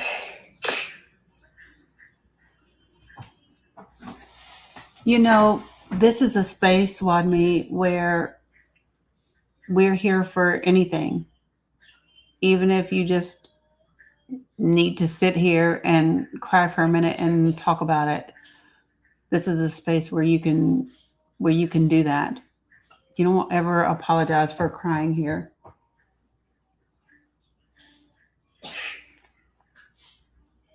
Like that's, yeah.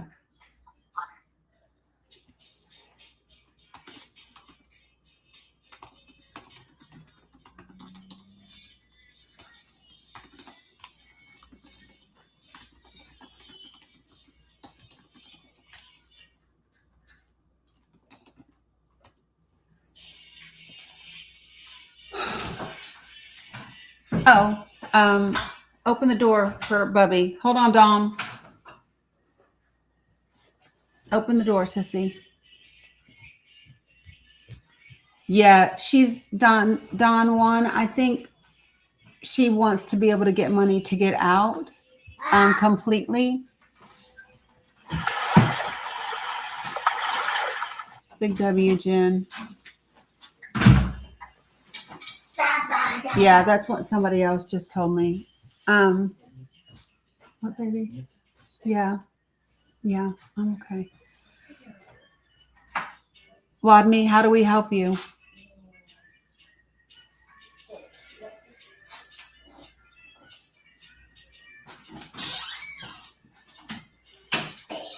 And I don't know yet, Blue Honey Pot. She doesn't have a link. And I know that people in the States have had problems getting links for people because they've had their PayPals, ended up being shut down and stuff like that. I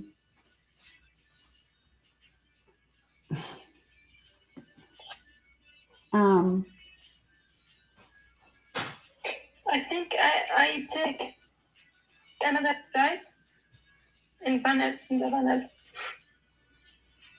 You think you can take a شو يا وعد؟ شو بتحكي يا وعد؟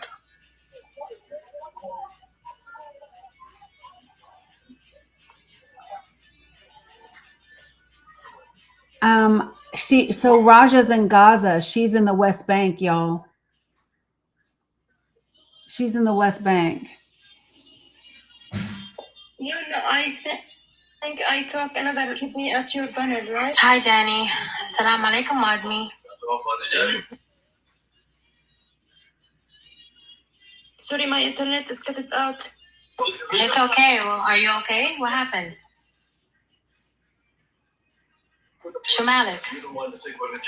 She's not been able to talk a lot anymore. She's just been crying. I know. I think she's also saying her connection as well. وادمي إذا بدك احكي لي في العربي شو مالك؟ Sorry, you guys. I know that you're just listening and you can't see everything, but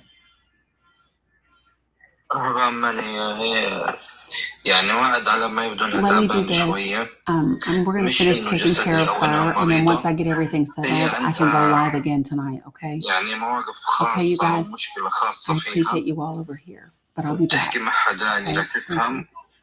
وأنا إن شاء الله ممكن